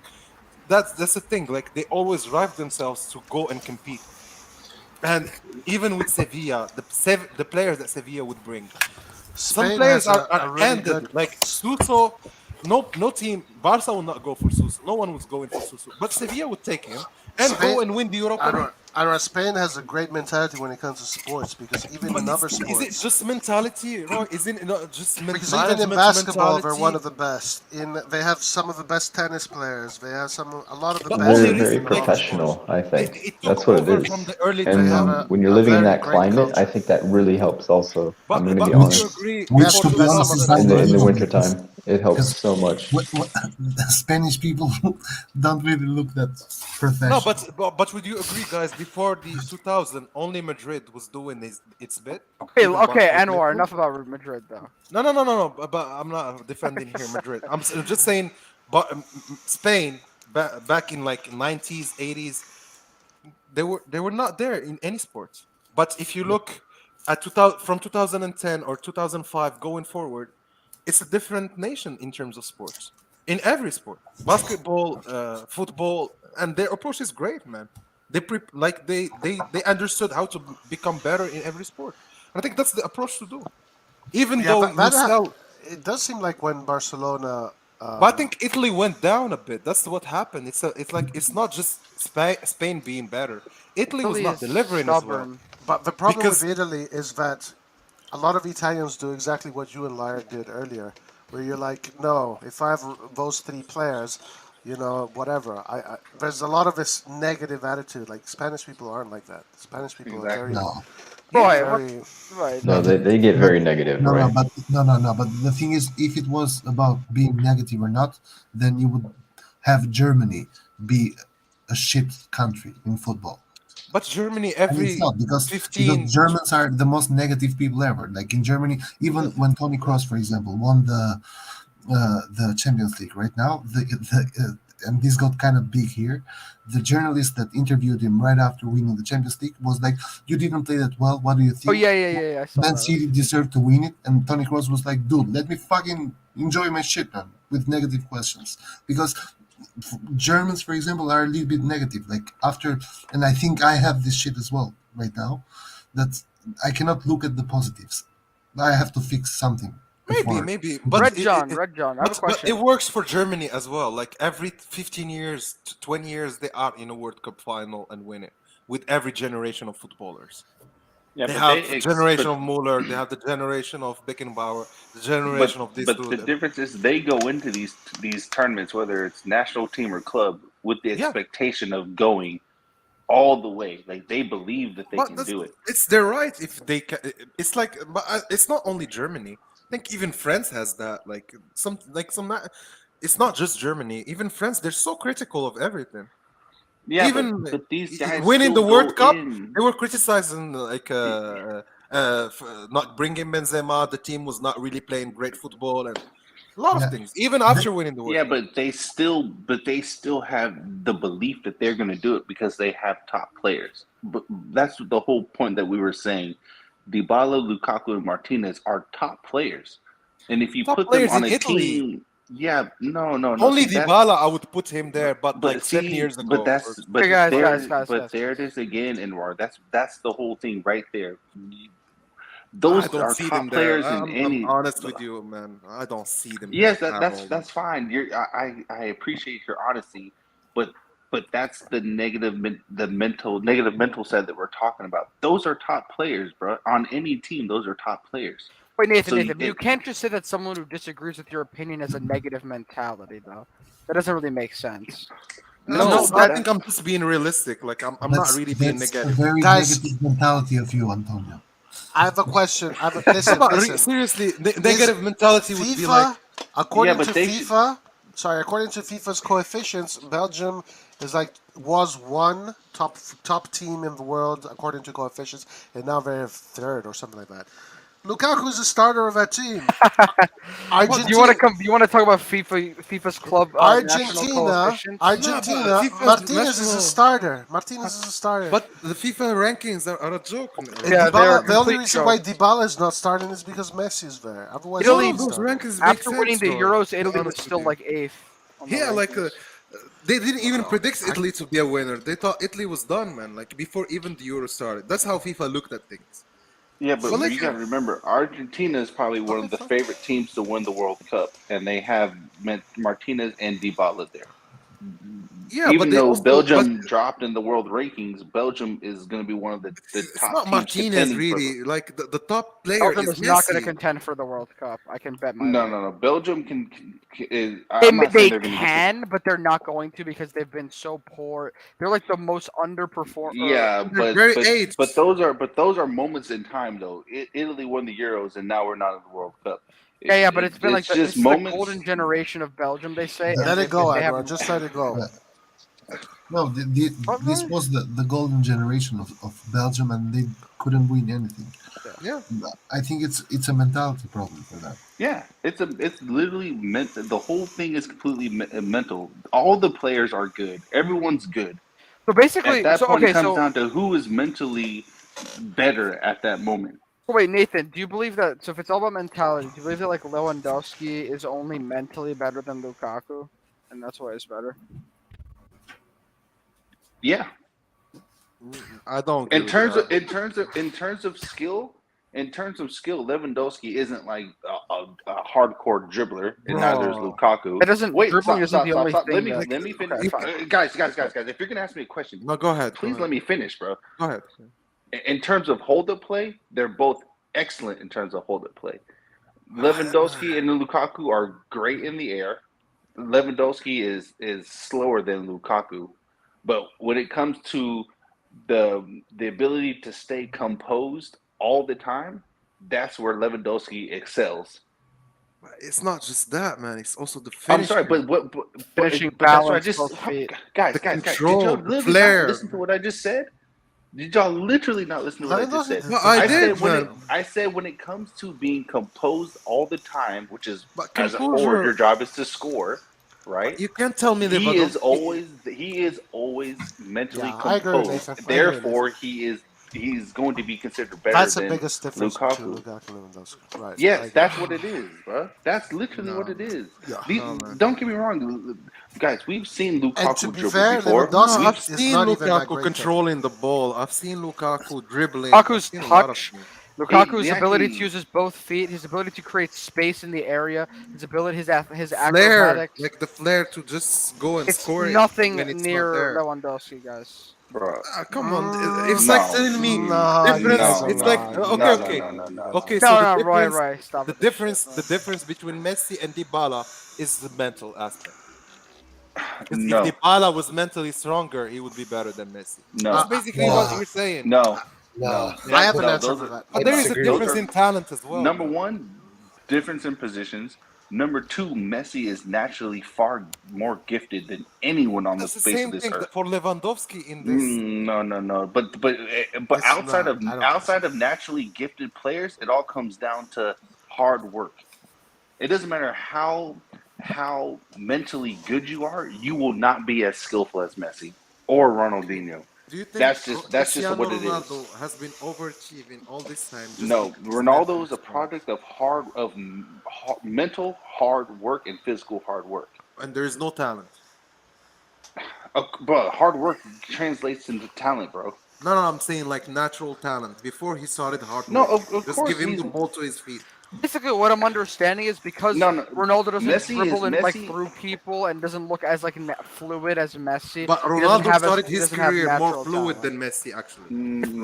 Dribbling is just one metric of the sport. No, actually, Antonio, Ronaldo back in Manchester United was a beast in dribbling. No, he was nowhere near as good as dribbling as Messi. You remember Not Cristiano even Ronaldo close. back in Manchester United? Yeah, I remember. You're capping. Bro, I'm not. Roy has his own view. Roy thinks that he was terrible. Bro, Cristiano Ronaldo in Manchester United was bullying players. He was dancing. He was dancing for the cameras. Ronaldo. It's like telling me Ronaldinho was dancing around. No, he was not dribbling. And I'm sorry, Ronaldo has never been able to dribble through players like Messi. Bro, come on, you haven't watched Ronaldo in his early days. He has never in his career been able to dribble past do you remember players. that Ronaldo, Nathan? Roy, I have a question. Yes, I do. Wait, Roy, I completely remember. He was not a dribbler. No, I'm not saying he's not a dribbler, but he's not he a was dribbler. basically just dribbling on the Bro, back. not at the extent that Messi was. Not even Anwar close. is Not capping. even close. Oh my days, bro. Not Oh my days. Not Oh even my close, days. bro. It's not even close. Roy, you're drunk, aren't you? No, I'm not drunk. Bro, like I seen people doing like some weird shit because he dribbled them in like such a technical move. Actually, Messi does not have crazy stupid technical moves. That was dancing. The body it wasn't dribbling. to get past you. He uses When his Messi body went more. to Barcelona with Ronaldinho said that Messi was even better than him. But Ronaldinho, and technically Ronaldo is nowhere near these guys. But I prefer to see Ronaldinho dribbling than Messi dribbling. Yeah, but that I like. Here comes the pointless argument. And I come to the point where Cristiano, when he joined Manchester United back in Sporting, basically he was playing a 7, crossing and dribbling, crossing and dribbling. There's a difference. Ronaldinho did have that flair with him, that crazy street flair. But Ronaldinho still did it with a purpose. Well, even Cristiano Ronaldo did it just to show off. It was pointless. I remember Ronaldo even spoke about this. He said, I used to dribble. I didn't know what to do on the field. Exactly. And Ferguson told me that I should not focus on this. I should get him goals to get him tackles. And that's why Ronaldo has always You cannot tell me he was not fluid. No, you literally said it. He was dribbling because he didn't know what to do. No, but he was dribbling past everyone. I could see it from the TV. This guy's like... I was looking at this guy and saying, is this a circus? Is this guy a clown? Like my dad used to say that as well, Roy. He's dancing on the ball like a clown. I mean, a billion step overs does not really constitute as being at Messi's level of dribbling. But I do choose Ronaldo over Messi, though. I don't. I definitely don't either. All right, finally, Nathan and Roy disagree. I agree with Roy, though. I'm a Messi person. I would take Ronaldo. I would take Ronaldo as well. Messi's just different. Yeah, for me, Ronaldo has more Champions Leagues. in 2 teams. Yeah, but Ronaldo's if you take Messi, like you have to do the I've never whole seen team someone around look him. so natural. I like Ronaldo's mentality more than Messi's. Yeah. Yeah, maybe no, maybe 100%. Ronaldo can have more of like of course goal scoring impact, but I think Messi's like if we're like looking at just quality, Messi's just unbelievable. Antonio, I'll say this. I'll say even this. quality If there's a Ronaldo is if nowhere there's to a player that you want your younger players to look up to, it's Ronaldo, not Messi. But that's what's happening. Mbappe, Haaland, all these guys are looking up to Ronaldo. Like all of them, Rashford, all the you can't Leao, even Leao, everyone. It's hard if you're gonna look up to Messi. Would you agree, Nathan, that Leao, some of the moves he does is Yes, similar to Ronaldo? Leao should look at Messi for inspiration. A guy like not Fati, Cristiano. No, yeah, Cristiano. A guy like Fati would look up to Messi because Fati is naturally gifted. Okay, as fuck. so does Leao dribble? Also, Fati's Spanish, and with Barcelona and Messi, like no, but Fati is that's also still way smaller. Well, but Fati in terms of skill is incredibly gifted, whereas a player like even like Mbappe and Leao, these guys resemble Ronaldo more. They need to work really, really hard to maintain their ability. I think even Nathan, this is how I see it. I think both of them are super talented. Both of them have worked hard all their lives. Like Messi works as hard as Ronaldo. Believe me, he trains as hard as him. I don't think. I don't really agree with that, honestly. I don't think. No, man. He does. Look at him I'm at not 30. saying he doesn't. Look at him I'm not 2 saying years ago in Barca when he was 33 years old or 32 years old. The body build he had and the summer workout he had all the summer. Like he trains, man. He does the training. I'm sorry, but if you think that Messi does not train hard, you must. No, we never said that. We never said that. We We never said that. No, but We he never trains said like he that. trains We just said crazy. we think that Ronaldo probably trains a little bit harder. But like the difference is very small. Like the only difference between Messi and Ronaldo training or the concept of preparing for a match is that Ronaldo, when he goes home, he does not even think about something sweet or not following a diet. Messi, on the other hand, might not follow a diet.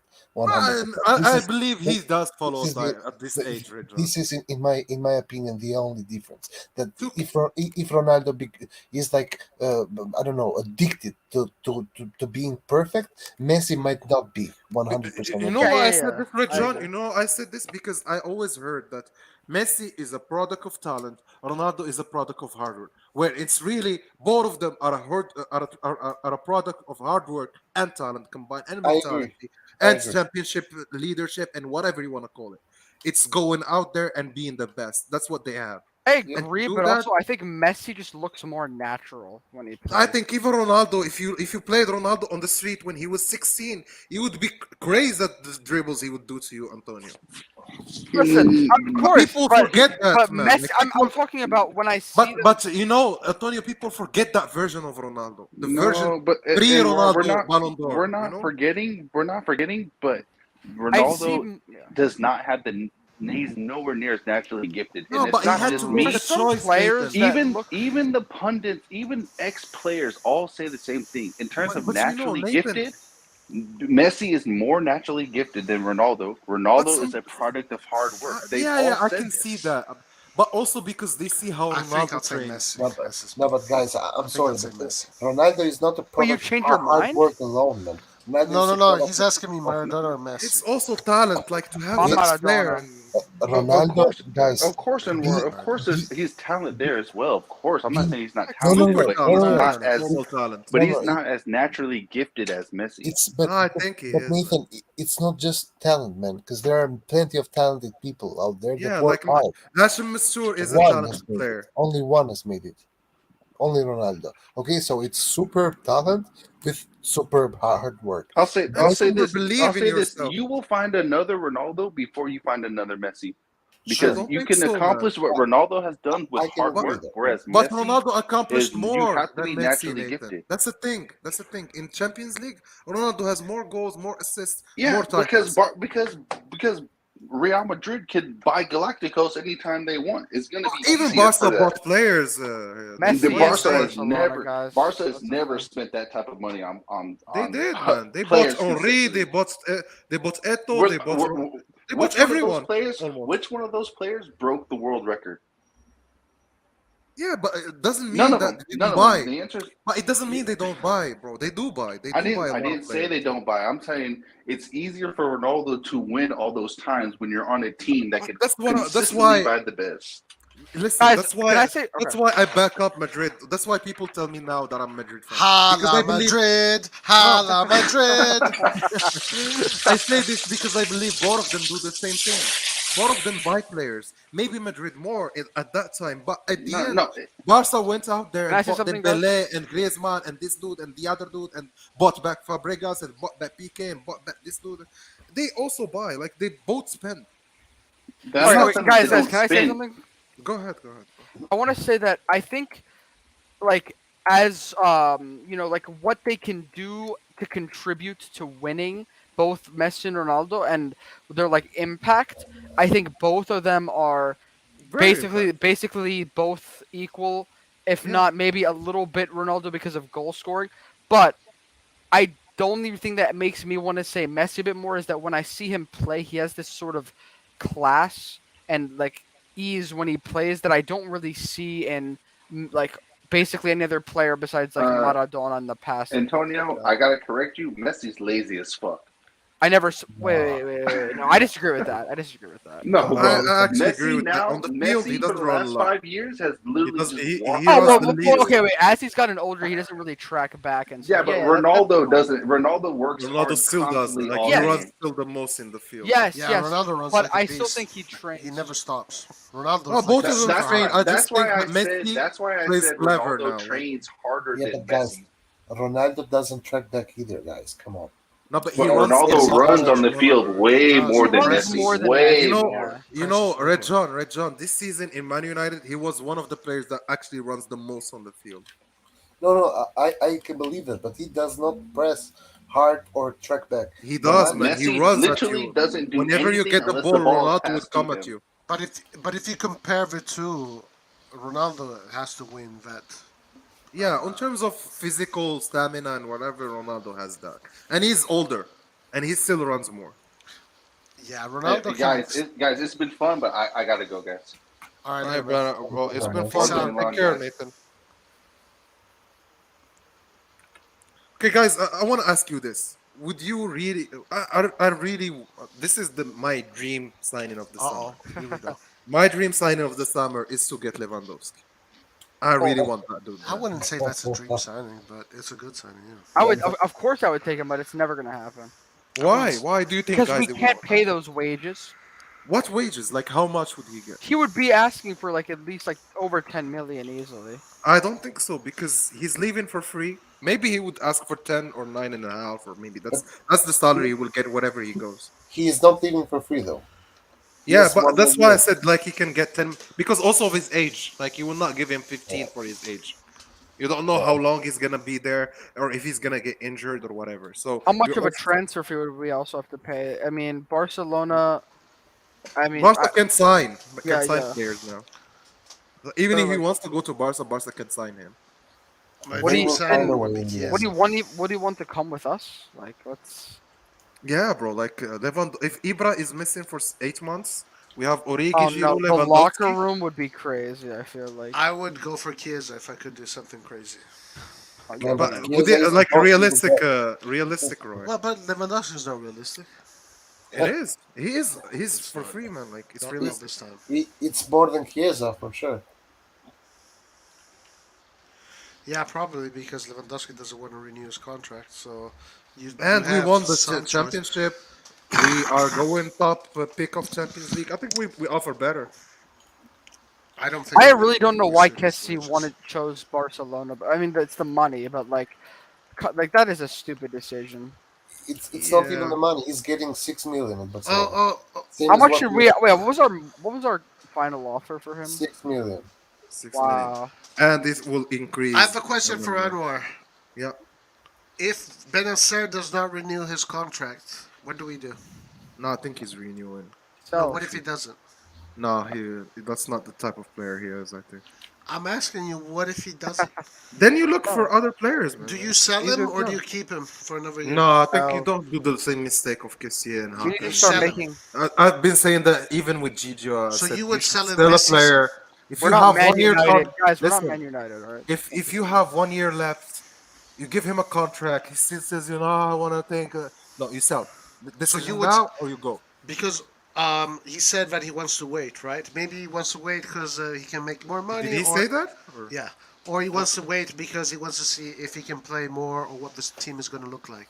Maybe. So if he says no, this because he's not a starter now, I think. Right. So this Or time is he? around, if he says no, would you sell him right away or wait? You'd sell him right Yeah, away. man. If you can get good money on him, like Wow. 60, 65, 55, yeah. You should have been here earlier. At least I would have had someone on my side. No, but that's the thing. Like You have to this is sell how I him. see football. Like I don't wanna go around like this team that cannot renew players. And Laird just said do that for we shouldn't free. sell him. But that's what Laird has been saying every time with every player. I told him this. Remember, Laird. All the Even chat with Gigi agreed. and Hakan, I told him, would you sell them? He told me, no, we could not because okay. Now with Kessie, right now, I'm telling you right now, in 1 year, he will not renew and we do the same shit. Would you keep him or sell him right now? He told you, no, we should not sell him. And I thought, no, you should actually sell him. And I still believe, even this season, without Kessie, if you go get Sanchez, you can still win with this team. They said, yeah, of course. Yeah, because we And had a Kessie good... was pretty poor. Not poor, but it wasn't as good as he. But he wasn't the best player. Last year he was, yes. Yeah. But like, I would not take the risk of actually losing. Like, imagine if we sold those players. Yeah, we still achieved. I agree with that. Fair, like credits to our management and what they did, amazing. But there is an opportunity cost here, which is you could have sold these players and made probably around 200 million or more. And how much do you think Bennacer is worth? Because according to Rejan, I think right now he is. Hold on. Rejan thinks that Bennacer is worth something like 20 million, 15 million. No. I think he has already. He has a clause of 50 million. He already has 40 a clause. million, but No. He has Wait, a clause. Rejan, you said 20 million. Let me 20 tell you. million, not 15. No, he has a clause of 50 million. And I think last year Man City was pressing for him. They actually offered Milan like around 45, and Milan said no. And they went ahead and they bought another midfielder. They bought Rodri or someone.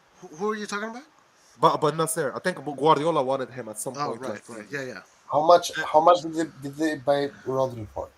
Do you I think remember? they spent more because it's 60 either you million. buy Ben Nasser for 50, you pay the clause and buy him for 50, or you go for Rodri from Atletico, who's actually proved himself in Atletico. And or you he's go getting for 10 million. Rodri for 60 million. Okay, guys? Yeah. They offered I 25 get for you. Bennacer. I agree with you, Rajon. But I actually believe Rodri was valued at his right price then. I think Rodri's overrated.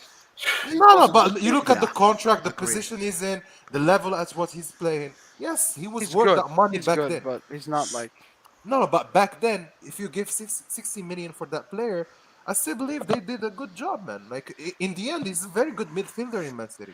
Well, who do you guys think is the best this season? Was the best center defensive midfielder in the world? In Europe or Italy? In the world, in Europe. Casemiro, man. Yeah. I mean, I think you have to. You're talking about defensive midfielder? Yes. Yeah.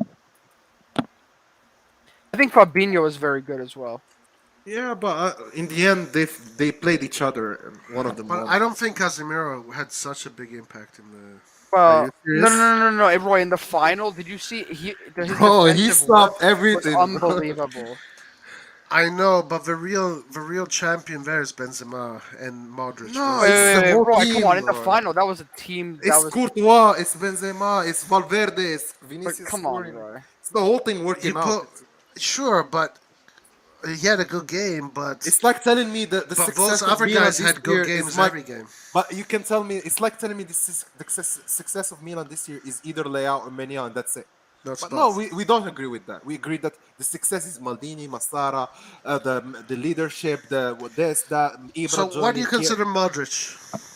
Yeah, he's a leader, bro. Class, fantastic player. No. What position do you consider Modric?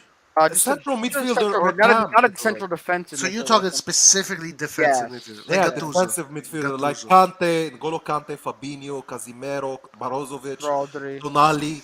These are probably the defensive Tonali was the midfielders. best I think one this year. Bennacer can be a defensive midfielder. I think Bennacer played more as a central midfielder. Like he It's honestly covered with more. our system. I mean, okay, if you look at the 4-2-3-1 system that we have, technically they're labeled as defensive midfielders in the Yeah, pivot. but the role is but different. yeah, Tonali is really a defensive midfielder, while Everybody Bennacer plays like is 4-3-3 in Europe, though. I feel like forward. they don't really play Yeah, with defensive but different midfielders. roles. You know, you can play the same formation with different roles. Right. Like Yeah. either you have Casimiro there or you can have Pirlo there. Well, And it's a I'm just different- saying you don't have many options Yeah, to I pick get from. Speaking of Pirlo, you guys see that he's coaching It's in like Turkey now? Casemiro, Fabinho. That's about the only defensive midfielders. Yeah, Maybe probably Rodri. add N'Golo Kante maybe as well. Guys, did you see Pirlo's coaching in Turkey now? Yeah. Yeah. I don't get that. Coaching Like, what? you should have stayed in Italy, though. Yeah, He's I mean, coaching I in agree. Turkey. Guys, what are your thoughts on this Italian defender Gatti who made his? He belongs to Juve. Yeah, I know. Do you rate him, Roy? Do you like him? I didn't watch the game. People are hyping him up in Italy, but then again, He did well against the English players. He did okay. he doesn't look too good to me. He looks decent, but not like. He He's looks kind to of me like like- Acerbi. He's just like that. Well, Like guys, who is your? Because I gave you my dream signing of the summer. Who is yours? I have an easy answer for this, but Roy, you go first. No, I already said mine.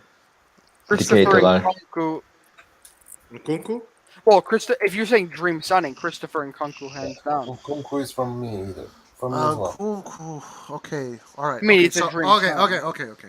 If we have to go Vera. What about the chat? Though? If we have to go Vera, my dream signing is probably Mbappe. But that's Mbappe renewal? No, but realistic, like. Well, yeah, I guess. I mean, let's say, realistically, yeah, it infinite has to budget, be. infinite I budget. think Zaniolo. Infinite budget. Would you take Neymar? He's No, wait. Anwar, how about Yes, I you would take say infinite budget instead? I would not take Neymar. Yeah, but infinite Mbappe. budget is different. Mbappe. Mbappe for me as well. No. Even with of Mbappe, course. he just renewed with PSG. So it Of course, doesn't I would matter. take Neymar, man. No, I think Mbappe is the best player, like for the next. No, 5 Anwar, years. no. I mean, Yeah. but he just renewed with PSG. Even with But an you- infinite budget, you wouldn't be able to like pull him now. Oh yeah, I get you. So what I'm Unless saying Leao was right leaving, now- I wouldn't take Neymar. But what I'm I saying think Because that's basically I think where I he would would get play. Sadio Mane. I think Nkunku and Sadio Mane and Nkunku probably for a the cam. striker. And Sadio Mane. Really? Yeah, Mane bro. is very strong, Roy. Mane is a killer. Man. He's a winner. Guys, I love this FIFA conversation though. are we putting Mane It the is a same FIFA level conversation now. of This Mbappe? the whole hour I've Mane been here won has the been African Mane Cup for of me Nations. should. Bro, Mane Mane was the should best win a player. Ballon d'Or. Yeah, ragazzi. You guys Mane are going should have crazy won a now, Ballon guys. d'Or. Bro, Mane should really deserve the Ballon d'Or one season. If Liverpool I'm won waiting the for us to talk Champions about League, Milan. Mane would have won the Ballon d'Or. Yeah. Well, we Mane spoke deserved about it. Milan for hours. No, but because he's African, he's not given the credit though. No, He won no, the no, African no, Cup of that's not Nations. true. It is Come on, right. guys. It is Salah Roy. deserves the Salah, but he's African. Roy, Salah, Roy, do you ever watch Salah, Senegal best play? ranking. Roy, do you Salah watch is Senegal one of the play? best. Mane is not one But of his the best. best year, he fit, Salah like the best. 100% deserved it. He deserved to win it. I don't know why he didn't. Salah, one of Yeah. them deserved the Ballon d'Or. Salah or Mane. Pick yours. Like pick your Salah. favorite. Salah every day, every Both every of other them day, deserve. every week, If every month, every year. Lewandowski deserves the Ballon d'Or. Yes, Benzema also. deserves the Ballon d'Or. It's not- Now he deserves, not before. Now, Yeah, now. yeah. But even in the year, Mane, would you when take has even Mane La deserved Liga- the Ballon d'Or? even the year before, like, the Liga season he had was phenomenal, bro. People don't remember that. He was the But in only Europe, scorer you with gotta, Sergio you gotta Ramos. do well in Europe, so or international. But in Europe, they reached the semifinals. No, you gotta win. Yeah, that's the thing. That's what I told you. Like that's what gets you the title. Winning is that. At this point, I just What- want Man City to win so that Roy can shut up about Man City and just and stop saying that they reached the semifinal. And No, don't Man do City, anything. guys, is a pretty mediocre team that doesn't have much personality. It's But a you team. need to believe that. It's a team that it's all centered on Team the or the coach. club? Hold on. It's a team that it's all centered on the coach. It's not like the team is playing. Man City, Guardiola is playing. It's a team that plays football that to me looks super mediocre. Right now, going against Manchester City is easy. All you need is better Guys, personality. quote this quote. Guys, All I you never- need is more personality. That's guys, it. first round of Somebody clip Roy. Somebody. Bro, clip- did you watch? clip him. Did you watch City against Madrid and how they dominated in No, the way but they play? okay, I understand domination. And but- that's You know a what he's very gonna strong say? You know what team he's gonna against say? them. Who won the match? Of course. I don't think that is important. The fact that they hold the ball better than you. I think No, if it's you have not more, just the ball. You saw what you have Liverpool more- was doing. The goals. I thought you were all about tiki taka, Roy. Yeah, no, like no, the no, ball. no, no. I like that kind of football, but when a team plays against you like that, you can beat them just by being smarter and having more personality and more charisma. Well, let me ask you a question. I never asked you this. Since you coach, what's your like go-to formation and like or I like don't- style of play? I don't have a go-to formation. So what's your what's Style of have sti- a style- philosophy of football, like style what- of play, possession football. Is it even 11 offensive- versus 11 that So you your coach with possession, kids? your possession. Yes, possession football, offensive football, but formation, So I thought- it only depends on the players that I have. I don't have a set formation. Because Roy, don't they do like 5 aside, 7 aside instead? What depends. Well, no, what, I've done it all. I've done 6 aside, I've done 7, I've done 9, 11. Even with I the done kids, 4. they play 11. The 11. Futsal. Yeah, they also do 11 with the kids, yeah. And they do I don't 9. think that's right until you get to be like 14, 15. Well, it depends I on the don't think that's tournament. right. It depends on the tournament. Well, Some no, no, I no, guess. yeah. Maybe Also, it's yeah, because Hans, it's I'm very America. skeptical They don't of understand. coaching ability. No, but whatever. It's in Europe too. It depends on what tournaments. Some tournaments are 7 aside, some are 11, some are. Is anyone else skeptical of Roy's? You in Sweden, you're more likely to see the 7v7 with the kids until they're like 13, 14. Well, the standard is 9. Is 9 aside. Is 9 aside. Yeah, or 9, I guess. But But you also have 11s. You have all. Yo, of them. guys, this whole time Roy's just coaching FIFA, like in my career as a manager. Look, I've coached U6, and it was when I coached them that tournament. That was 11 aside. It was 11 aside. What the hell? that's so weird. That's crazy, What man. the hell? Yeah, it's fucking difficult as fuck. But we got a lot of good players out of it. And then U8. But they never touched the ball. No, that's not true. That's not true. The Boy, players boy, that come have on. the most. When you're that Bro, age, you come can't on, really you're a have coach. tactics When you're when that you're age, you need to 6 touch years the ball. It needs to be like 5v5. You know, Roy tells like the Hold on, striker tells him. hold on, hold on. He tells him First you of all, should be like. hold on. First of all, who the Antonio, fuck told you we don't do He tells 5v5? them you should be like Belotti, go into the ball. No, who the fuck said that we don't do 5v5? We do futsal used to- 4v4. We do You 5v5. should We do become like 7v7. Immobile. We do 9v9. When I coached the U6 team that year, the tournament that I was given was 11v11, and it was great. Yeah, because 16 for sure. That's when you have to start teaching tactics, I think. More. No, Roy, that's not true. Roy, That's what do you not tell true. these 6-year-old kids? Like, go and Guys, score, I'll give you a listen, lollipop or something? listen Like- to me. Listen to me. They're fucking 4-year-olds that are probably better than you guys at playing football. Hey, hey, No. No. Right. That's not You true, guys Roy. can say this from Roy, your you fucking couch. underestimate me, man. But you, Right. you have If some come to 40. Morocco, No. at 40 years old would They're actually not. not make you here. You I have could- you have I- some I fucking would- 4-year-olds and Hey, guys. 5-year-olds that know how to ready, how to pass, know how to dribble, you know- know do how you to know- shoot, you don't- you know think how you to Can they do all around of the it. world? Can they do They around can the do world? around the world. Can They they can sprint? do all of it. Yes, they can sprint. Do you they know? can Do you all know? of that The, shit. do you know the talent we have But here? I Roy? fucking saw it with my own eyes. Don't fucking tell me what to not believe. Maybe it's 6, Roy is a but not crazy 4. man. Do you think, Guys, Roy? Do you think guys, a young we Arab coached. would I not- coached a player that already at 9 got called by the USA national team at 9. Listen to me, I Roy. started with him when he was 5. At 5, he was fucking scoring 1,000,000 goals with everybody, dribbling everybody. You could not tell this guy that winning that. Roy, I want name to was tell you a Christian story about Pulisic. my And brother. his brother is playing for the Bayern Munich academy right now here. But you His know, brother, Roy, 4 years old, was fucking incredible.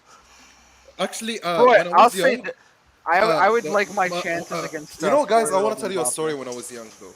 When I was young, the goalkeeper of when we were like 13 years old or like 14 years old, he came from Italy and he used to be the goalkeeper of Milan. And I remember we won the tournament with that dude because he was phenomenal at goalkeeping, man. And I remember, like, to be honest with you, Roy, the type of football we play here is all about technical skills. You would be amazed at what some dudes would do on the street. Like, believe me, Anwar, I know. it's different in some countries. If you go to Brazil and play on the street, you will see a different type of football, man. Guys, I coach club football with PSG. But club Like, football is it's different, you know. it's only talented players that play club football. It's not fucking people No, that no, don't know but how to also kick the ball. physically very built players. Like for defenders, they cannot be as talented, but if they're very strong physically, they can run a lot. They can actually have a career in football, like Yeah, Borini. sure. You can. There are some Roy, show players. us. I need some proof of this, Roy. There are some players that let's say are not as technically gifted, but they have a certain something that Yeah. you can work with. Actually, you know, my brother was accepted in a Sevilla youth academy when he was 18 as a Okay. left back, but he didn't follow it. But he was really good. He was gonna be playing with Ramos in that team. Yeah, I mean, most players don't become professionals. The majority of them Yeah. don't become professionals. Like Well, out both my of a brothers used thousand, to maybe play out of a like thousand, maybe youth two become academy professionals. football. Both of them played in the youth academies of the national team as well, and they never followed the path. But I believe like both of them had serious talent. Like I watched some crazy stuff with both of them, and even myself, I don't rate myself as good as them, but I still think that I have like very good skills. But they're like outstanding. It's like Ronaldinho type skills and crazy Yeah, nutmegs guys, and there's youngsters, 6 years old, that can play football, and you put these kids together. yeah. They play tiki taka at 6. Yeah, I know. Did you ever watch the Ajax trainings of the youth academies, bro? They're crazy, man. Like the No, way I they know. play. I saw it. I coached it. I saw it. You when you have all these talented players together, they Bro, play what's the football name like of you're supposed so Roy, what's the name of your last coach like team and organization? to. The last club I coached for was PSG Academy, LA.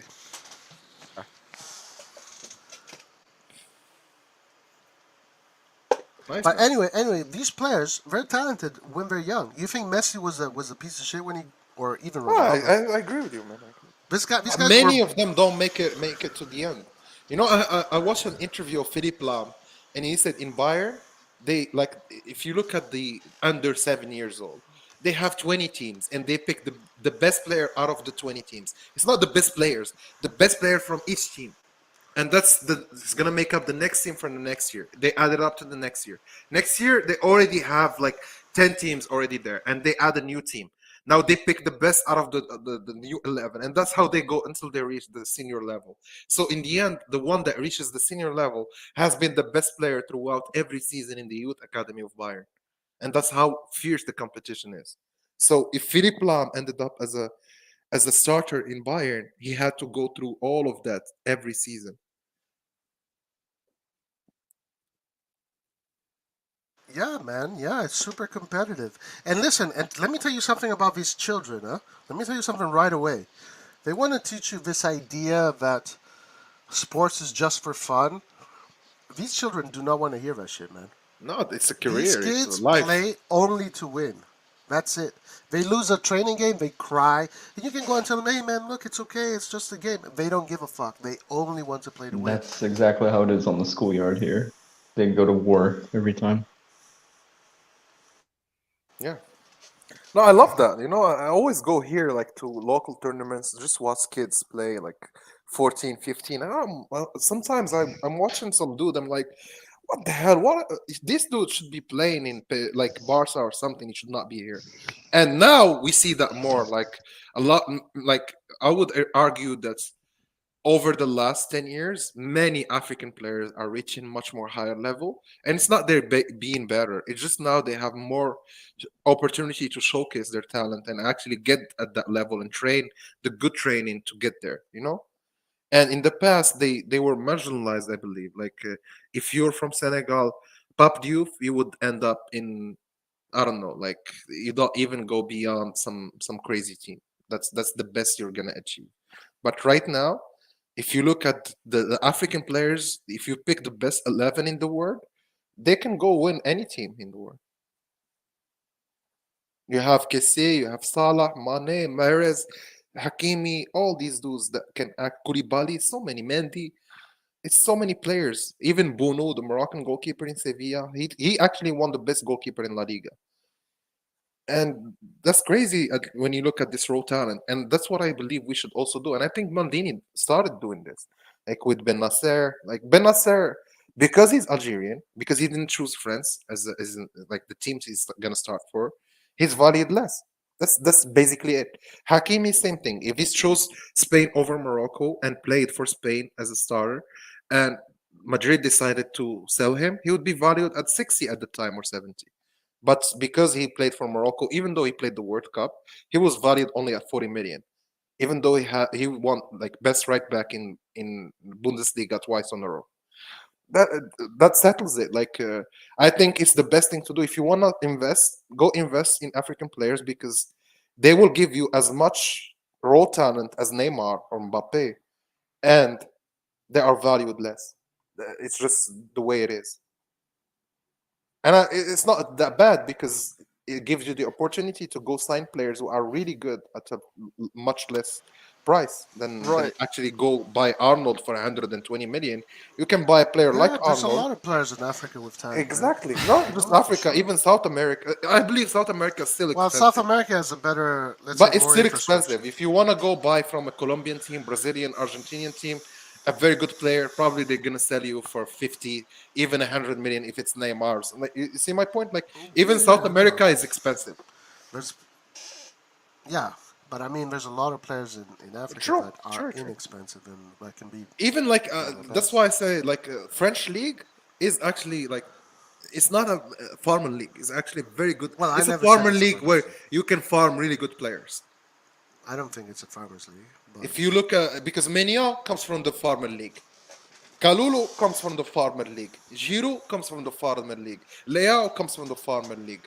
Yeah. You know, Pogba comes from the farmer league. Yeah, but the French have a great system of exactly. It's been there for a long time, even since Zidane and Henri. They started that. For the French, when it comes to building players, it's all about playing football. Just I believe right now the French national team they have like 3 squads or 2 squads that can actually go and compete in the World Cup. The French and the Spanish are probably they can go either with Giroud and Kunku or go with Griezmann and Benzema or Mbappe and some like the number of world class players they have or top level players they have. It's true. They're stacked. Yeah. I think France is, and I love that Maldini actually understands this. He buys like he knows that. If you look at the transfers, he goes to Belgium, to France, to Algeria. Now he's looking at other African countries. I like that. Like he knows you can get the same level for a cheaper price. Let me tell you something about Mexico.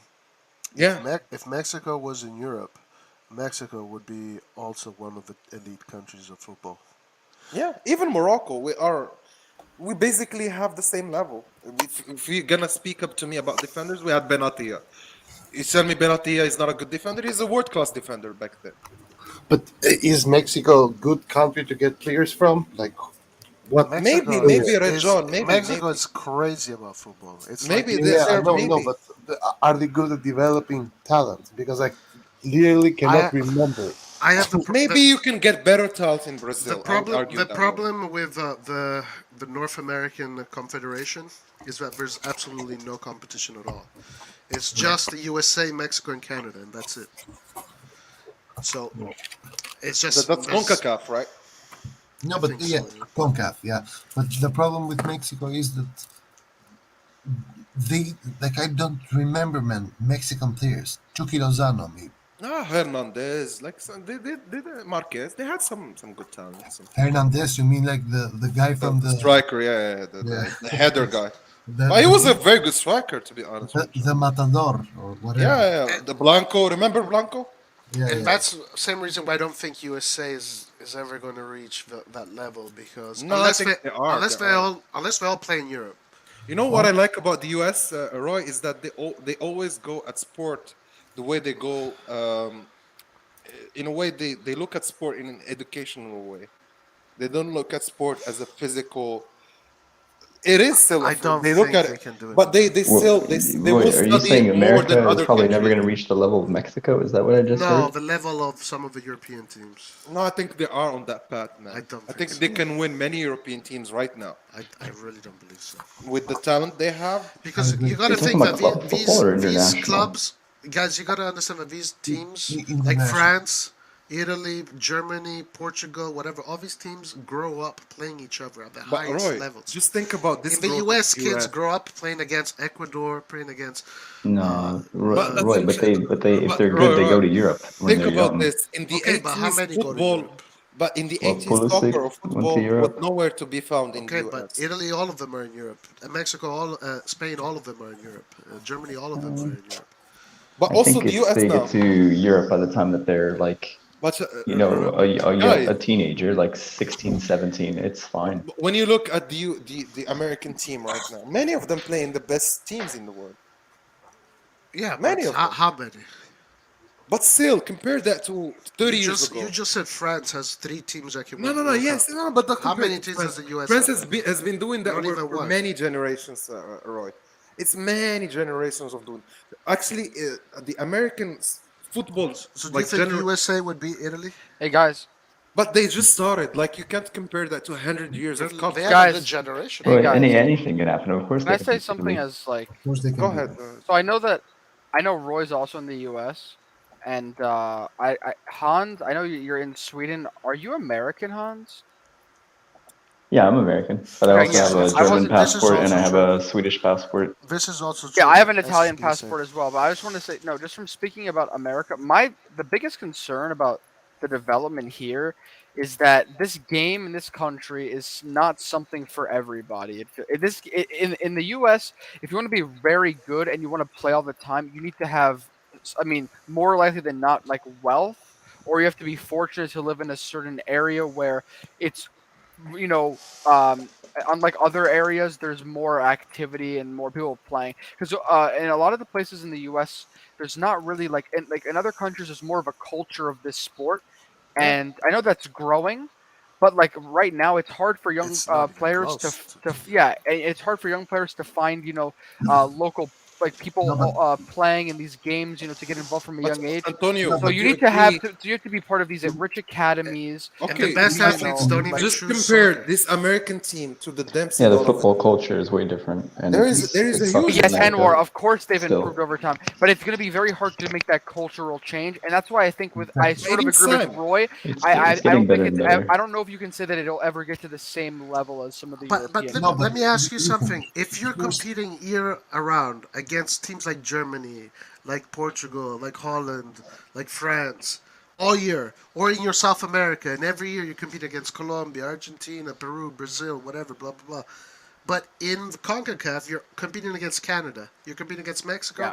You're competing against Jamaica. There as well. You're competing against Costa Rica. They joined they joined the South American tournament, though.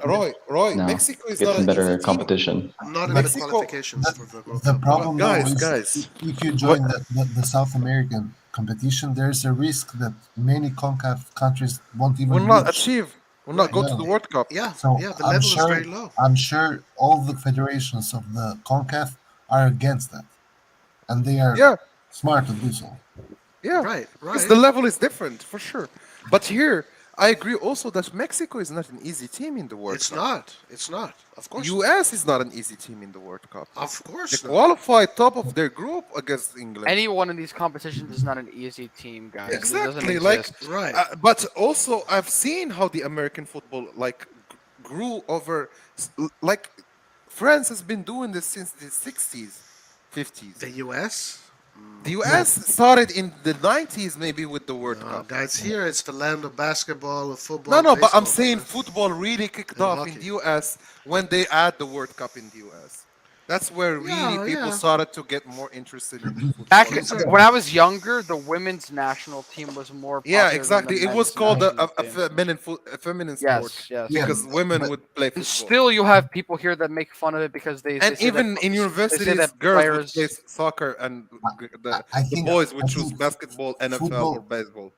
I think football in the US is just a matter of sport and culture. of sporting. It's not a matter of you have to pay a lot of money to play football because. Wait. Well, I'm just saying. Speaking out of Speaking No, from but I'm saying experience, also if you want to it have, does if you want cost to a be a, lot of money. if you want to be Antonio, by the way, Zlatan Ibrahimovic, he was interviewed because he came to the U.S. with his kids. Yeah, He said if you listen to that interview, he said the same thing that I'm saying, and I agree 100%. I'm talking about development. If you want to develop to be a talent, you have to either be wealthy enough to go to these very good academies or to travel to Europe, like Weston McKinney, Antonio, for example. I'm gonna tell you one thing also. I wanna really say this thing, Red John. Just one thing, guys. and I'm done. The thing is here that all these players that you see today in the France national team, they didn't start in academies, man. They started in their neighborhoods, playing with their friends. Yeah, of course, but that's why I said this about the United States is because they don't have this neighborhood. That's why academies are necessary. But it's getting there. It's starting as well. Exactly. You know. Yeah, but at least from my local area, there's only actually so I live there near a pretty large city, not like but one even of the in largest. universities and high schools, don't you see they have now we have school men sports. football team and they actually fight for it, you know? Yes, but but they're just not that as competitive necessarily. But this is the point that I want to get at. Anwar, there are very few that football would be like or soccer, how they call it. This is what I want to get at, Roy. I'm saying football, is that basketball, hockey, exactly. If you have 4 sports who are dominant and offering much more career, worth in the end because you're gonna be winning more there, and I believe this in life. If you are a winner in this sport, you will probably be a winner in a different sport or in a different area in life. If you devote the time to learn. Yeah, because winners they have a click. It's not. Wait, Anwar, can I add something to this real quick? Yeah. Just from my own experience, though, also from the development structure in the United States of like a young athlete is very special, and it's not in sync with the football European development because in high school, when you're already 18 or 16, 17 years old, in Europe, you start to see the professionals playing at 16, 17. In high school, you're expected to then go to college before you can even play in the NBA and go to the NBA draft. And you have to be a college prospect to perform well in But Antonio, here's the point. So it's different stages of development. In a generation of 1 million athletes, you have probably 90% will be doing the sports we spoke about, the talented players. These talented players, rather than choosing football, and even Ibra said this, rather than go to play football, they will go play. But still very talented humans. Michael Jordan, I believe, if he played football, he'd be amazing. Whatever he did, he would be amazing. But demographically, African Americans probably being the best athletes in America, they would choose basketball over football. Yeah. So even if he's very talented in football and he's very talented in basketball, he will choose basketball. Right. But I don't believe this thing that. It is, Red John. It's money talk. All these kids right now, they basically went over to Europe when they were 17. The popular life, the celebrity life, what you're gonna do after you finish your career, a lot of things. If you go to the NBA and do a great career, it's I understand this, but basketball itself, it's a sport that it's too much connected with your physical stature, and as long as but even NFL, like NFL. I understand, but we don't see tall players do well in football. But don't you think, Red John, of all of the players in the NBA, NFL, hockey, and baseball, you could actually, if some of them played football, they would actually end up very good athletes in football? Maybe, but it's not.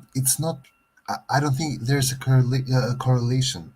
But it is like if demographically more people go to these sports rather than football, then probably you have more talent in these sports than football.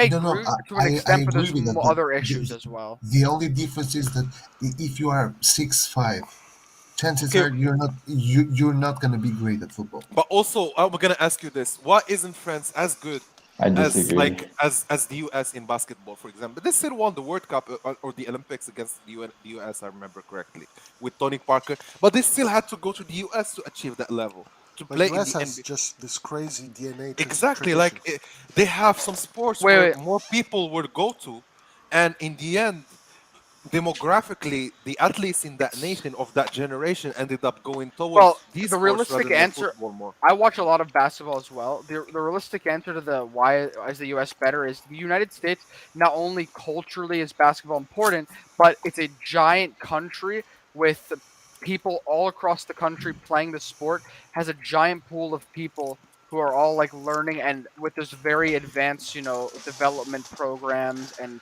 clear processes to the NBA, and obviously, all the revenue That's that's why I give potential. credit to the US, Antonio. But I even believe with their approach to sport, they always ended up winning. Even after 20 years, 30 years, they achieve that high level. So even if they take now football seriously, after 30 years, they started with the farm league. Now they have players playing in Juventus, in Chelsea, in Arsenal, in whatever, and it's a big step in 30 years. Now, even the best players are now even going to the MLS and probably trying it out there.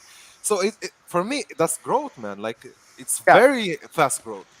There needs to be a sort of, in my opinion, another like adjustment to the youth development where you see more players like Brendan Aronson, who is actually from who played for the local MLS team near where I'm from, and now he just went to Leeds United for like I think 20 million or something like that. But it's more players like him that start playing professionally from a very young age, and they still find ways. Because over here, it's like you have to finish school, you have to, prioritize other things before you can just be a professional athlete at such a young age. So you need But to they start will finding find an other. answer. That's the thing about the US approach is at the end they always learn. Like they will do they will look over the last 10 years. This is But what we Anwar, started. This is where we at. Where can we improve? And Anwar, they will probably push it there. I can tell you something though. Let's say there's a major crisis going on in Italy, right? There's a Yeah. major crisis. You can go to every bar and we're talking about football. I know. I agree with you. Roy. America will win a World Cup, and people are still not talking about football. I think now there's a lot of people that don't care. There's a lot of people that just don't care. I remember people were not even watching football. Now I find so many Americans who are following football like with details.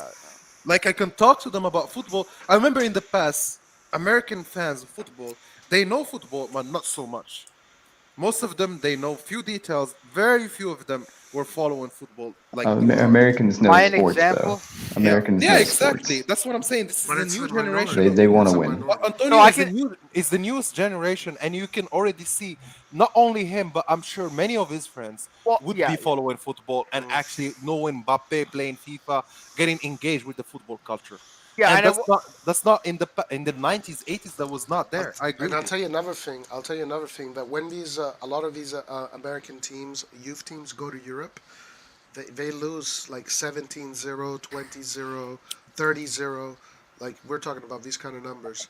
Yeah, but when they reach senior level in the and national same thing with team, South America. Listen, Roy, from not even participating in the World Cup to being ranked 15 in the world. That's a big step, a major step in football. From a nation that does not play even the sport. Well, like I said, we'll see what happens, you guys, at this World Cup because I think in the World Cup, America's going to get to the quarterfinals. Yeah, I'm sure they can. I'm sure they can. Yeah, I think they're going to be surprised. Listen, Antonio, I watched US play and Canada play. Listen, Antonio, I'm not going to bullshit you guys. Guys, I swear that if America wins the World Cup, it's going to be on the news for 10 minutes and that's no, right. No, not. It'll be a bit more. It'll be a bit more significant. Okay, fine, 20 minutes. No. Wait, guys, I'm going to be clear. I'm going to support the U.S. national team because Italy is not it. I prioritize Italy. I'm a dual citizen, so I have two nationalities. But I prioritize Italy because that's what I've been used to. But I would cheer for the United States. But I'm going to be honest with you guys. Quarterfinals is crazy. Like that's like. I really like our team. If we have a healthy team, Antonio, this is well. how I'm gonna put it to Roy. Morocco played. I'm Moroccan, so we played the U.S. Oh yeah, 8 years ago. We beat them in the U.S. 4-0 or 3-0, and we walked over them, and with Donovan Dempsey and all these guys. Right. And we just played them again. Now we're ranked even better than back then, and we believe we had a stronger team with all the players, the crazy players playing all these teams. And we lost 3-0, and we could have lost with a bigger score. Not 3-1. I know. We could have lost with 6-1. Don't you remember in the But Confederations also, we Cup? were out of They don't even have Gio Reyna healthy. we That's were- like the most expensive player Guys, other don't than you remember Pulisic. when the U.S. Yeah. beat Spain and they beat Germany in the Confederations Cup? I know. The Yeah, and US, I'm I telling you, believe, isn't the US and England World Cup group? Yeah, and Yeah. they Yeah. They're actually gonna get ended up. destroyed, and I hate I it. want to know why last of Red the John group. doesn't agree with me when I say Remember, that England if finished USA last wins of the their group. Okay, go ahead. I just want to tell Antonio on this. I remember that year, US finished top of the World Cup group, and the England finished last of the group. And that's basically the kickoff, like telling people, okay, we're here. But you think that's gonna happen? It happened already. I Yeah. think, Well, I this think England if, squad is much. if the US wins the World Cup, Not really. But over the next 2 years, I think America's problem is our defense. I'll be if honest. the US wins the World Cup in the next 10 years, football becomes top 5 or top 3 sport in the US, because I have this feeling that Americans love to win, man. And if they lose, they are not interested in the sport. But it's also Roy. Every American knows that soccer or football is the biggest. Red John, are you an First of all, undercover it's American? never gonna happen. First of all, it's never gonna happen. But Roy, would you agree that every because there are American teams like Brazil, like Argentina, like Spain, like France, Man, like Germany, Brazil like Brazil Italy. can get beat by These anybody. guys You know that. live, breathe football. They've done it for more than a century. It's too difficult to catch up to. How the fuck are you gonna catch up to Brazil as far as No, Brazil? Roy, they're not. But not like. But it's one World It's a Cup, tournament, not winning Roy. Anybody can beat anybody. You get one game, one shot. Anybody Okay, so can then beat. Brazil can become the best basketball player if they. But they are trying though. In volleyball, they become the best. Well, it's different, Roy. It's different with basketball because the NBA. See, in football, there's different leagues in all the countries, and although the Premier League people say is the best, there's no definitive answer. But in the NBA dominates world basketball. Actually, the one thing that me and my dad get really pissed off about is that they call I can see why they do this, but they call the NBA champions world champions. And even though it's not a world competition, but all the best players in the world. When are it comes to NBA, FIBA, the World Cup, Yugoslavia, who doesn't exist anymore, and the USA have the same amount of trophies. FIBA, yeah, but that's because FIBA. What's it called? Yeah, I but mean, actually, I'm not That's a familiar World with Cup. FIBA. That's a World Cup of basketball. Listen, but Well, the Yeah, Olympics but are still- more important to the US. but still, the US is still better. Also- like, there's no. Yeah, US is still better, but who's going to more catch up better. to the US? Whew. in France basketball, can, but Italy? Spain But can. this- in time. No, guys. No one's catching up to the US national team. Okay, so in Spain, I way. tell you that the best player in Spain came to the NBA, walked over the NBA. Who is The this? best player in Spain, who? Doncic. Luka Doncic. It did not walk over the NBA. What? He got destroyed He by was the- MVP of the season, right? He No, got no, destroyed no, by no, no. He was the rookie of the Warriors. year. No, he's a not good MVP. player. He's a really yeah, good very player. good player, but the Warriors. But he's beat not him. getting walked. He's not Okay, so walking in over his first anyone. season, he does No, that. guys, and it's he's natural, a right? great player. No, He he's might very win- good. He might win a ring or But, two. but think about this. It started back then with Paul Gasol and Tony Parker. Now it's getting to a rookie playing that way. I think Doncic. I call him Doncic. I think you Doncic see how is it developed different. as well I in think Europe. Doncic is different. I think Doncic. No, but is it's not just Doncic. It's Antetokounmpo who's coming also from Europe. Yeah, he's good Lo- too, right? Exactly. yeah, It's not. But okay, but That's the what I'm rest trying are. to get at. It's like Well, they're I will also say this. following up with basketball. It's not just the US growing in But basketball. how many Europeans are there in They basketball? US are. though, They are. or You know, other- I grew. You know, I don't- Roy. I I grew don't up in think they are. Morocco I don't watching think the they NBA. Okay, My father did Brett, not. I think Anwar is making a point, and I think it ties into globalization in the sense Yeah, exactly. because as the world becomes more globalized, you see like NBA teams making programs in like Africa and other places, like where they're trying to like expand their I like played influence. basketball as a professional for two years and a half. I stopped when I was 20 years old, but I played professional basketball here in Morocco, and everyone was playing football.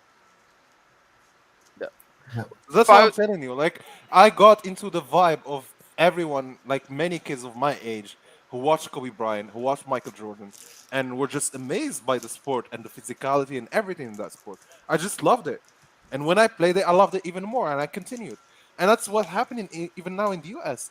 Some new kids are getting more interested in the culture of football. Even Just if look you at get the more, stadiums. Anwar, even if you get more interested, they're still not competing against Of course, the same people that the Europeans are competing, or the South Americans. But you can't compare a culture of iron of sport. sharpens iron. No, but Roy, you can't If compare USA 120 years of culture of. If of USA was in sport. Europe, then it would be probably USA would be. But it's the same when it comes to basketball. You can't compare France right now to the US. And or I will say this though, as much as like France, other countries will improve, no one will ever. I mean, maybe in like That's thousands the of thing, years, yeah. maybe in That's the thousands thing, you of know? years, but things. no one is ever going to. I mean, not until for the next 1,000 years. Okay, whatever, I'll tell you the this United States example, will Antonio. never have a worse team. Antonio, than, football is which country's sport? Who created football? technically England. Okay, who are the best teams in history in football? Brazil, Italy, Germany. They didn't create this France. sport. You see, that's what I'm telling you. Like some they took over the sport. They loved it right. Well, and created in it. Okay, well, I'm just saying. Okay, from an NBA perspective, as like someone who follows the NBA, like I'm sure you guys, whoever here does, if you look at the top players in the NBA, like it's in like the the 2012 Olympics, for example, it's a joke. Like you had a team with Kobe, LeBron, Kevin Durant, I know. Paul George, all these players versus like But a Jose few years Calderon later, for they lost to Spain. France. They lost to France once. They didn't lose the whole thing to France. They actually came back and won the Olympics. In my opinion, with this, that you have to judge like how good a team does based on the most popular sport in the country. In Europe, the most popular sport is football. Which means everyone gets invested in football. Not Kids all around dream- the world, basically. all Just around the some world, few but- countries don't know. But in some America. countries, exactly. Not in America. So this is the thing. So the US is going to be better at basketball than Europe, no matter what, man. Because in Europe, kids dream of being football players, not Guys, basketball. I'll tell you something right now. This is going to be controversial. Video gaming as a sport is more popular than football or soccer. They're both popular, but I wouldn't say it's more. I don't think. I think maybe they can go head to head. Maybe gaming would go. There's even more beyond of a passion for skating than soccer in America. Hey, Roy, as a younger person, Roy, I know you're pretty old, but as someone who's young, younger, I will say that it is catching on. You just call Roy your grandpa. Listen. Roy's a boomer. It's catching on, but it's relative. Roy, my everything else people in around my it is growing young just as people fast. in my school and people that I interact with don't give a crap about ice skating. They do, however. I mean, soccer is an entertaining football. Whatever. Hold on. Sorry. Hold on. It's an entertaining sport to watch, guys. Don't. Hey, in your school, what is the most popular sport? I never said it was the most. Okay. I never said it was the most popular. What is the most? Wait, can I finish my point and I'll answer that question? Can I finish Okay. my point though? But you I was gotta saying answer though, that question. when you ask, okay, I don't want to like knock other sports, but as we probably would all agree, like these sort of team sports that play at a very fast pace and involve like tactics and goals are more entertaining than like roller skating to many people. Antonio, can you read the message of this roller skating. I'm just saying. So skateboard, X Games. No, but okay, Roy, Tony Hawk. Roy, it's still this. There's a lot of parallels you can make. Between what is more popular, hockey or skateboarding? Hockey.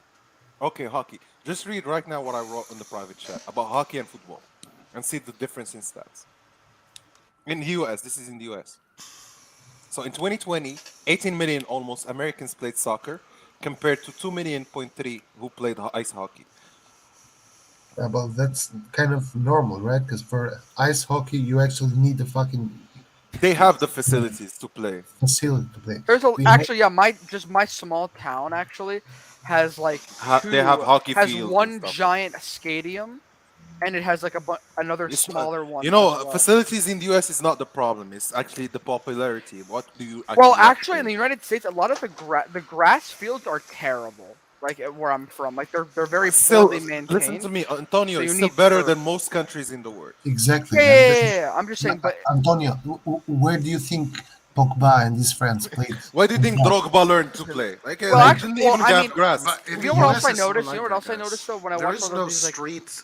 There's no street soccer in the US. yes, It that's does what not Roy exist. exactly. I was gonna say this, and a lot of there other is in a lot of street other basketball. countries.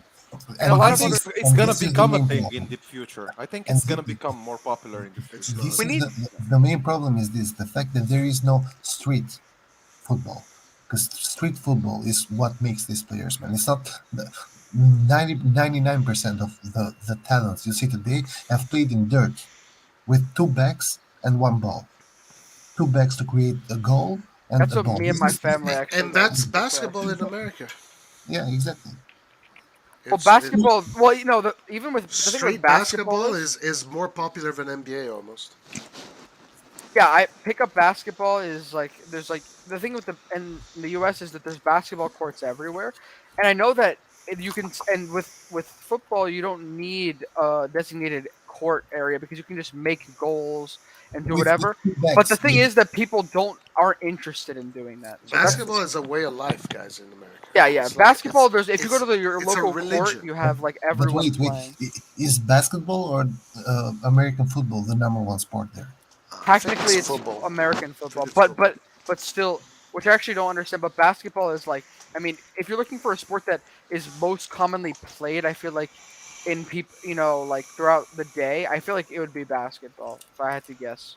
Like, because with American football, you need much more. I mean, you can just play with a football in area space and just like have people just running and you don't really need technically any other equipment, but like organized, it's like you need a lot of stuff. But and also to find players for basketball, you just have to go to your local court, and there's like a whole like crowd of people usually. The schools that I've been kind of involved with in different capacities, there's only one school that is like an international French school where in recess they're all playing soccer or football. In most other schools, they're doing other stuff. Yeah, I mean basketball was the most common sport at recess. Yeah.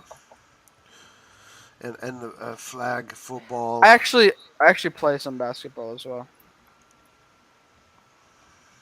But it's my. I mean, growing up, I played basketball way more than I did football, and even though I enjoy them both the same, just because it was more convenient. And honestly, I don't really have many friends that are willing to kind of play that, without like goals and just with setting up like two bags or whatever and making like goals whenever and just setting up times to play. I think it's more. Honestly, I think it's more an African team will win the World Cup before the US will win. Oh, easily. I played really competitively until like I was 22 or so. Like I was in the, I don't think it exists anymore. It's called the Professional Development League. It was like where you would like be like under 23 or so kind of like league. Yeah, I played in Orlando there it was a team called Orlando Craze back in the day. But I did not have the mentality whatsoever that a lot of those guys did. And so I ended up getting injured, and then I was kind of like, it was kind of over after that. Like I tore ligaments in my ankle, and then that was it. But growing up, I always was playing football. But there were also seasons where I was playing American football. There were seasons where I was playing basketball sometimes. Like you grew up playing everything. I think that was kind of like how it was for most of us. Because I grew up with a lot of guys that they actually did kind of go like kind of professional-ish. Like there's a couple guys they ended up playing in the USL and stuff that I used to play with when they were kids and stuff, and they were really good back then. Like it was kind of evident that they could do something, and plus they had the genetics where like they grew up to be like 6'2", so it was easier, I think, for them. I'm actually 6'2". Yeah. Wait, how tall are you, Hans? I'm 5'8". I'm not wow. tall at all. Yeah, exactly. Wait, you played semi-professional basketball at 5'8"? How tall is? No, I was talking about football. Okay. I was so confused there. I was like, no. I was talking about as a kid. I played like American football and basketball too. Oh, American. Because Okay, yeah, that makes sense. yeah, because like like nobody really was into football, like real football. Yeah. You had to play American like football. You had to play 180. basketball. It was way easier to find friends to play with, like on the street. That like I had to go to like training to like find like guys that would like play Holy shit, man! actual football. Is taller than me. What the fuck? Yeah, I'm pretty tall, guys. You're 185. I'm 187. I'm 185. I'm 6 feet 2 inches. Wait, Roy, how tall are you? I don't know. 6, I think.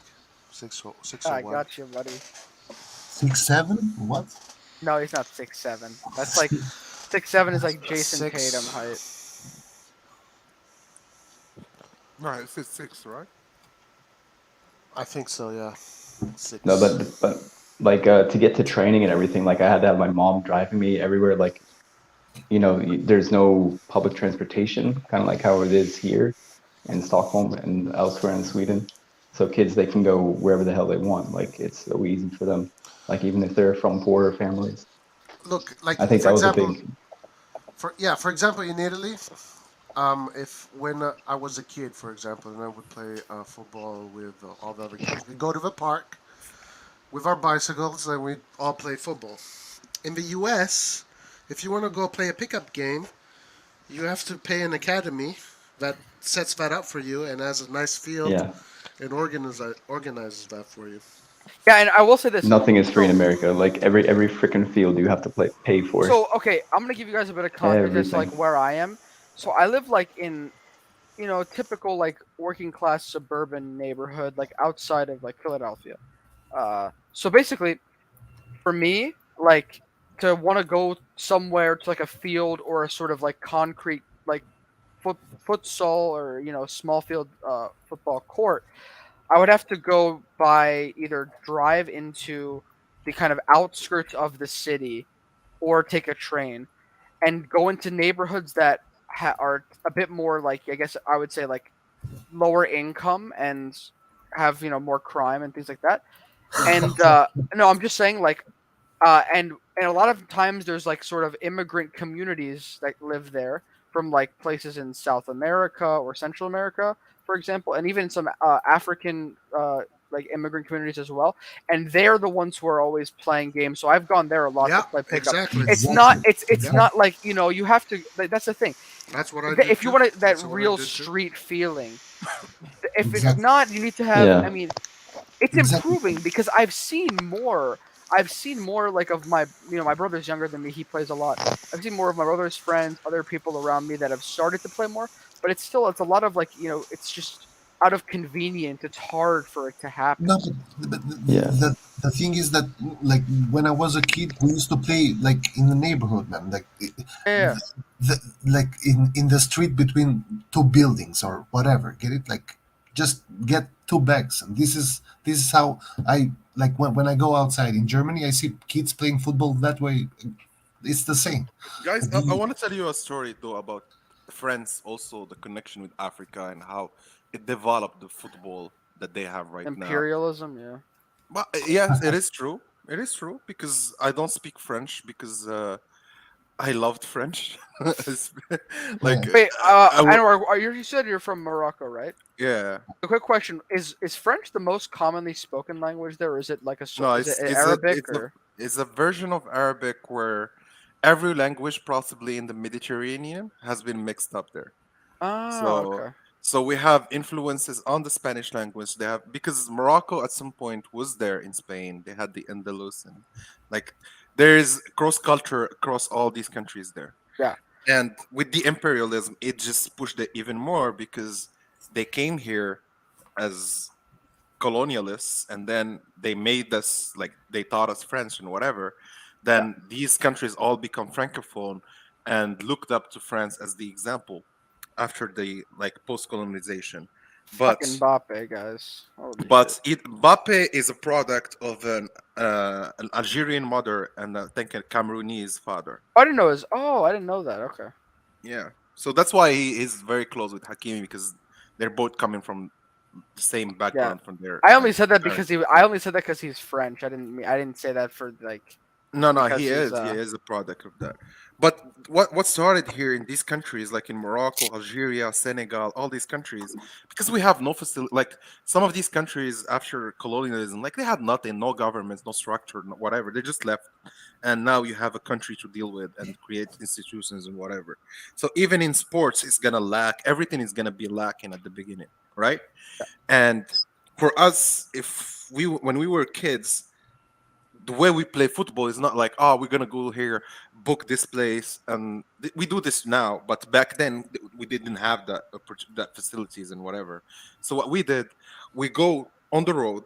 We go to a very empty road, not busy, where no cars would drive by, or like uh, uh, a road that has what do you call it in English, but has an end. Like you can go to like a dead end sort yeah, of. dead end kind of road, and we use that as the field. And you just put two rocks there, two rocks here, and the rule is like you play no goalkeeper, you don't use hands. We don't. There is no throw-ins, whatever corners. We play football across the map, and the goal. The thing is, if you not make someone, it almost counts as a goal almost. Like if you not make someone so bad, you can just leave. Like you just leave, you just walk off. That's it. You're done for the day. And that's where it started. Like the technical skills that you see in Mahrez, in Zidane, in all these players that are coming from this, even Mbappe, even Hakimi, Ziyech, even Mestur in Milan, Diaz right now. Like it came from the fact that we all started that way. And what we translated to France when these generations went there and had their kids there, they came to Morocco, so they played football with us in the summer days and whatever. So they always, most of them, they come back to Morocco, and you see them on the summer. So these kids would play football with us, and the way they play it, we go to the street, same shit. We teach them these are two rocks there, no goalkeeper, don't play with your hands. If you shoot the ball beyond the top, it's not counted as a goal. It should be at like a low Knee level. height. So it, Yeah. So like it's you already tell people it's not gonna be that easy, right? You need to play really good. Honestly, no, I'm sorry for interrupting, but this sounds so familiar to. So my dad is from Italy, and he sort of would tell me the same thing. And whenever we play, he has like he says he makes the goals very small with like two bags, very small, because he says that it improves your skill and it makes it harder for you to score. And he said that you can't shoot. You need to pass it then shoot. Yeah, you can't shoot from far away. And he says that when he was younger, he would have like people laying in front of the goal, blocking. Yeah, and we also had a game. We had a one-touch game, so we play 5 against 5. If you touch it twice, you leave them the ball. Yeah. So imagine you're 5 years old, 6 years old. That's the type of football you already play on the street, no professional level, whatever. So already, if you're gifted, you're gonna improve your gift, right? And then these dudes started playing with us. They go back to France, and now they invented this culture in France where, because they don't live in the most expensive neighborhoods in France, because they're kids of immigrants who, in France, it's called la banlieue, which is almost as a, if you refer to it as a ghetto or whatever, it's like the outskirts of the city where nobody wants to go to, and just throw immigrants there. And that's what happened. And basically, these kids started doing what they do in these countries in Africa. We play 5-5, small small goalkeeper, no goalkeepers, very small goals, and it's going to be very hard to score. And they invented the word, if you even look it up, there's a very good documentary on YouTube. It's in French, but I think it has subtitles in English. I'm studying French actually as well, so I can. Nice, bro. Yeah. So it's called ballon sur bitume. Bitume means the materials they use to create the road in French. But it's not in the proper French language. It's the word they use in the streets. Okay. So if I tell you like, let's go to the bitume, it means let's go fight it over the street in a football pitch. That's the football pitch. It's the street. Yeah. No. So I watched and a lot that's of the culture documentaries. that created, Anthony. That's the culture that created in France, and that's why you have Henri. If you hear, like, I watched all these players speak about how they started. Henri, the Anelka and I think Anelka and Makelele, and there is a famous comedian there. He's Moroccan. His name is Jamil Debbouze, originally from Morocco, and all of them started playing football on the streets together. And like this comedian, he would start speaking about Anelka as a use him as a joke, and he's saying like, I remember this kid, like we were fighting with his mom so that he can join us to play against a strong team in the neighborhood so that we can beat them 5-0. And like he used to like tell us like, even though he was 7, 8 years old, no words, he would come over, score 7 goals, leave the pitch, and not even finish the game. That's how Anelka started. Like that's the same for Zidane or that dude or that dude. Then they go to the academy youth because they spot them in probably in local like they have local tournaments. That's the same for Messi. They had a local tournament in the neighborhood. The scouts from New Old Boys went to the tournament. They spotted this new kid, and they were like, "Oh my god! Like this is like are you watching what I'm watching?" And then you go and you offer him the opportunity to join a team, which is lacking here in Africa. Even the African leagues, they are somehow like getting somewhere there, but still very very marginalized compared. Like even the best players, they will leave. Yeah. No, Either they go to Qatar or the Middle East, or they go to Europe, or even though sometimes even to North America. Yeah, no, that's thank you for like giving me that information. No, I love researching this sort of thing, and I was actually learning about like Bondy in Paris. I don't know if you know what that is, Yeah. but yeah, it's like it's a suburb where Mbappe's from, Icon is from there. I know Yeah. a lot of other players. I feel like big names, but just off the top of my head, I know William Saliba is from there as Yeah. well. But this is like sort of like a neighborhood where they have these, they had a pitch, and Mbappe would and the other players had like a little club team they would play for, and they would just always go. Nike actually built a court for them because of Mbappe. Yeah, So I I would was watching encourage you this. to watch 2 documentaries about French culture in football, bro, and you would really get why they are so good. There is Yeah. a documentary called Clermont-Fontaine. Yeah, that's the name of the French Yeah, the national youth teams. academy. Yeah, the youth. Yeah, exactly. That's where Henri, all of them, Zidane, even Benatia, Nasri, Ben Arfa, Bennacer was there. All of them worked there. Oh So, wow. yeah, Clairefontaine is known for being the best of the best. Even Arsene Wenger was a coach there. Wait, I have a question. Anwar, do you support the French national team when Morocco isn't in like a competition, or? No, I support Italy when Morocco is not there. Let's go. Yeah. I've always been on Italy's side. I always like, even when I was a very young, the first kit that I ever bought of a football team was the Italy 2000 and I think 2001. Yeah. That's the first kit ever that I bought. I was very young. I and bought a I just like Pirlo the jersey. color and like the simple, like it was simple blue, and I loved it. Yeah. I think I had a Pirlo jersey when I was very young. Like I forget what year it was. I think it was like 2000 from 2006. So. And here most people they watch Barca Madrid. That's what. Yeah. Well, in the United States, it's either Premier League dominance, Barcelona, or Real Madrid. It's one of those. So I see whenever like I Serie see, A mostly like people linked to Italy somehow, either heritage or whatever. Those who actually really follow in culture in North America mostly. Yes. Like When they are descendants like from Italy or whatever. When I find an AC Milan fan in like the United States, it's amazing. I have to speak to that person because it's very rare. Yeah. I mean, but actually, occasionally I've seen, because of branding, I've seen people I will tell you a kit. crazy thing, Antonio. N'Golo Kante actually had an internship here in a low table team. It's not even like they had some 2 good seasons overall in their history, like 3 good seasons. The others sometimes mid table, and most of them very low. And he had he had just 1 day training, 2 days training to see how good he is. N'Golo Kante. Yeah. They refused them. Well, which team is like in France? Like or? None here in Morocco, man. Oh, really? That's crazy, right? I didn't know that. Like you hear some crazy stories here. Like I know like many athletes here that could not go forward, and when they went somewhere else, they actually had the chance to. My dad always tells me that when he was like, he said that on the streets, and like he played like in the youth level, like almost like until he was like basically 20. He said that he met some people. First of all, he said that he played with a lot of Italian professionals, like that would come and play in these sort of tournaments. Yeah. And he said that he saw people in the streets doing things that were like that unbelievable things that you would think that they could have played professional, but that for whatever reason it didn't work out. Like so many people that are like skilled, gifted because they play on the street all the time. They're always playing. They play literally every day. They're always improving. So it's like it seems like there's a lot of parallels with what you're Yeah, saying. yeah, that's very true. And the fact is, in France, the team that won it in the 98 the with Zidane and the others.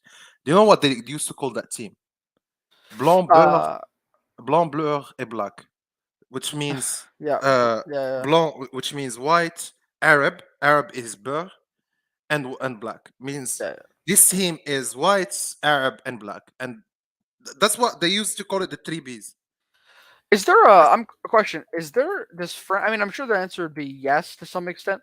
Is there like racism in France, like because of this For sort of like? sure. I Yeah, know for because sure. I know that of course there will be racism, but I like think they have a lot I of heard social for issues in France.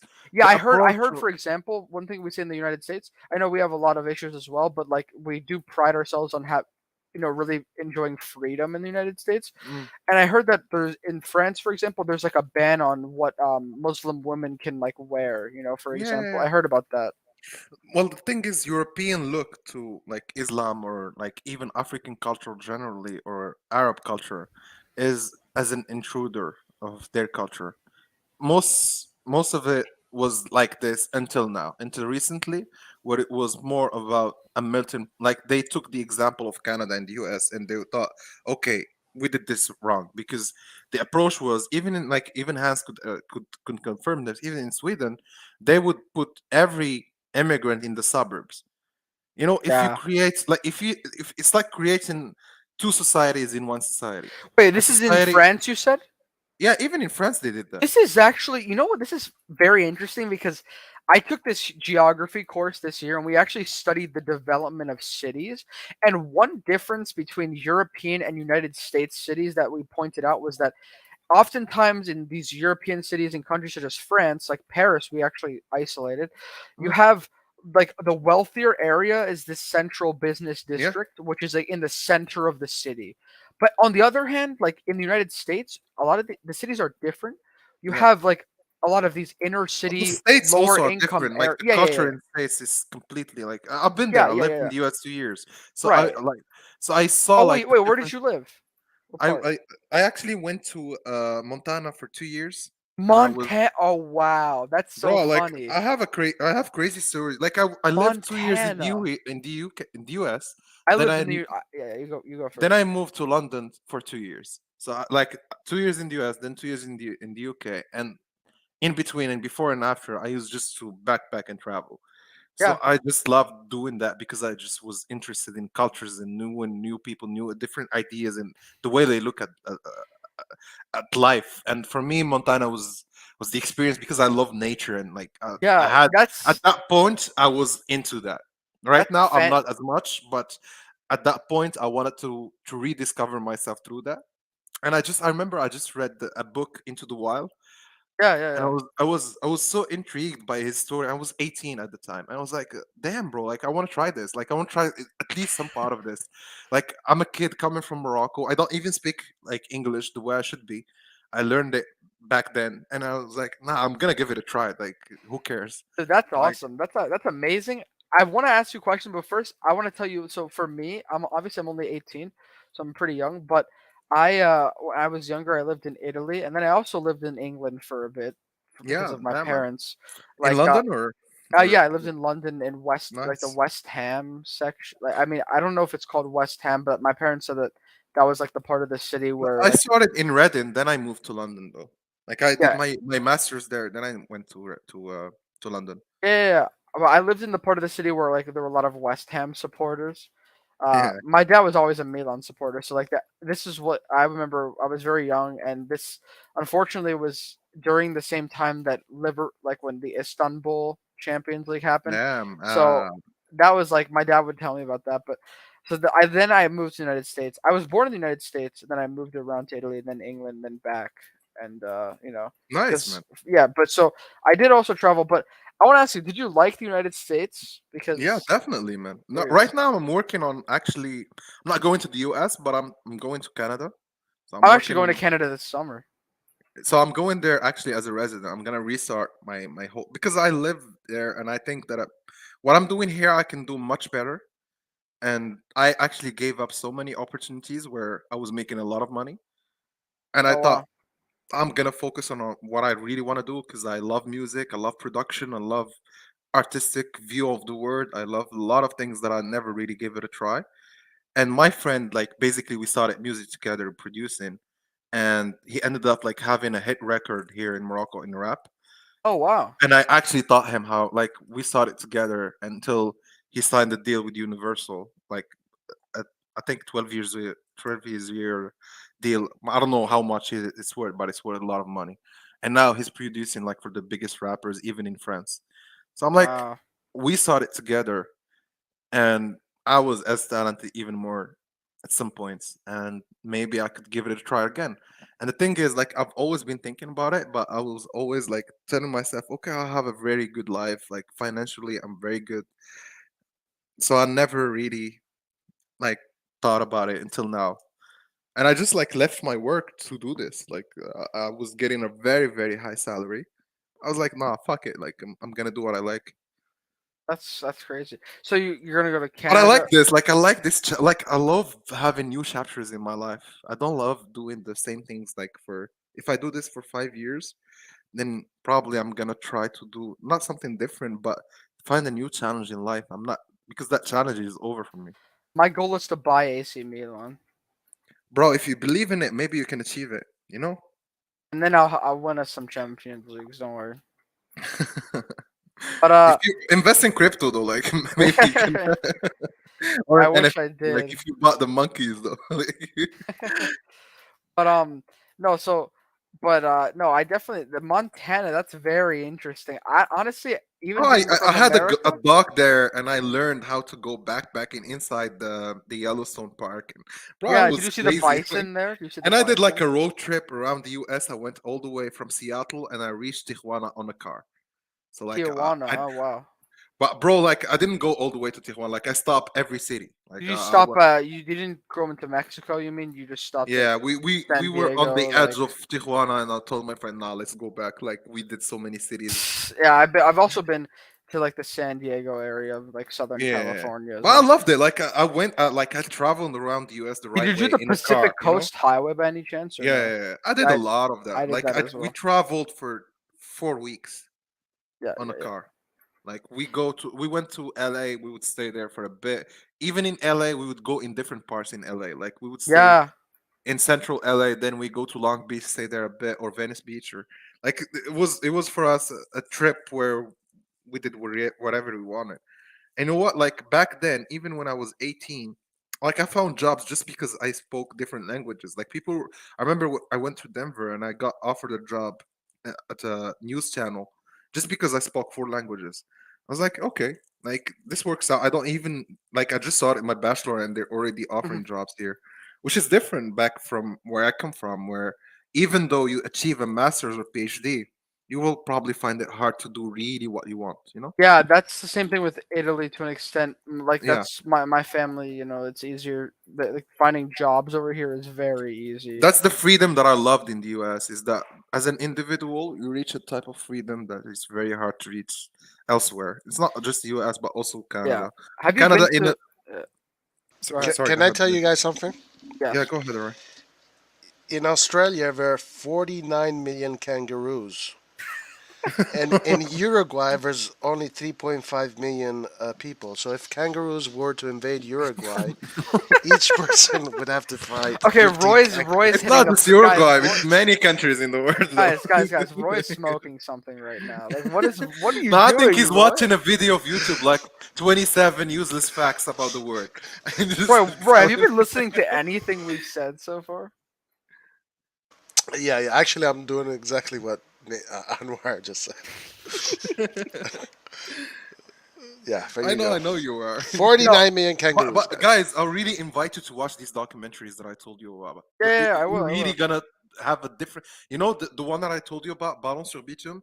They actually go to the very poor neighborhoods in Paris and Marseille, and they show you like the very poor local tournaments about the neighborhood teams. and the level is great. Like he watched great games, you know. Yeah. Wait, are these free on YouTube? Yeah, it's free on YouTube. Oh, I'm awesome. gonna type it on the like. I Thank you. want to type it like for everyone on the chat as well because I Yeah, saw yeah, that yeah. they want to see it as well. I think. Also, I want to ask. Isn't Mahrez? Wasn't he born in Marseille? Yeah. And Same it as wasn't Zidane. Bennacer also there? Yeah. Bennacer is actually from a Moroccan dad and an Algerian mother, and he wanted to play for Morocco. So when he came to Morocco, they told him you cannot start because at the time we had Tarabs, I mean, the talent was there. So they told him you're gonna be backup for these guys. Yeah. Belhandal, many players were really giving good performances in Europe. So he went to France. France told him you're gonna play for the Olympic team, and he went to Algeria. Algeria told him you're gonna play as a starter camp in the African Cup. So he chose Algeria.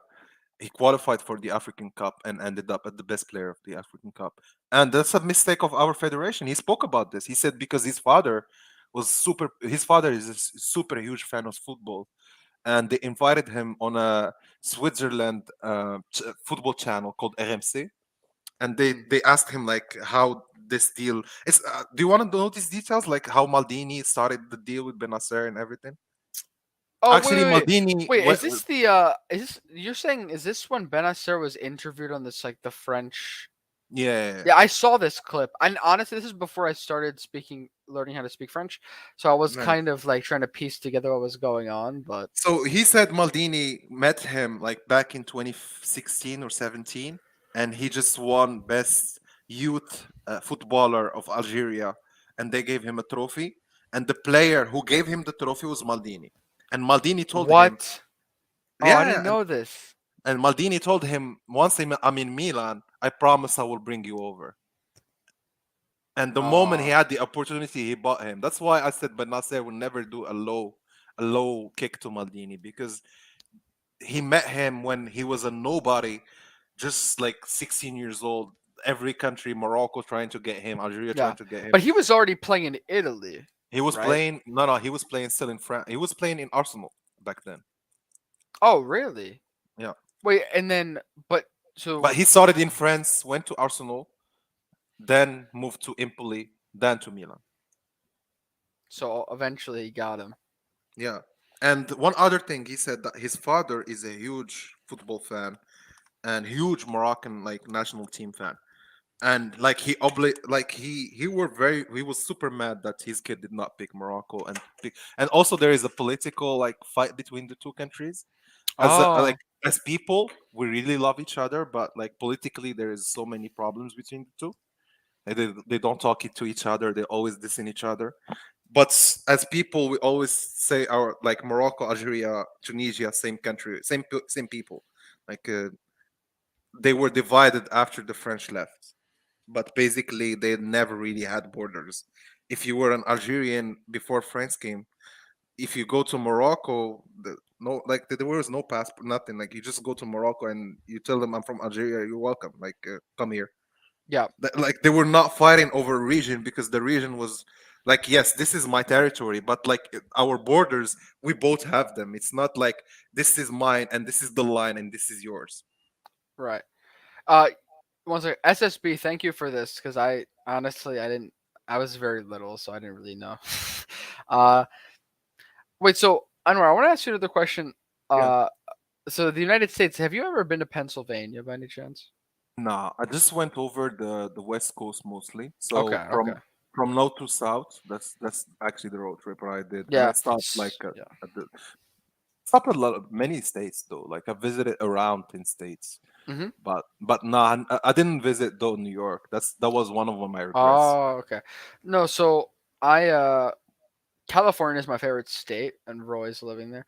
I love California. I actually my favorite state was. You're gonna find this super weird. Tell me the state, and then I'll tell you why I think you like it. Because I like geography. All right, I'll tell you the state. If I tell you the state, you're gonna know the city straight away. Like there is only. Oh, let me guess, Nevada. Nah. This is West Coast, right? Yeah. Mainly West Coast. It's You can if call it's that not mainly. California, then It's not really West Coast, no. Denver. it's Denver. Colorado, Nah, it's Oregon. Portland, Oregon is like the hippie Salem, state. Portland, Portland. yeah, The yeah, yeah. hippie state. But I really love Port. Now, Denver is the hippie state, I would agree. Portland, Oregon is on the West Coast, like it's on the coast. Yeah. Yeah. But I would say Portland is where I really felt like this city, I could live here. Oh, really? That's interesting. I know that there's well, it's pretty interesting. I know that the climate is interesting. They have like sort It's of like not it's just climbing. You know, I did two sports professionally. I did horseback riding, jumping, and I actually was on the national team. And I did it for 15 years. So we actually went to tournaments around like across the Mediterranean to Spain to things like that. And basketball as well. So I know like really like I used to train both sports in the same week. Like I would train in the morning horseback riding, in the evening I'm training basketball. I did that for almost 6 years. yeah. Wow. And I was training on the side, like swimming, like going to the gym, everything. So I was really taking like the serious path, you know.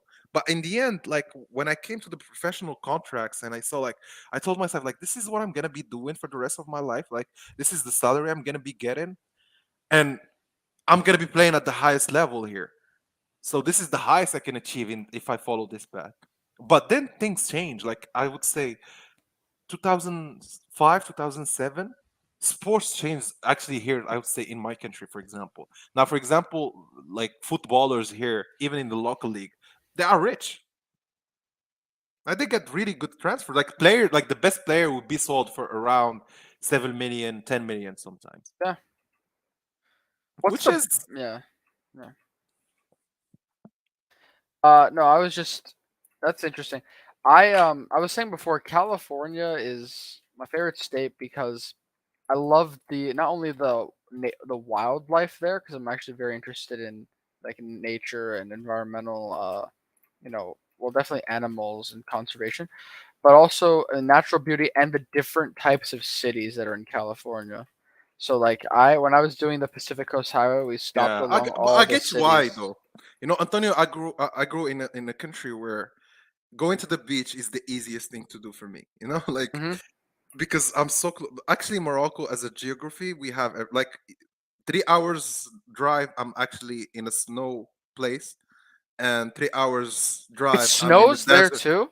Yeah, Oh wow. I my, didn't my know that. university where I did my bachelor, it snows there like 3 months a year or Which four part months of a year. Morocco? It's the Atlas region. It's like the highest mountains of the North Africa, Ah, okay. Nice. and that's where I did my university, the bachelor years. And it was different. I was in the mountains and like very different from. I grew up in a place where people surf and stuff like that. Yeah. And 3 hours from there, I'm in the desert, which is a completely different thing. Yeah. That's Right, what I right. love Yeah, about this country is that's that in 6 hours, 3 hours, you are there. It's like I'm taking you from one place and throwing you in a different world. yeah. That's cool. I thought whenever I was in Italy, like I'm from a part of it, my family's from a part of Italy where it's close to the mountains and the beach, and so I always loved that, like how you could just go back and forth. Yeah, And the reason why I like California is because it kind of reminded me of like the Mediterranean climate a yeah, bit. Like in along the east coast of the United States, it gets very, very like humid and hot. And in yeah. the summer, it's like brutal, like Also, right now. also like Florida, Miami, and like Yeah, Florida's that- East Coast as well. It's very humid yeah, there, but yeah, yeah. at least there's like beaches, so it's nicer. But yeah, and also so Pennsylvania is not on the ocean, like Mm. it's not touching Atlantic Ocean, but I'm from the part of Pennsylvania closest to New Jersey, so it's very But I think the close. weather is closer maybe to UK kind of weather, no? Yes, but It it's rains more, I would say it's it's a bit more gloomy a bit, humid. no? Uh, well, no, not too gloomy. It doesn't really. It's not as gloomy as the UK at all. Like it's not as. It's not like that. Like the UK No, it the UK is rains all the dramatic, time. man. Like the sun is It's dramatic there. yeah, The sun yeah, is very sensitive. Like if you say some bad words, it's gonna disappear for 3 weeks. Like be mad about you and like for me it was yeah. it was it was a big change because yes, I can deal with like cold weather and snow and whatever, but not, even in snow, I would still want to see the sun once in a while, you know. But there, it's like the sun is disappearing for weeks. Right. And But that's what I didn't like about the weather is that it's really not the Mediterranean style at all. It's more close like to probably Scandinavian kind of weather where the evening starts very early and it's a completely different day you're going through. yeah, no, so that's I would say the East Coast isn't necessarily like as bad as that, but it's different. It's very humid. Uh, in the winter, it's pretty cold, and the one in the summer it's really hot. But what I wanted to say is about the beaches. So I'm close to New Jersey, which has the beach. So we do go to the beach, but at the same time, it's Yeah. like the beaches in the northern part of these coasts are super like the water is very like murky and it's like very rough with the waves, Atlantic Ocean. Uh, at least in other, if you go south, like in Florida, the water is like clear, so it's a bit nicer. So I always like that better. Like in Italy, the Mediterranean's very nice. I'm not really much for like the rough waves and stuff like that. So Well, personally, I if you prefer. ever come like around the Mediterranean, let me know. You can also come visit here Marrakesh or Yeah, something. yeah, yeah. That's You would awesome. love Well, it, man. actually, a very close friend of mine is going to Morocco next week. I think if he goes to Marrakesh, he would absolutely love it because Marrakesh is like throwing you between like middle age and modernity. Like Oh, really? you are driving a car, then there is like Is there some Roman influence as well in Morocco? yeah, definitely. I would Like the assume first so. city, like actually here in Tangier, which is the like the furthest north city in Morocco, which is like 12 kilometers from Spain. You actually see Spain, they see you. Yeah, Like yeah. and people actually like swim to Spain. Like that easy. Like you actually cross the What about sea. and It's Gibraltar 14. too is close, Yeah, right? and Gibraltar is actually named after the conqueror who went from Morocco to Spain. His Ah, name was Tariq ibn Ziyad, and Jib, Jabal Tariq in Arabic means Gibraltar. They just took his name and like introduced it to Latin. yeah. So the mountain was named after him, and it was changed to Latin to Gibraltar. But it's still the same. Even Al Jazeera, all these like Sevilla is an Arabic name. These are Arabic cities. Like they were built by the Andalusians there, and they left the architecture there. That's what actually influenced the architecture in South America. That's why you have so many villas in South America, in Mexico, Ah, where you have they open the space in the middle. Like they don't really have much windows, but the middle space is gonna be open and very aired, so that the flow of air can walk through the whole house, and that's what they use in Spain because the weather is so hot sometimes. You yeah. need something to freshen up the house, and that's what they use. And also for privacy issues, so that they don't put so many big windows on the houses, they opened from the middle, not from the outside of the house. Oh, wow. Yeah. No, that's really interesting. But But it's a lot of things. Like the influence here, like in Tangier, I'm gonna want to go back to the Roman thing.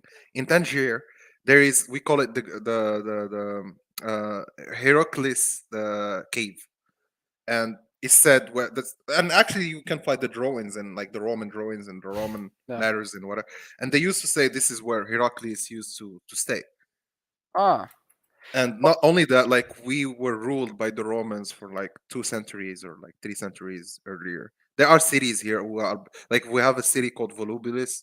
The name is actually Roman. We have a mm, city called Saleh, a Roman name as well, and it's the oldest city next to the capital. yeah. Actually, now that I think about it, I forget which city this was, but I think in my geography class we also studied a city in Morocco, and because we were looking at the effects of like imperialism and how like parts of the city like kind of so there was originally the city before imperialism, and Yeah, then after imperialism with France, because like there was like a new kind of artificially created like part of the city that kind of gained more population afterwards, and it was yeah, I saw maps showing like before and after pictures of like the new district placed by the yeah, French. definitely. It's crazy, like it's very No, actually, we honestly. have in Morocco, we call it the old city and the new city. Yeah, The yeah, old yeah, city yeah. is the city like by the Moroccan Moors or whatever you want to call them in the past, and they were conquerors across. Like Morocco at some point was the only like country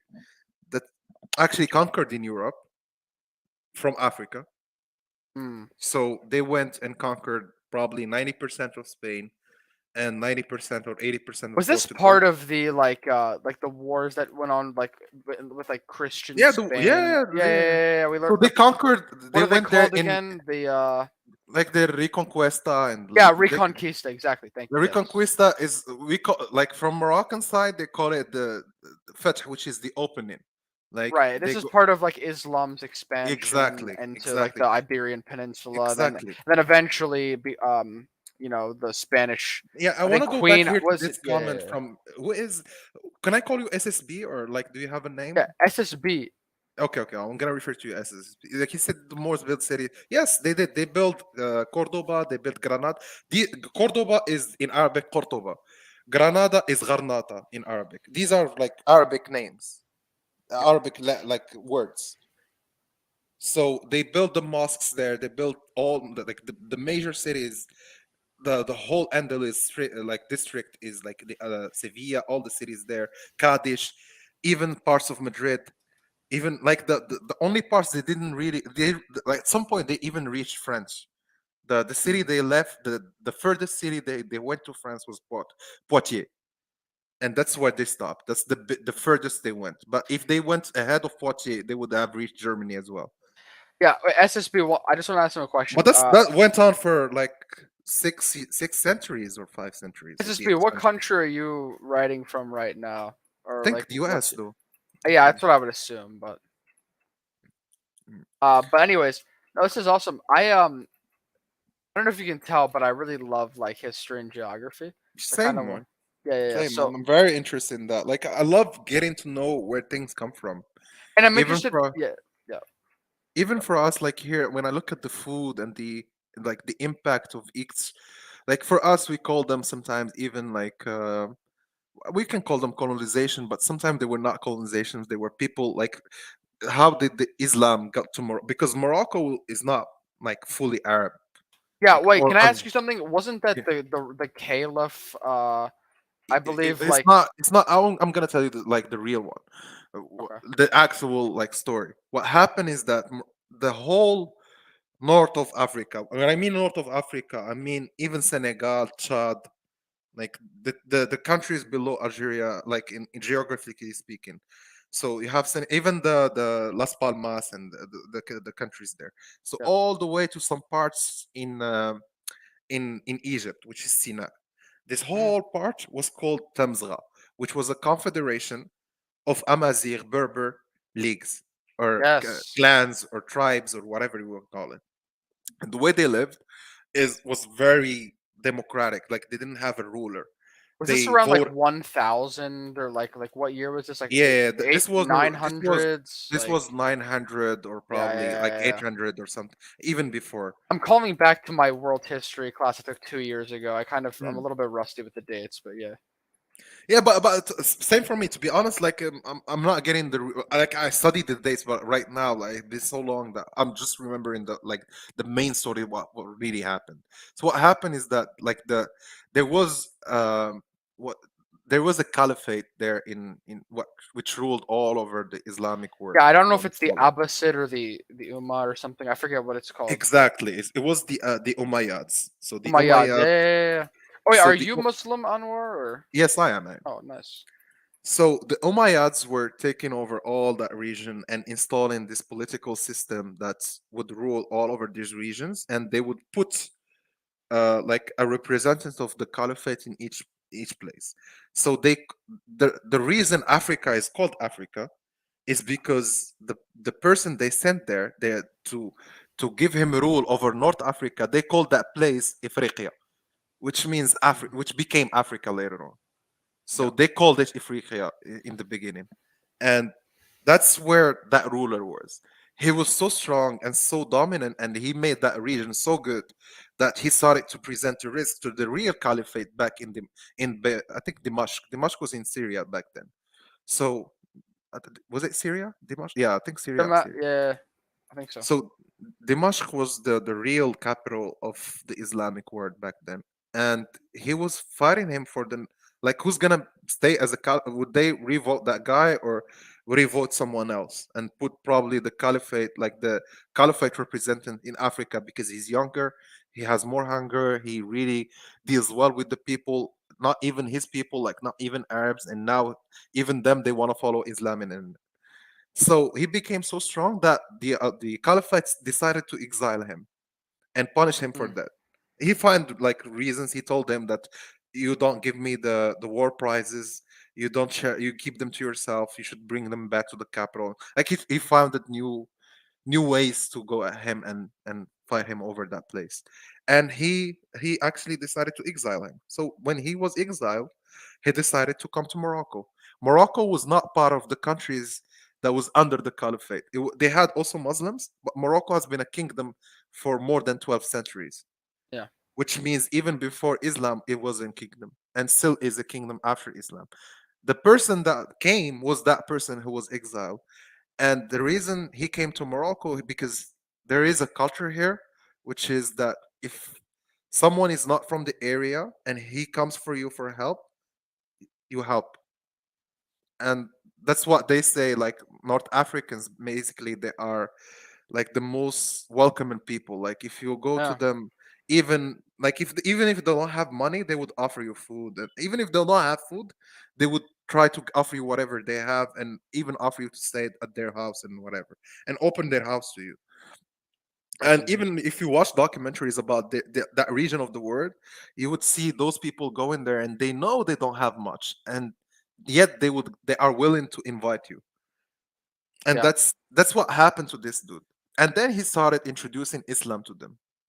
But before that, the Islamic Caliphate had many fights with the Amazigh clans, and there were wars against them because yes, it was trying to colonize the region, you know.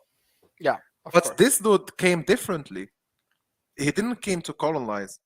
He came exiled, and they offered him to stay. Then he started teaching them, and that's how Islam got to Morocco. And that's what we call him, like the first ruler of, like the introduction of Islam in Morocco. He introduced Yeah. Islam in Morocco, but it was not like Arab, because they were local people, or Amazigh, have different language, different culture, different things. They have tattoos, like they have a very different culture than the Arabs. And now you bring them this culture. So then they started mixing up, but our history has been mixing up. We mixed up with the Romans, with the Greeks, with the Italians, with the Spanish, with like it's because we expanded, we got expanded on. It's like even now when we say, "Are you Arab or Amazigh?" Like you can't really tell. Are you Yeah. or European, or like here in Morocco you have so many different kinds of colors, or like even when it comes to eyes, and the combinations are so different depending on the regions of the country. Right.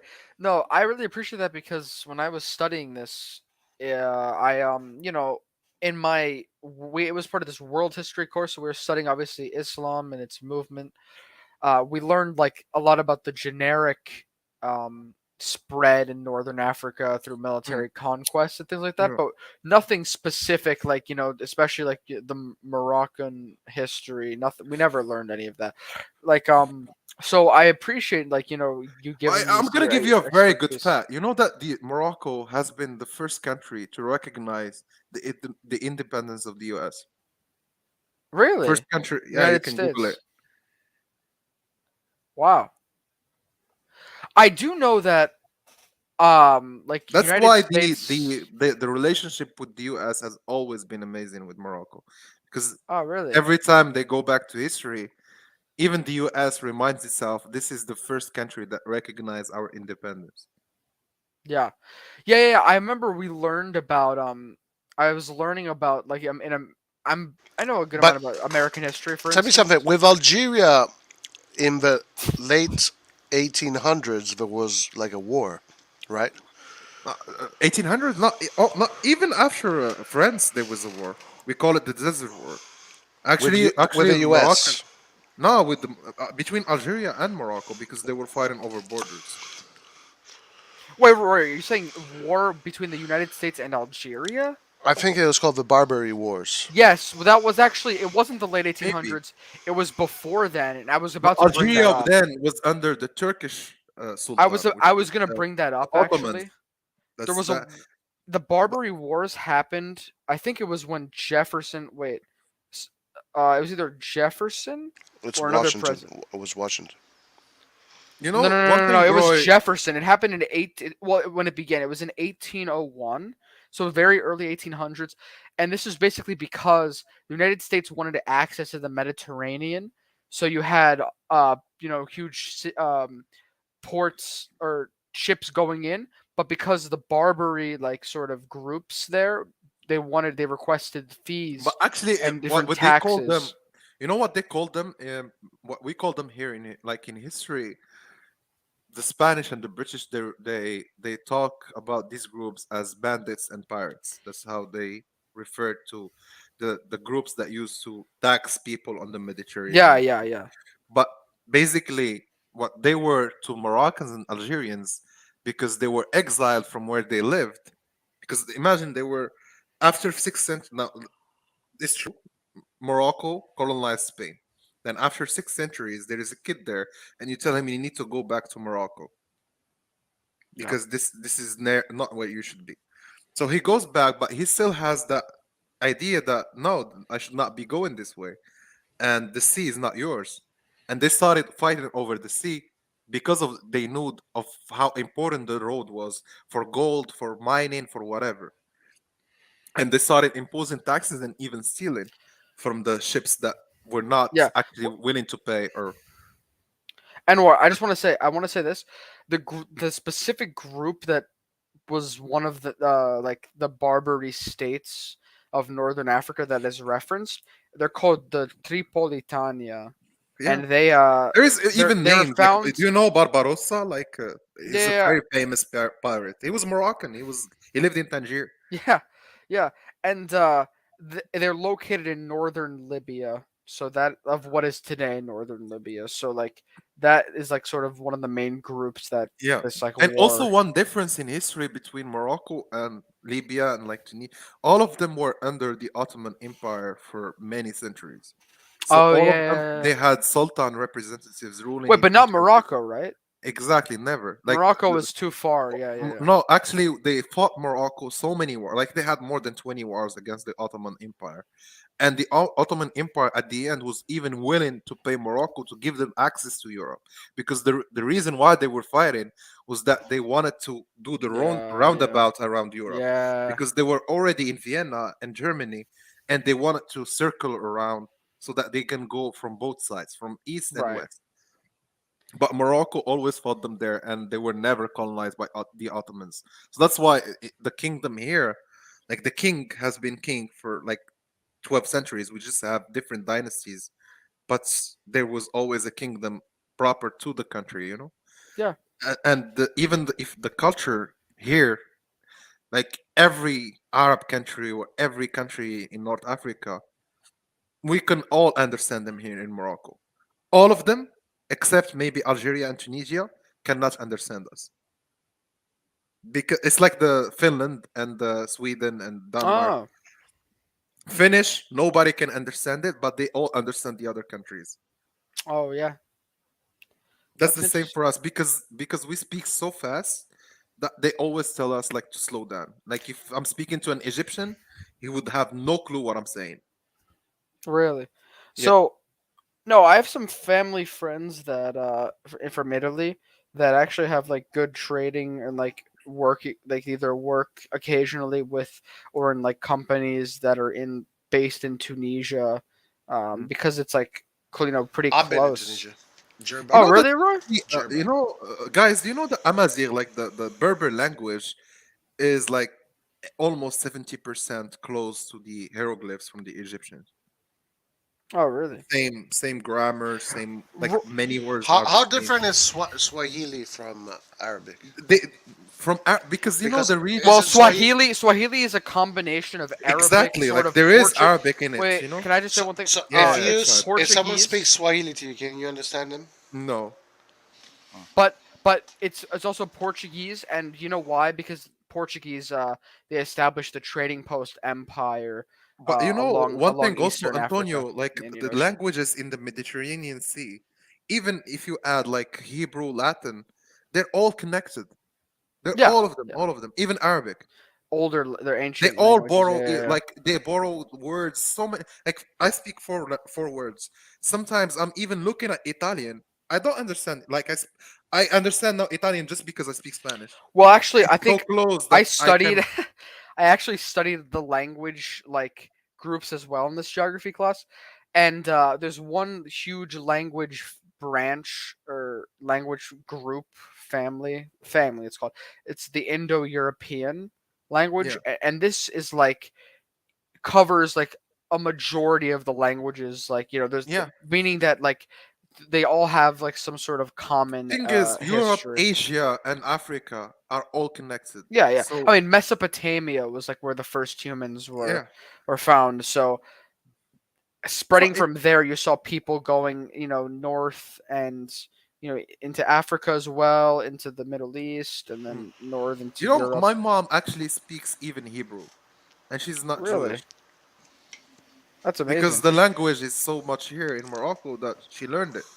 I have a friend, he's Colombian, and one time we were just fucking around, and I started speaking Italian, and he started speaking Spanish, and we wanted to see how long we could talk to each other, understand each other. We literally went forever. I could understand everything he was saying, he could understand everything I was saying. Exactly. Even French, for me, French and maybe English, there are so many, if I get this word in French, there's gonna be just an adjustment to the word in English.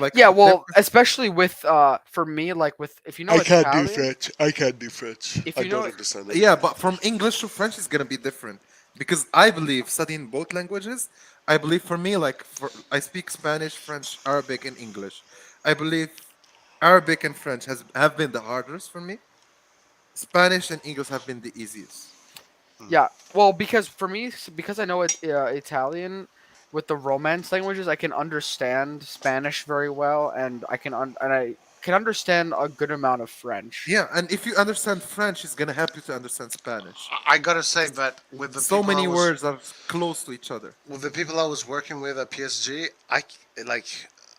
honestly, I almost don't understand anything. Honestly, guys, my next language, I'm telling myself right now that I have much more free time. Maybe I'm gonna I want to learn Italian.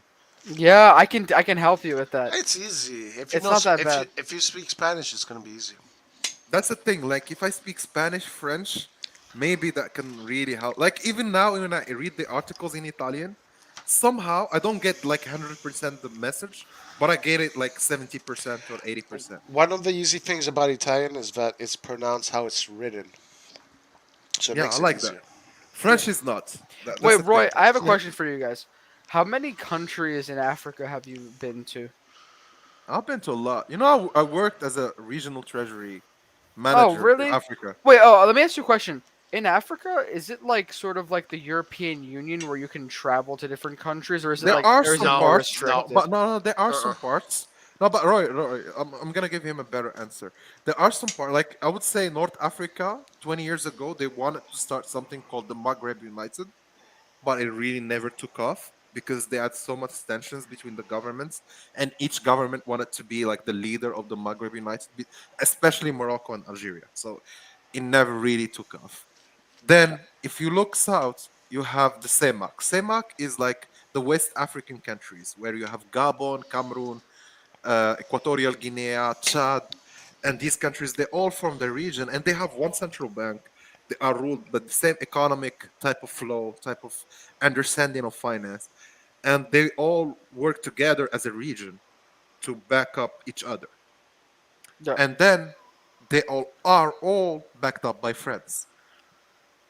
But you have to get a visa to get in most countries. You can't just. For me, for example, and now, when I said that, I don't need a visa to go to Gabon. Or for Cameroon, I need a visa. Some countries yes, some countries no. Well, when I said that, I kind of realized, okay, I can see how this can be more complicated. I mean, there are more countries in Africa than Europe. Yeah. Well, I know I memorized all the African. 53 countries.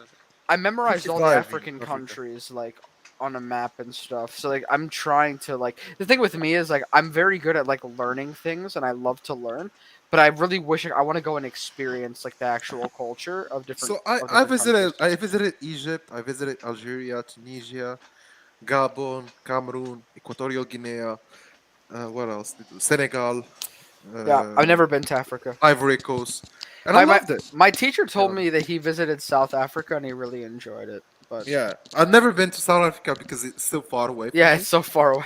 Because I'm in the northest point, they are in the southest point. Yeah. Like, so it's really far away from me. But like the countries close to me, I've been there. And honestly, like each country has a lot to offer. That's Have what I you been love to? about it. Okay, wait. So I know Western Sahara is kind of like disputed, right? Yeah, Have you been in that territory before? Or? yeah. For us, like the farthest city in Morocco is called Dakhla, and it's with the borders. Like it's the borders with Mauritania. Wait, so which So countries are disputing over Western Sahara? So Western Sahara, what went on is that Morocco, before the colonialism, was extending all the way to Mauritania and Senegal. That was the whole country of Morocco, the whole kingdom. Yeah. Oh, Even okay. the mosques in Senegal and in Mauritania were built by the Moroccan kings and the Moroccan people, most likely. But after the colonialism, Morocco was offered to take Mauritania. The king refused. So he said, Mauritania are their own people. They should have their own country. And fight with the borders with Algeria, they France offered a deal between Algeria and Morocco, and both Algeria and Morocco told France to fuck off and let us deal between us because we're brothers. So it's like it was a family thing. We're gonna fix this between us. So when they started fixing this, Algeria, Spain, and all these countries started seeing the potential of getting that part of the Morocco because it has the most resources in North Africa in terms of phosphate, which is Yeah. basically the the best resource you can have going forward in future. Because if you don't have phosphate, you don't have agriculture, you don't have food. So Morocco has 70% of the world reserve. Oh, like phosphor. Oh, like in rocks. Yes, and Oh, okay, that's interesting. how I you studied ferment. that. That's how you ferment every agricultural Yeah, yeah, this is thing you actually, need. and this is honestly it's a very limiting resource in many places Exactly. because it's You not, know that it's, China stopped actually exporting it, and they have the second highest reserve. They have yeah, yeah, 13% yeah. compared to Morocco having 70%. That's also no, that's interesting. Because in my environmental science class we talked about like the different nutrient cycles Yeah, and phosphorus doesn't have a gas state, yeah, so and it's also it's, ho- it's yeah, yeah. it's not a resource you can create. Yeah, It's yeah, yeah. like So it's petrol. You cannot so it's create it. pretty. So it's often like it's a limiting resource So because it's actually, not. right now they say we have 120 years of that resource. So after Hmm. 120 years, you need to find new ways to feed people. Yeah, yeah, because it expires. Yeah. Yeah, and Morocco has that whole reserve. Not only that, they have gas, they have access to the Atlantic Sea and the Mediterranean. So it seemed like this is the best opportunity to go at this, you know. Yeah. So And basically, so in so simplified terms, they created a front in Spain with the Spanish name and used that as a representative against Morocco, saying that it was not part of Morocco.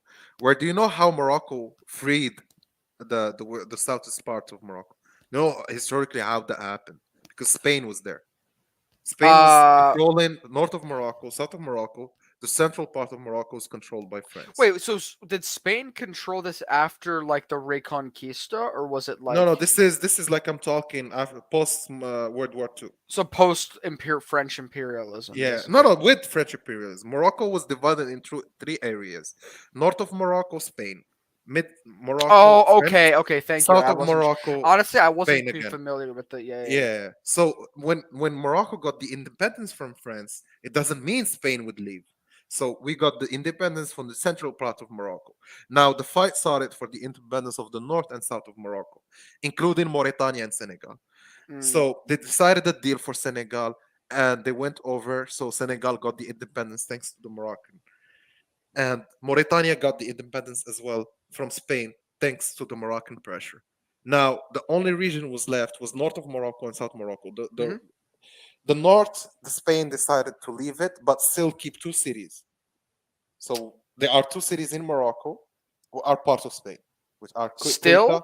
Yes, right now. Oh wow. Okay, I wasn't sure. On Moroccan, like there's only a gate, Yeah. Wow. and between us there is a country, there is the UK, and then again there is Spain because there Wait, is I'm gonna pull Gibraltar. this up on the map. Hold on. This is interesting. There is. That's why I told you that's a fight over the sea. Like Which cities? so, you have Ceuta and Ceuta, and also Melilla. Yeah, I don't know how to pronounce these, like Okay, spell them. Ceuta is Ceuta. Wow, I did not know this. Oh, okay. And even Las Palmas. Las Palmas is in the middle west of Morocco on the sea. Yeah. Wow. So Las Palmas is still part of Spain as well.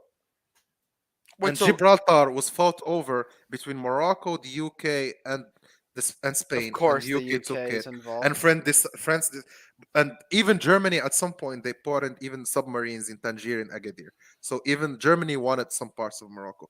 Like Morocco at some point, like there was a caricature, there was a drawing like in the 90s, 1912 or 1911, and it was Morocco being torn apart as a chicken. Like everyone wanted a piece, Yeah.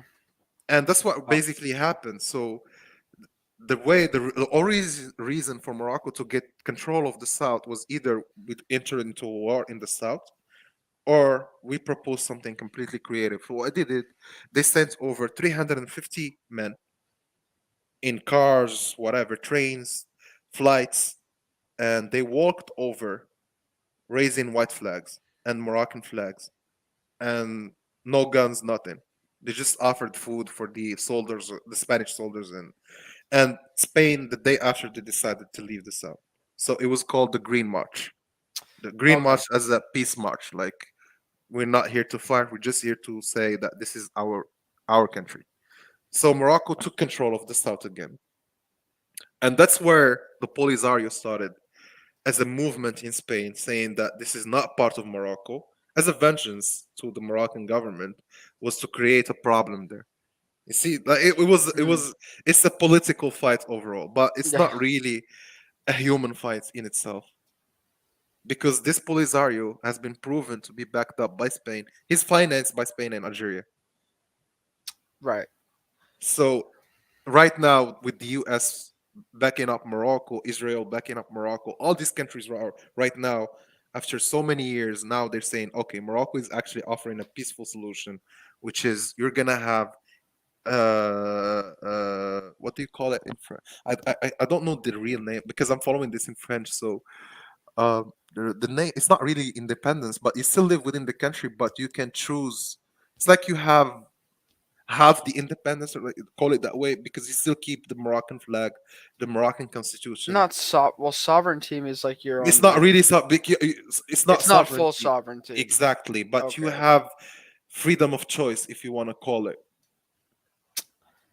and Uh, and that's the solution that's now being backed up by all the United Nations to be proven, because they saw through like the financing being backed up by these countries. And one of the reasons that puts Spain now in the spot was they found out that because the leader of the Polisario is part of the most wanted by the FBI as well, because he has so uh-huh. many war crimes and a lot of things that he's actually like researched. And Spain used the plane to walk, like to give him a flight to Spain, so that they can offer him medical health and offer him resources. And Morocco sounded like what, like they found out what really happened, and they found out that the plane was sent from Algeria to the south of Morocco to pick him up. It's just like they uncovered the whole thing around, like to the word, to the point where Spain was obliged to like fire their minister and stuff like that. Yeah. But right now, like if you tell me like south of Morocco, can I go there? Marrakesh is south of Morocco, bro. Like that's the thing. Like they say Western Sahara, but if you go to Marrakesh, Normally, you should be saying, "I'm in Western Sahara," but you're not. You're in Yeah. the Moroccan, like it's a Moroccan government there. That's So, the but thing. so let me just ask, in the part of like Morocco that's I'm looking at the map right now, like close to the I guess like the northern boundary of Western Sahara, like what that territory is called. Yeah. Is it like more dangerous there or? No, I would say if you go a bit southeast, that's where more danger is. So southeast, like the city called Zag, or No, there's Grarat, there like very small cities, but the biggest city there is Layun, and I have family living there and working there. Like oh, okay, they have a normal life as we do. They have a yeah, football team that plays in the league. Like it's not like a fought over place or like yeah. but the way they want to picture it, like to win their argument, is no, they do this, they do that. But when you go there and you find a different reality, and you're like, nah, this is not really what's happening. Yeah, I really want to visit Northern Africa. I mean, honestly, like It's I the whole place is different. Tunisia is different from Morocco. Algeria is completely different. I think you're gonna love it. Like the yeah. I want to go. But I advise you not to go alone. Like go with friends so that Yeah, you don't feel alone as well in a different because it's gonna be so much different from the US.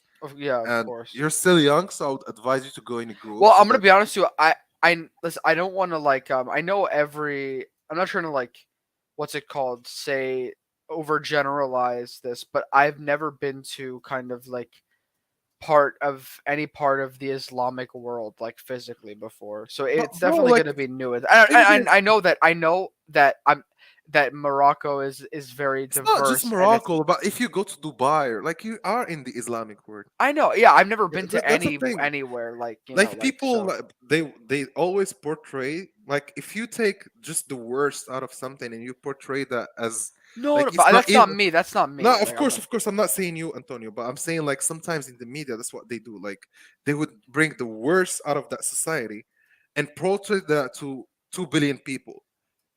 Yeah. No, bro, like that's not even 0%. Like the rest of us don't do this shit. Like I go kiss my mom and I live like you. Like I wake up with my parents and we have fun. Yeah. And like I want to have a job. I want to pay my taxes. I want to have a good life. And people now they don't show that. They only show the other part. Do you think that we Well, love the people? Like I would really want to ask like the people who are on the Islamic word, or like they always portray it that way. Because do you think that I'm living in my house and I look at that bastard and I'm telling myself, "Oh, he did a great job"? No, bro. Like he kills us as well. Like they do this shit to us as well. Like they yeah. use the religion for the political reason. Like it's not just Islam that did this, but every religion at some point happened where they use it to end up with different means, Yeah, of because it's course. easier to control people with religion. Right. It's easy, it's very easy to tell people if they are already like faithful to something, and you tell them because they had some experience in their life and they're gonna base Mhm. their whole thinking now about that, and you give them the green light, okay, this is what you should do, which is completely wrong against what the other 100% of the population is doing. Then that's not how you should portray us. And it's not just the Muslims, but I think it happened to many populations. Like even like African American people, they had to suffer like that. They had stereotypes, and Yeah, because he's Anwar, if you ever have any questions about American history, I got you. for sure, man. Like I have a lot of questions about American Yeah, we can history. talk about this. It's 2 in the morning for me right now. No, it's I'm 7 probably in the gonna morning for me. I'm probably gonna sign off soon. I'm done school. I graduated, but For sure, man. I definitely want to start working this summer.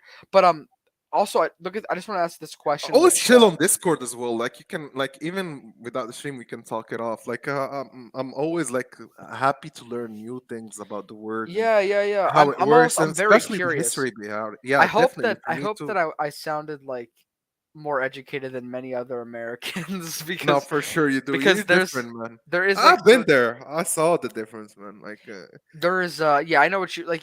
I know it. My dad always says this. He says that like in Italy, if you take like a random like construction worker off of the street and you talk to them, they're going to be very well educated in the versus US, like it's 1 on 2. yeah, it's I mean, Like there's I'm gonna more. stop this person. Probably is gonna be okay. Next person, not. It's like ignorant. Yeah. Like completely ignorant. Like it's not even close. Like I'm maybe sometimes I'm telling myself like this is my fourth language, and I'm still speaking better than this person. Yeah. His mother tongue. Like he should do a better job. Yeah. Oh, I'm looking at this chat. Alan, are you from India? I actually was just looking I was just going over learning Indian politics with Prime Minister Modi. So I'm also interested in India as well. I learned about Indian history in my world history class a few years ago. Very interesting place with a lot of different religions and a very interesting history. Even and Europe, it's also a Antonio, large if you democracy look at as the well. history of Europe, even the Queen, like even in Italy, the church, how they use the power they Yes, have. yeah. Oh yeah. Of course. Like the Crusades, of course. Yeah, like I remember, like even the church, like if you pay them a tax, they can guarantee you Yes. heaven. Yeah, Like, yeah. how can you like that's stupidity at its max?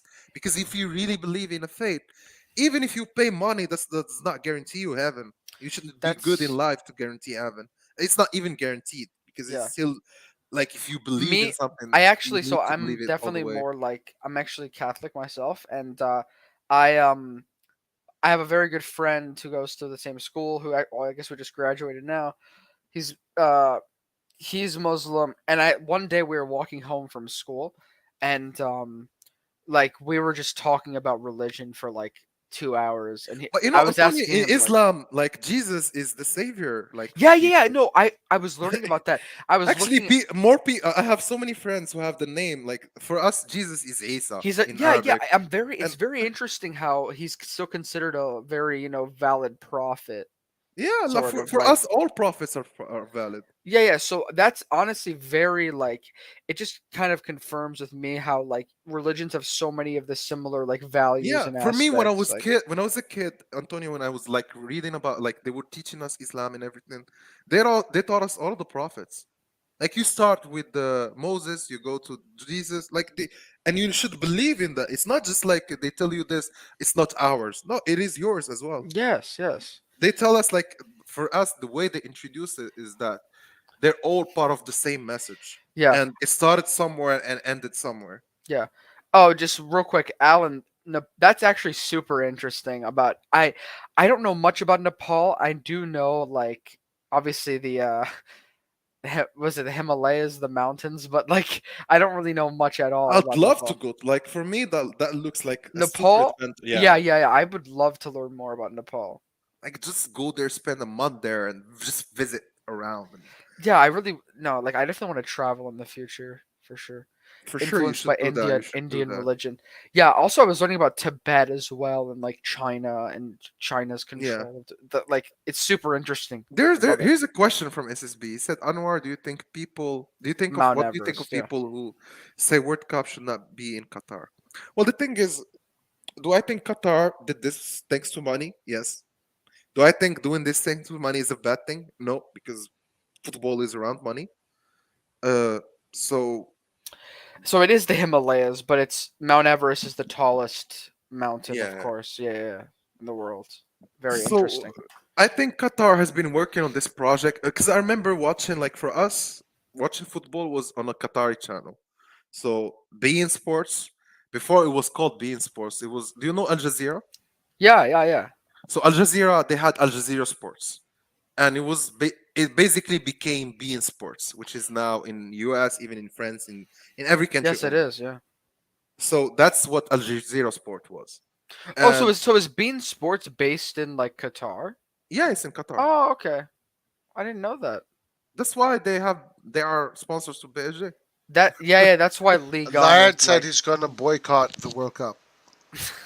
Nah, it's not to this point, man. Well, Laird Because said this project, Roy, I remember in 2000, I was always seeing this advertising of a central park for all sports, and it was called. I can't remember. Even Maldini spoke about it. It was. Wait, Anwar, real quick, did Morocco qualified for the World Cup, right? Yeah. Yeah. They did. I We want actually you ended up to with have this Canada. conversation with Laird. We ended up No, with no, Canada, this is gonna create Belgium. like some I sort want of. this No, has to but be I one know of the what Lair is conversations. coming from because Lair hates things that are coming based on money solely. I get his point; it's valid, but no, he has the right to believe in that because he believes that's not what creates the true value of something. Maybe, maybe he has a point, but I also saw some parts of life or creation in any sports arts where money helped to create something really amazing. I think the World Cup in the US was based on money. Even the coming one is going to be based on money. It's the same thing as Qatar. They're going to be spending on stadiums, buying this, doing that, and even the president even used this force to win a World Cup nomination. Yeah, And, guys. and guys, one more thing. Speaking about money, tomorrow's Milan news thumbnail is going to look like this. Watch out. Oh, Roy, you're making a bold prediction, man. Watch out, guys. Tomorrow is a big day. Roy, I will definitely be on for Milan news tomorrow. Yeah, but I no, think you know what I I was think thinking? it will happen. Like we will have some real news tomorrow. Yeah, guys, you know what I was thinking? It's this channel is a beautiful thing. Like we still have 21 viewers, and we're just talking about like history and Everything. like Yeah, and not only that, but we have people from viewers in Nepal, viewers from yeah, I Canada, love that, man. U.S., Yeah. Morocco. They should You, join us as well. Like I would love to hear their side of the stories. Nathan is back. Nathan, we literally have just been like Like we talking just about moved from history. football, like Yeah. directly. We've transcended Milan news. No, but it's very constructive as well. No, I love it. I love it. No, I am super interested in like different cultures. Yeah, for me as well. Like even for me here in Morocco, I still discover things. Like I went to parts in Morocco where I didn't even speak the language. Like they speak a different type of Amazigh that I have no clue. They don't have any words in Arabic, no French, nothing. So how do you communicate? We are the same people. Yeah. And you just used hand gestures and whatever, and I'm with the same country. Yeah. Sometimes I'm I don't really like get it until I go and actually experience it. Right. No, I guess the good thing about this is like it's for. I know that you've visited the United States, so you're Yeah. familiar with that. So it's like, for me, I kind of. It's funny because I like to like show that I'm not like just some ignorant like like Western person who doesn't really care about other cultures. So it's like good that we have these discussions, but also For sure, man. also it's like good for me to learn about the history of like Morocco, for example, other places that I didn't really get to study. Yeah. Honestly, I hope Definitely, that man. in university I can also like study like these sort of different case studies about places. I would love to learn Arabic as well, but I tried it. It's so difficult for me. Like, Bro, like it's my mother tongue, and I'm telling you, it's difficult. it's so You know damn hard for what? me to learn. You know the word lion in Arabic has like more than 30 meanings. Yeah, like Like they can use it in every way they want. Like especially like if you go like to the well-written books or whatever, like even songs or whatever. Like sometimes one word has so many different meanings, and that's because Arabic culture, the way people in the early days of their society, they didn't really write. So in order to communicate with themselves, they only spoke. So they had to be creative with the words, and that's how you can say even poetry like started that way in the Arab world, and we have some great poets from back then, and they use only oral communication for that, man. Yeah, oral traditions, yeah. The only reason, like they say, one of the reasons that the Arabs started writing was to register the Quran and like the prophet's sayings and whatever. And one of the first pieces they used bows from the camels to write on them. Yeah. And that's where the Arabic like letters started showing up, and it's so But weird. look at what Roy put on the thing. Like, Okay, wait. I will say this: Raheem Sterling is overrated and he's not a good player. I'm just gonna point that out right now. No, I think he's a good player. Overrated, yes. But Did he's you a good see player. do you see the tap in misses that he just like has all the time? Did you see the Italy? Still, he gets you to win a league. He can get you there. Yeah, but I don't think he was one of the Man City's like best players in the league. For sure, but over the last 10 years, I think he was. Hey guys, before we close, I just want to remind everybody, tomorrow, Milan News, De Cadler on the cover of Milan News. Bro, why are you so confident? I think Renato Sanchez. Renato Sanchez, we already covered him. But guys, I want to show you something else. You know what the cover of the Gazzetta dello Sport is this morning? Oh no! I'll show you right now. Zaniolo? Here it comes. Of course it is. Are you I think ready? they need to have a Zaniolo on Monday. Even if it's not there. It's loading. De Cadler, Eurocolpo, Milan da 10. Maldini avanti tutto per il Bruges, pronti 40 milioni. My ass. Bro, that's a lot of money for this dude. I don't know about this, guys. 40 million for the Just get Mahrez and get like let's just sign Fekir at Cam and we're good. Exactly. This is the news. But Roy, do you think 40 million is worth it? Oh no, we have the freaking trollers again. I honestly don't know. I have no idea. Wait, Alan, I want to bring back this comment. Alan, what language is the most spoken in Nepal? Is it? I want to guess, but I don't want to say something incorrect. So. I think they have their own language. Yeah, I want to say so as well, but I'm sure there's also influences from. Yeah, probably from Persian, Indian.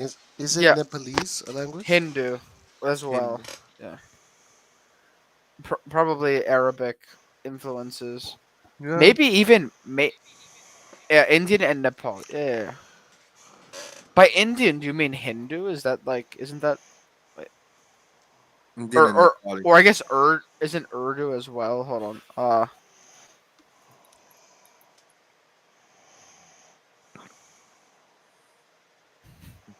Urdu. There's a lot. There's also Bengali. Yeah, I'm just reading. Are you excited, guys? De Cadler? I don't know, man. Sorry, Hindi. My fault. De Cadler, I don't know. I hope he has the De Bruyne kind of feeling, man. I want him to become that kind of dude. Maybe. Who knows? Yeah, De Cadler is the next De Bruyne, guys. That's what I see it like that. He's Belgian, right? Yeah. Yeah, that's it. Imagine. But if he comes to Milan, probably he's gonna go to the national team as well. And does he? He doesn't get called to the national team yet, right? He was actually in the Nations League against Italy, at least, but he's not in like any major tournaments. I don't think. No, so he probably is gonna get the call up for the World Cup. He could if he performs well. Guys, isn't the season over for? How well did he do this season? I think he had did he have 16 goals? Contribution or 16 goals? Close to 20, everything contribution. Belgian league, yeah. But 40 million, too much. Yeah. I don't like that 40 million price either, but. Yeah, but 30 is a bit too much as well. If that's what 25, 20 is the right price. If they sell this dude for 25, Lang for 30, they made 55 million a year, man. It's a good profit for Bruges, man. It's good for them, yeah. So I don't know why they're being so asking for prices, because I don't think there's doesn't seem in line.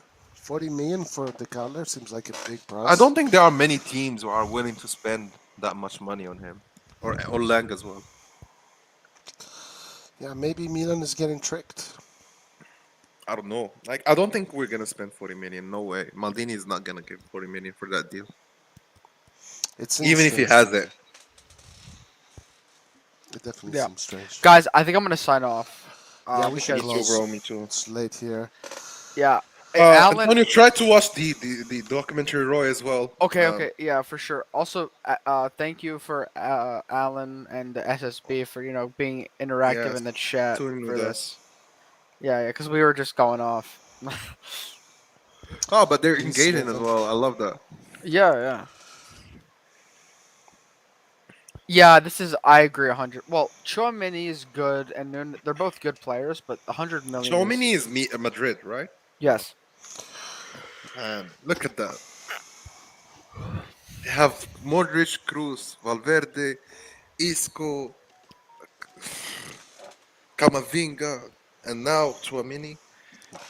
They don't have Salamakers, my man. They have Lucas Vasquez though. It's a better version of Salamakers. They don't have Castillo. Asensio though, like they have our players, but just better. Anwar, version. are you a Real Madrid fan? Nah, I'm not. I'm just trolling now. I know. All right, guys. Ask me if I'm a Juve fan. I know you are. We don't have to ask, Roy. Come on, ask me. I think you have the Juve jersey tattooed on you. Come on, ask me. Are you a Juve fan? Yes. All right, guys, clip it right now. He's done. He said it so many times. But somewhere he loves Juve. Oh my god. I don't think he hates Juve. No, I love Juve, of course. He has no hard feelings to Juve. He actually loves them. Inter, I don't think he loves them though. I don't love Inter as much as I love Juve. That's true. But you still love Inter? A little bit, yeah. How come? Like, do you think Madrid fan loves Barca or Barca fan loves Madrid? I don't know. I don't think so. All right, guys, I'm gonna sign off, but all right. I'll chat with you guys. Let's close here. All right, guys, take Anwar, thanks you. See you Thanks next to time, you my as well, man. guys, for sharing with me. It's been wonderful as well this whole night for sure. Yeah, great stuff, man. Great conversation. All right, guys, thank you everybody that joined in the chat. We'll see you next time. This week we're gonna start the Milan news streams, and then I'll see you soon. Anwar, thank you. See you next time. Chat, you, bro. thank you. See you next time. Bye, bro. Ciao. Take care, Later, man. You too, bro. Bye. All right, guys, have a great evening. And thank you to everybody that liked, shared, subscribed, and we even got some super chats today for the first time. Thank you for that as well, guys. See you next time. Alla prossima. Ciao.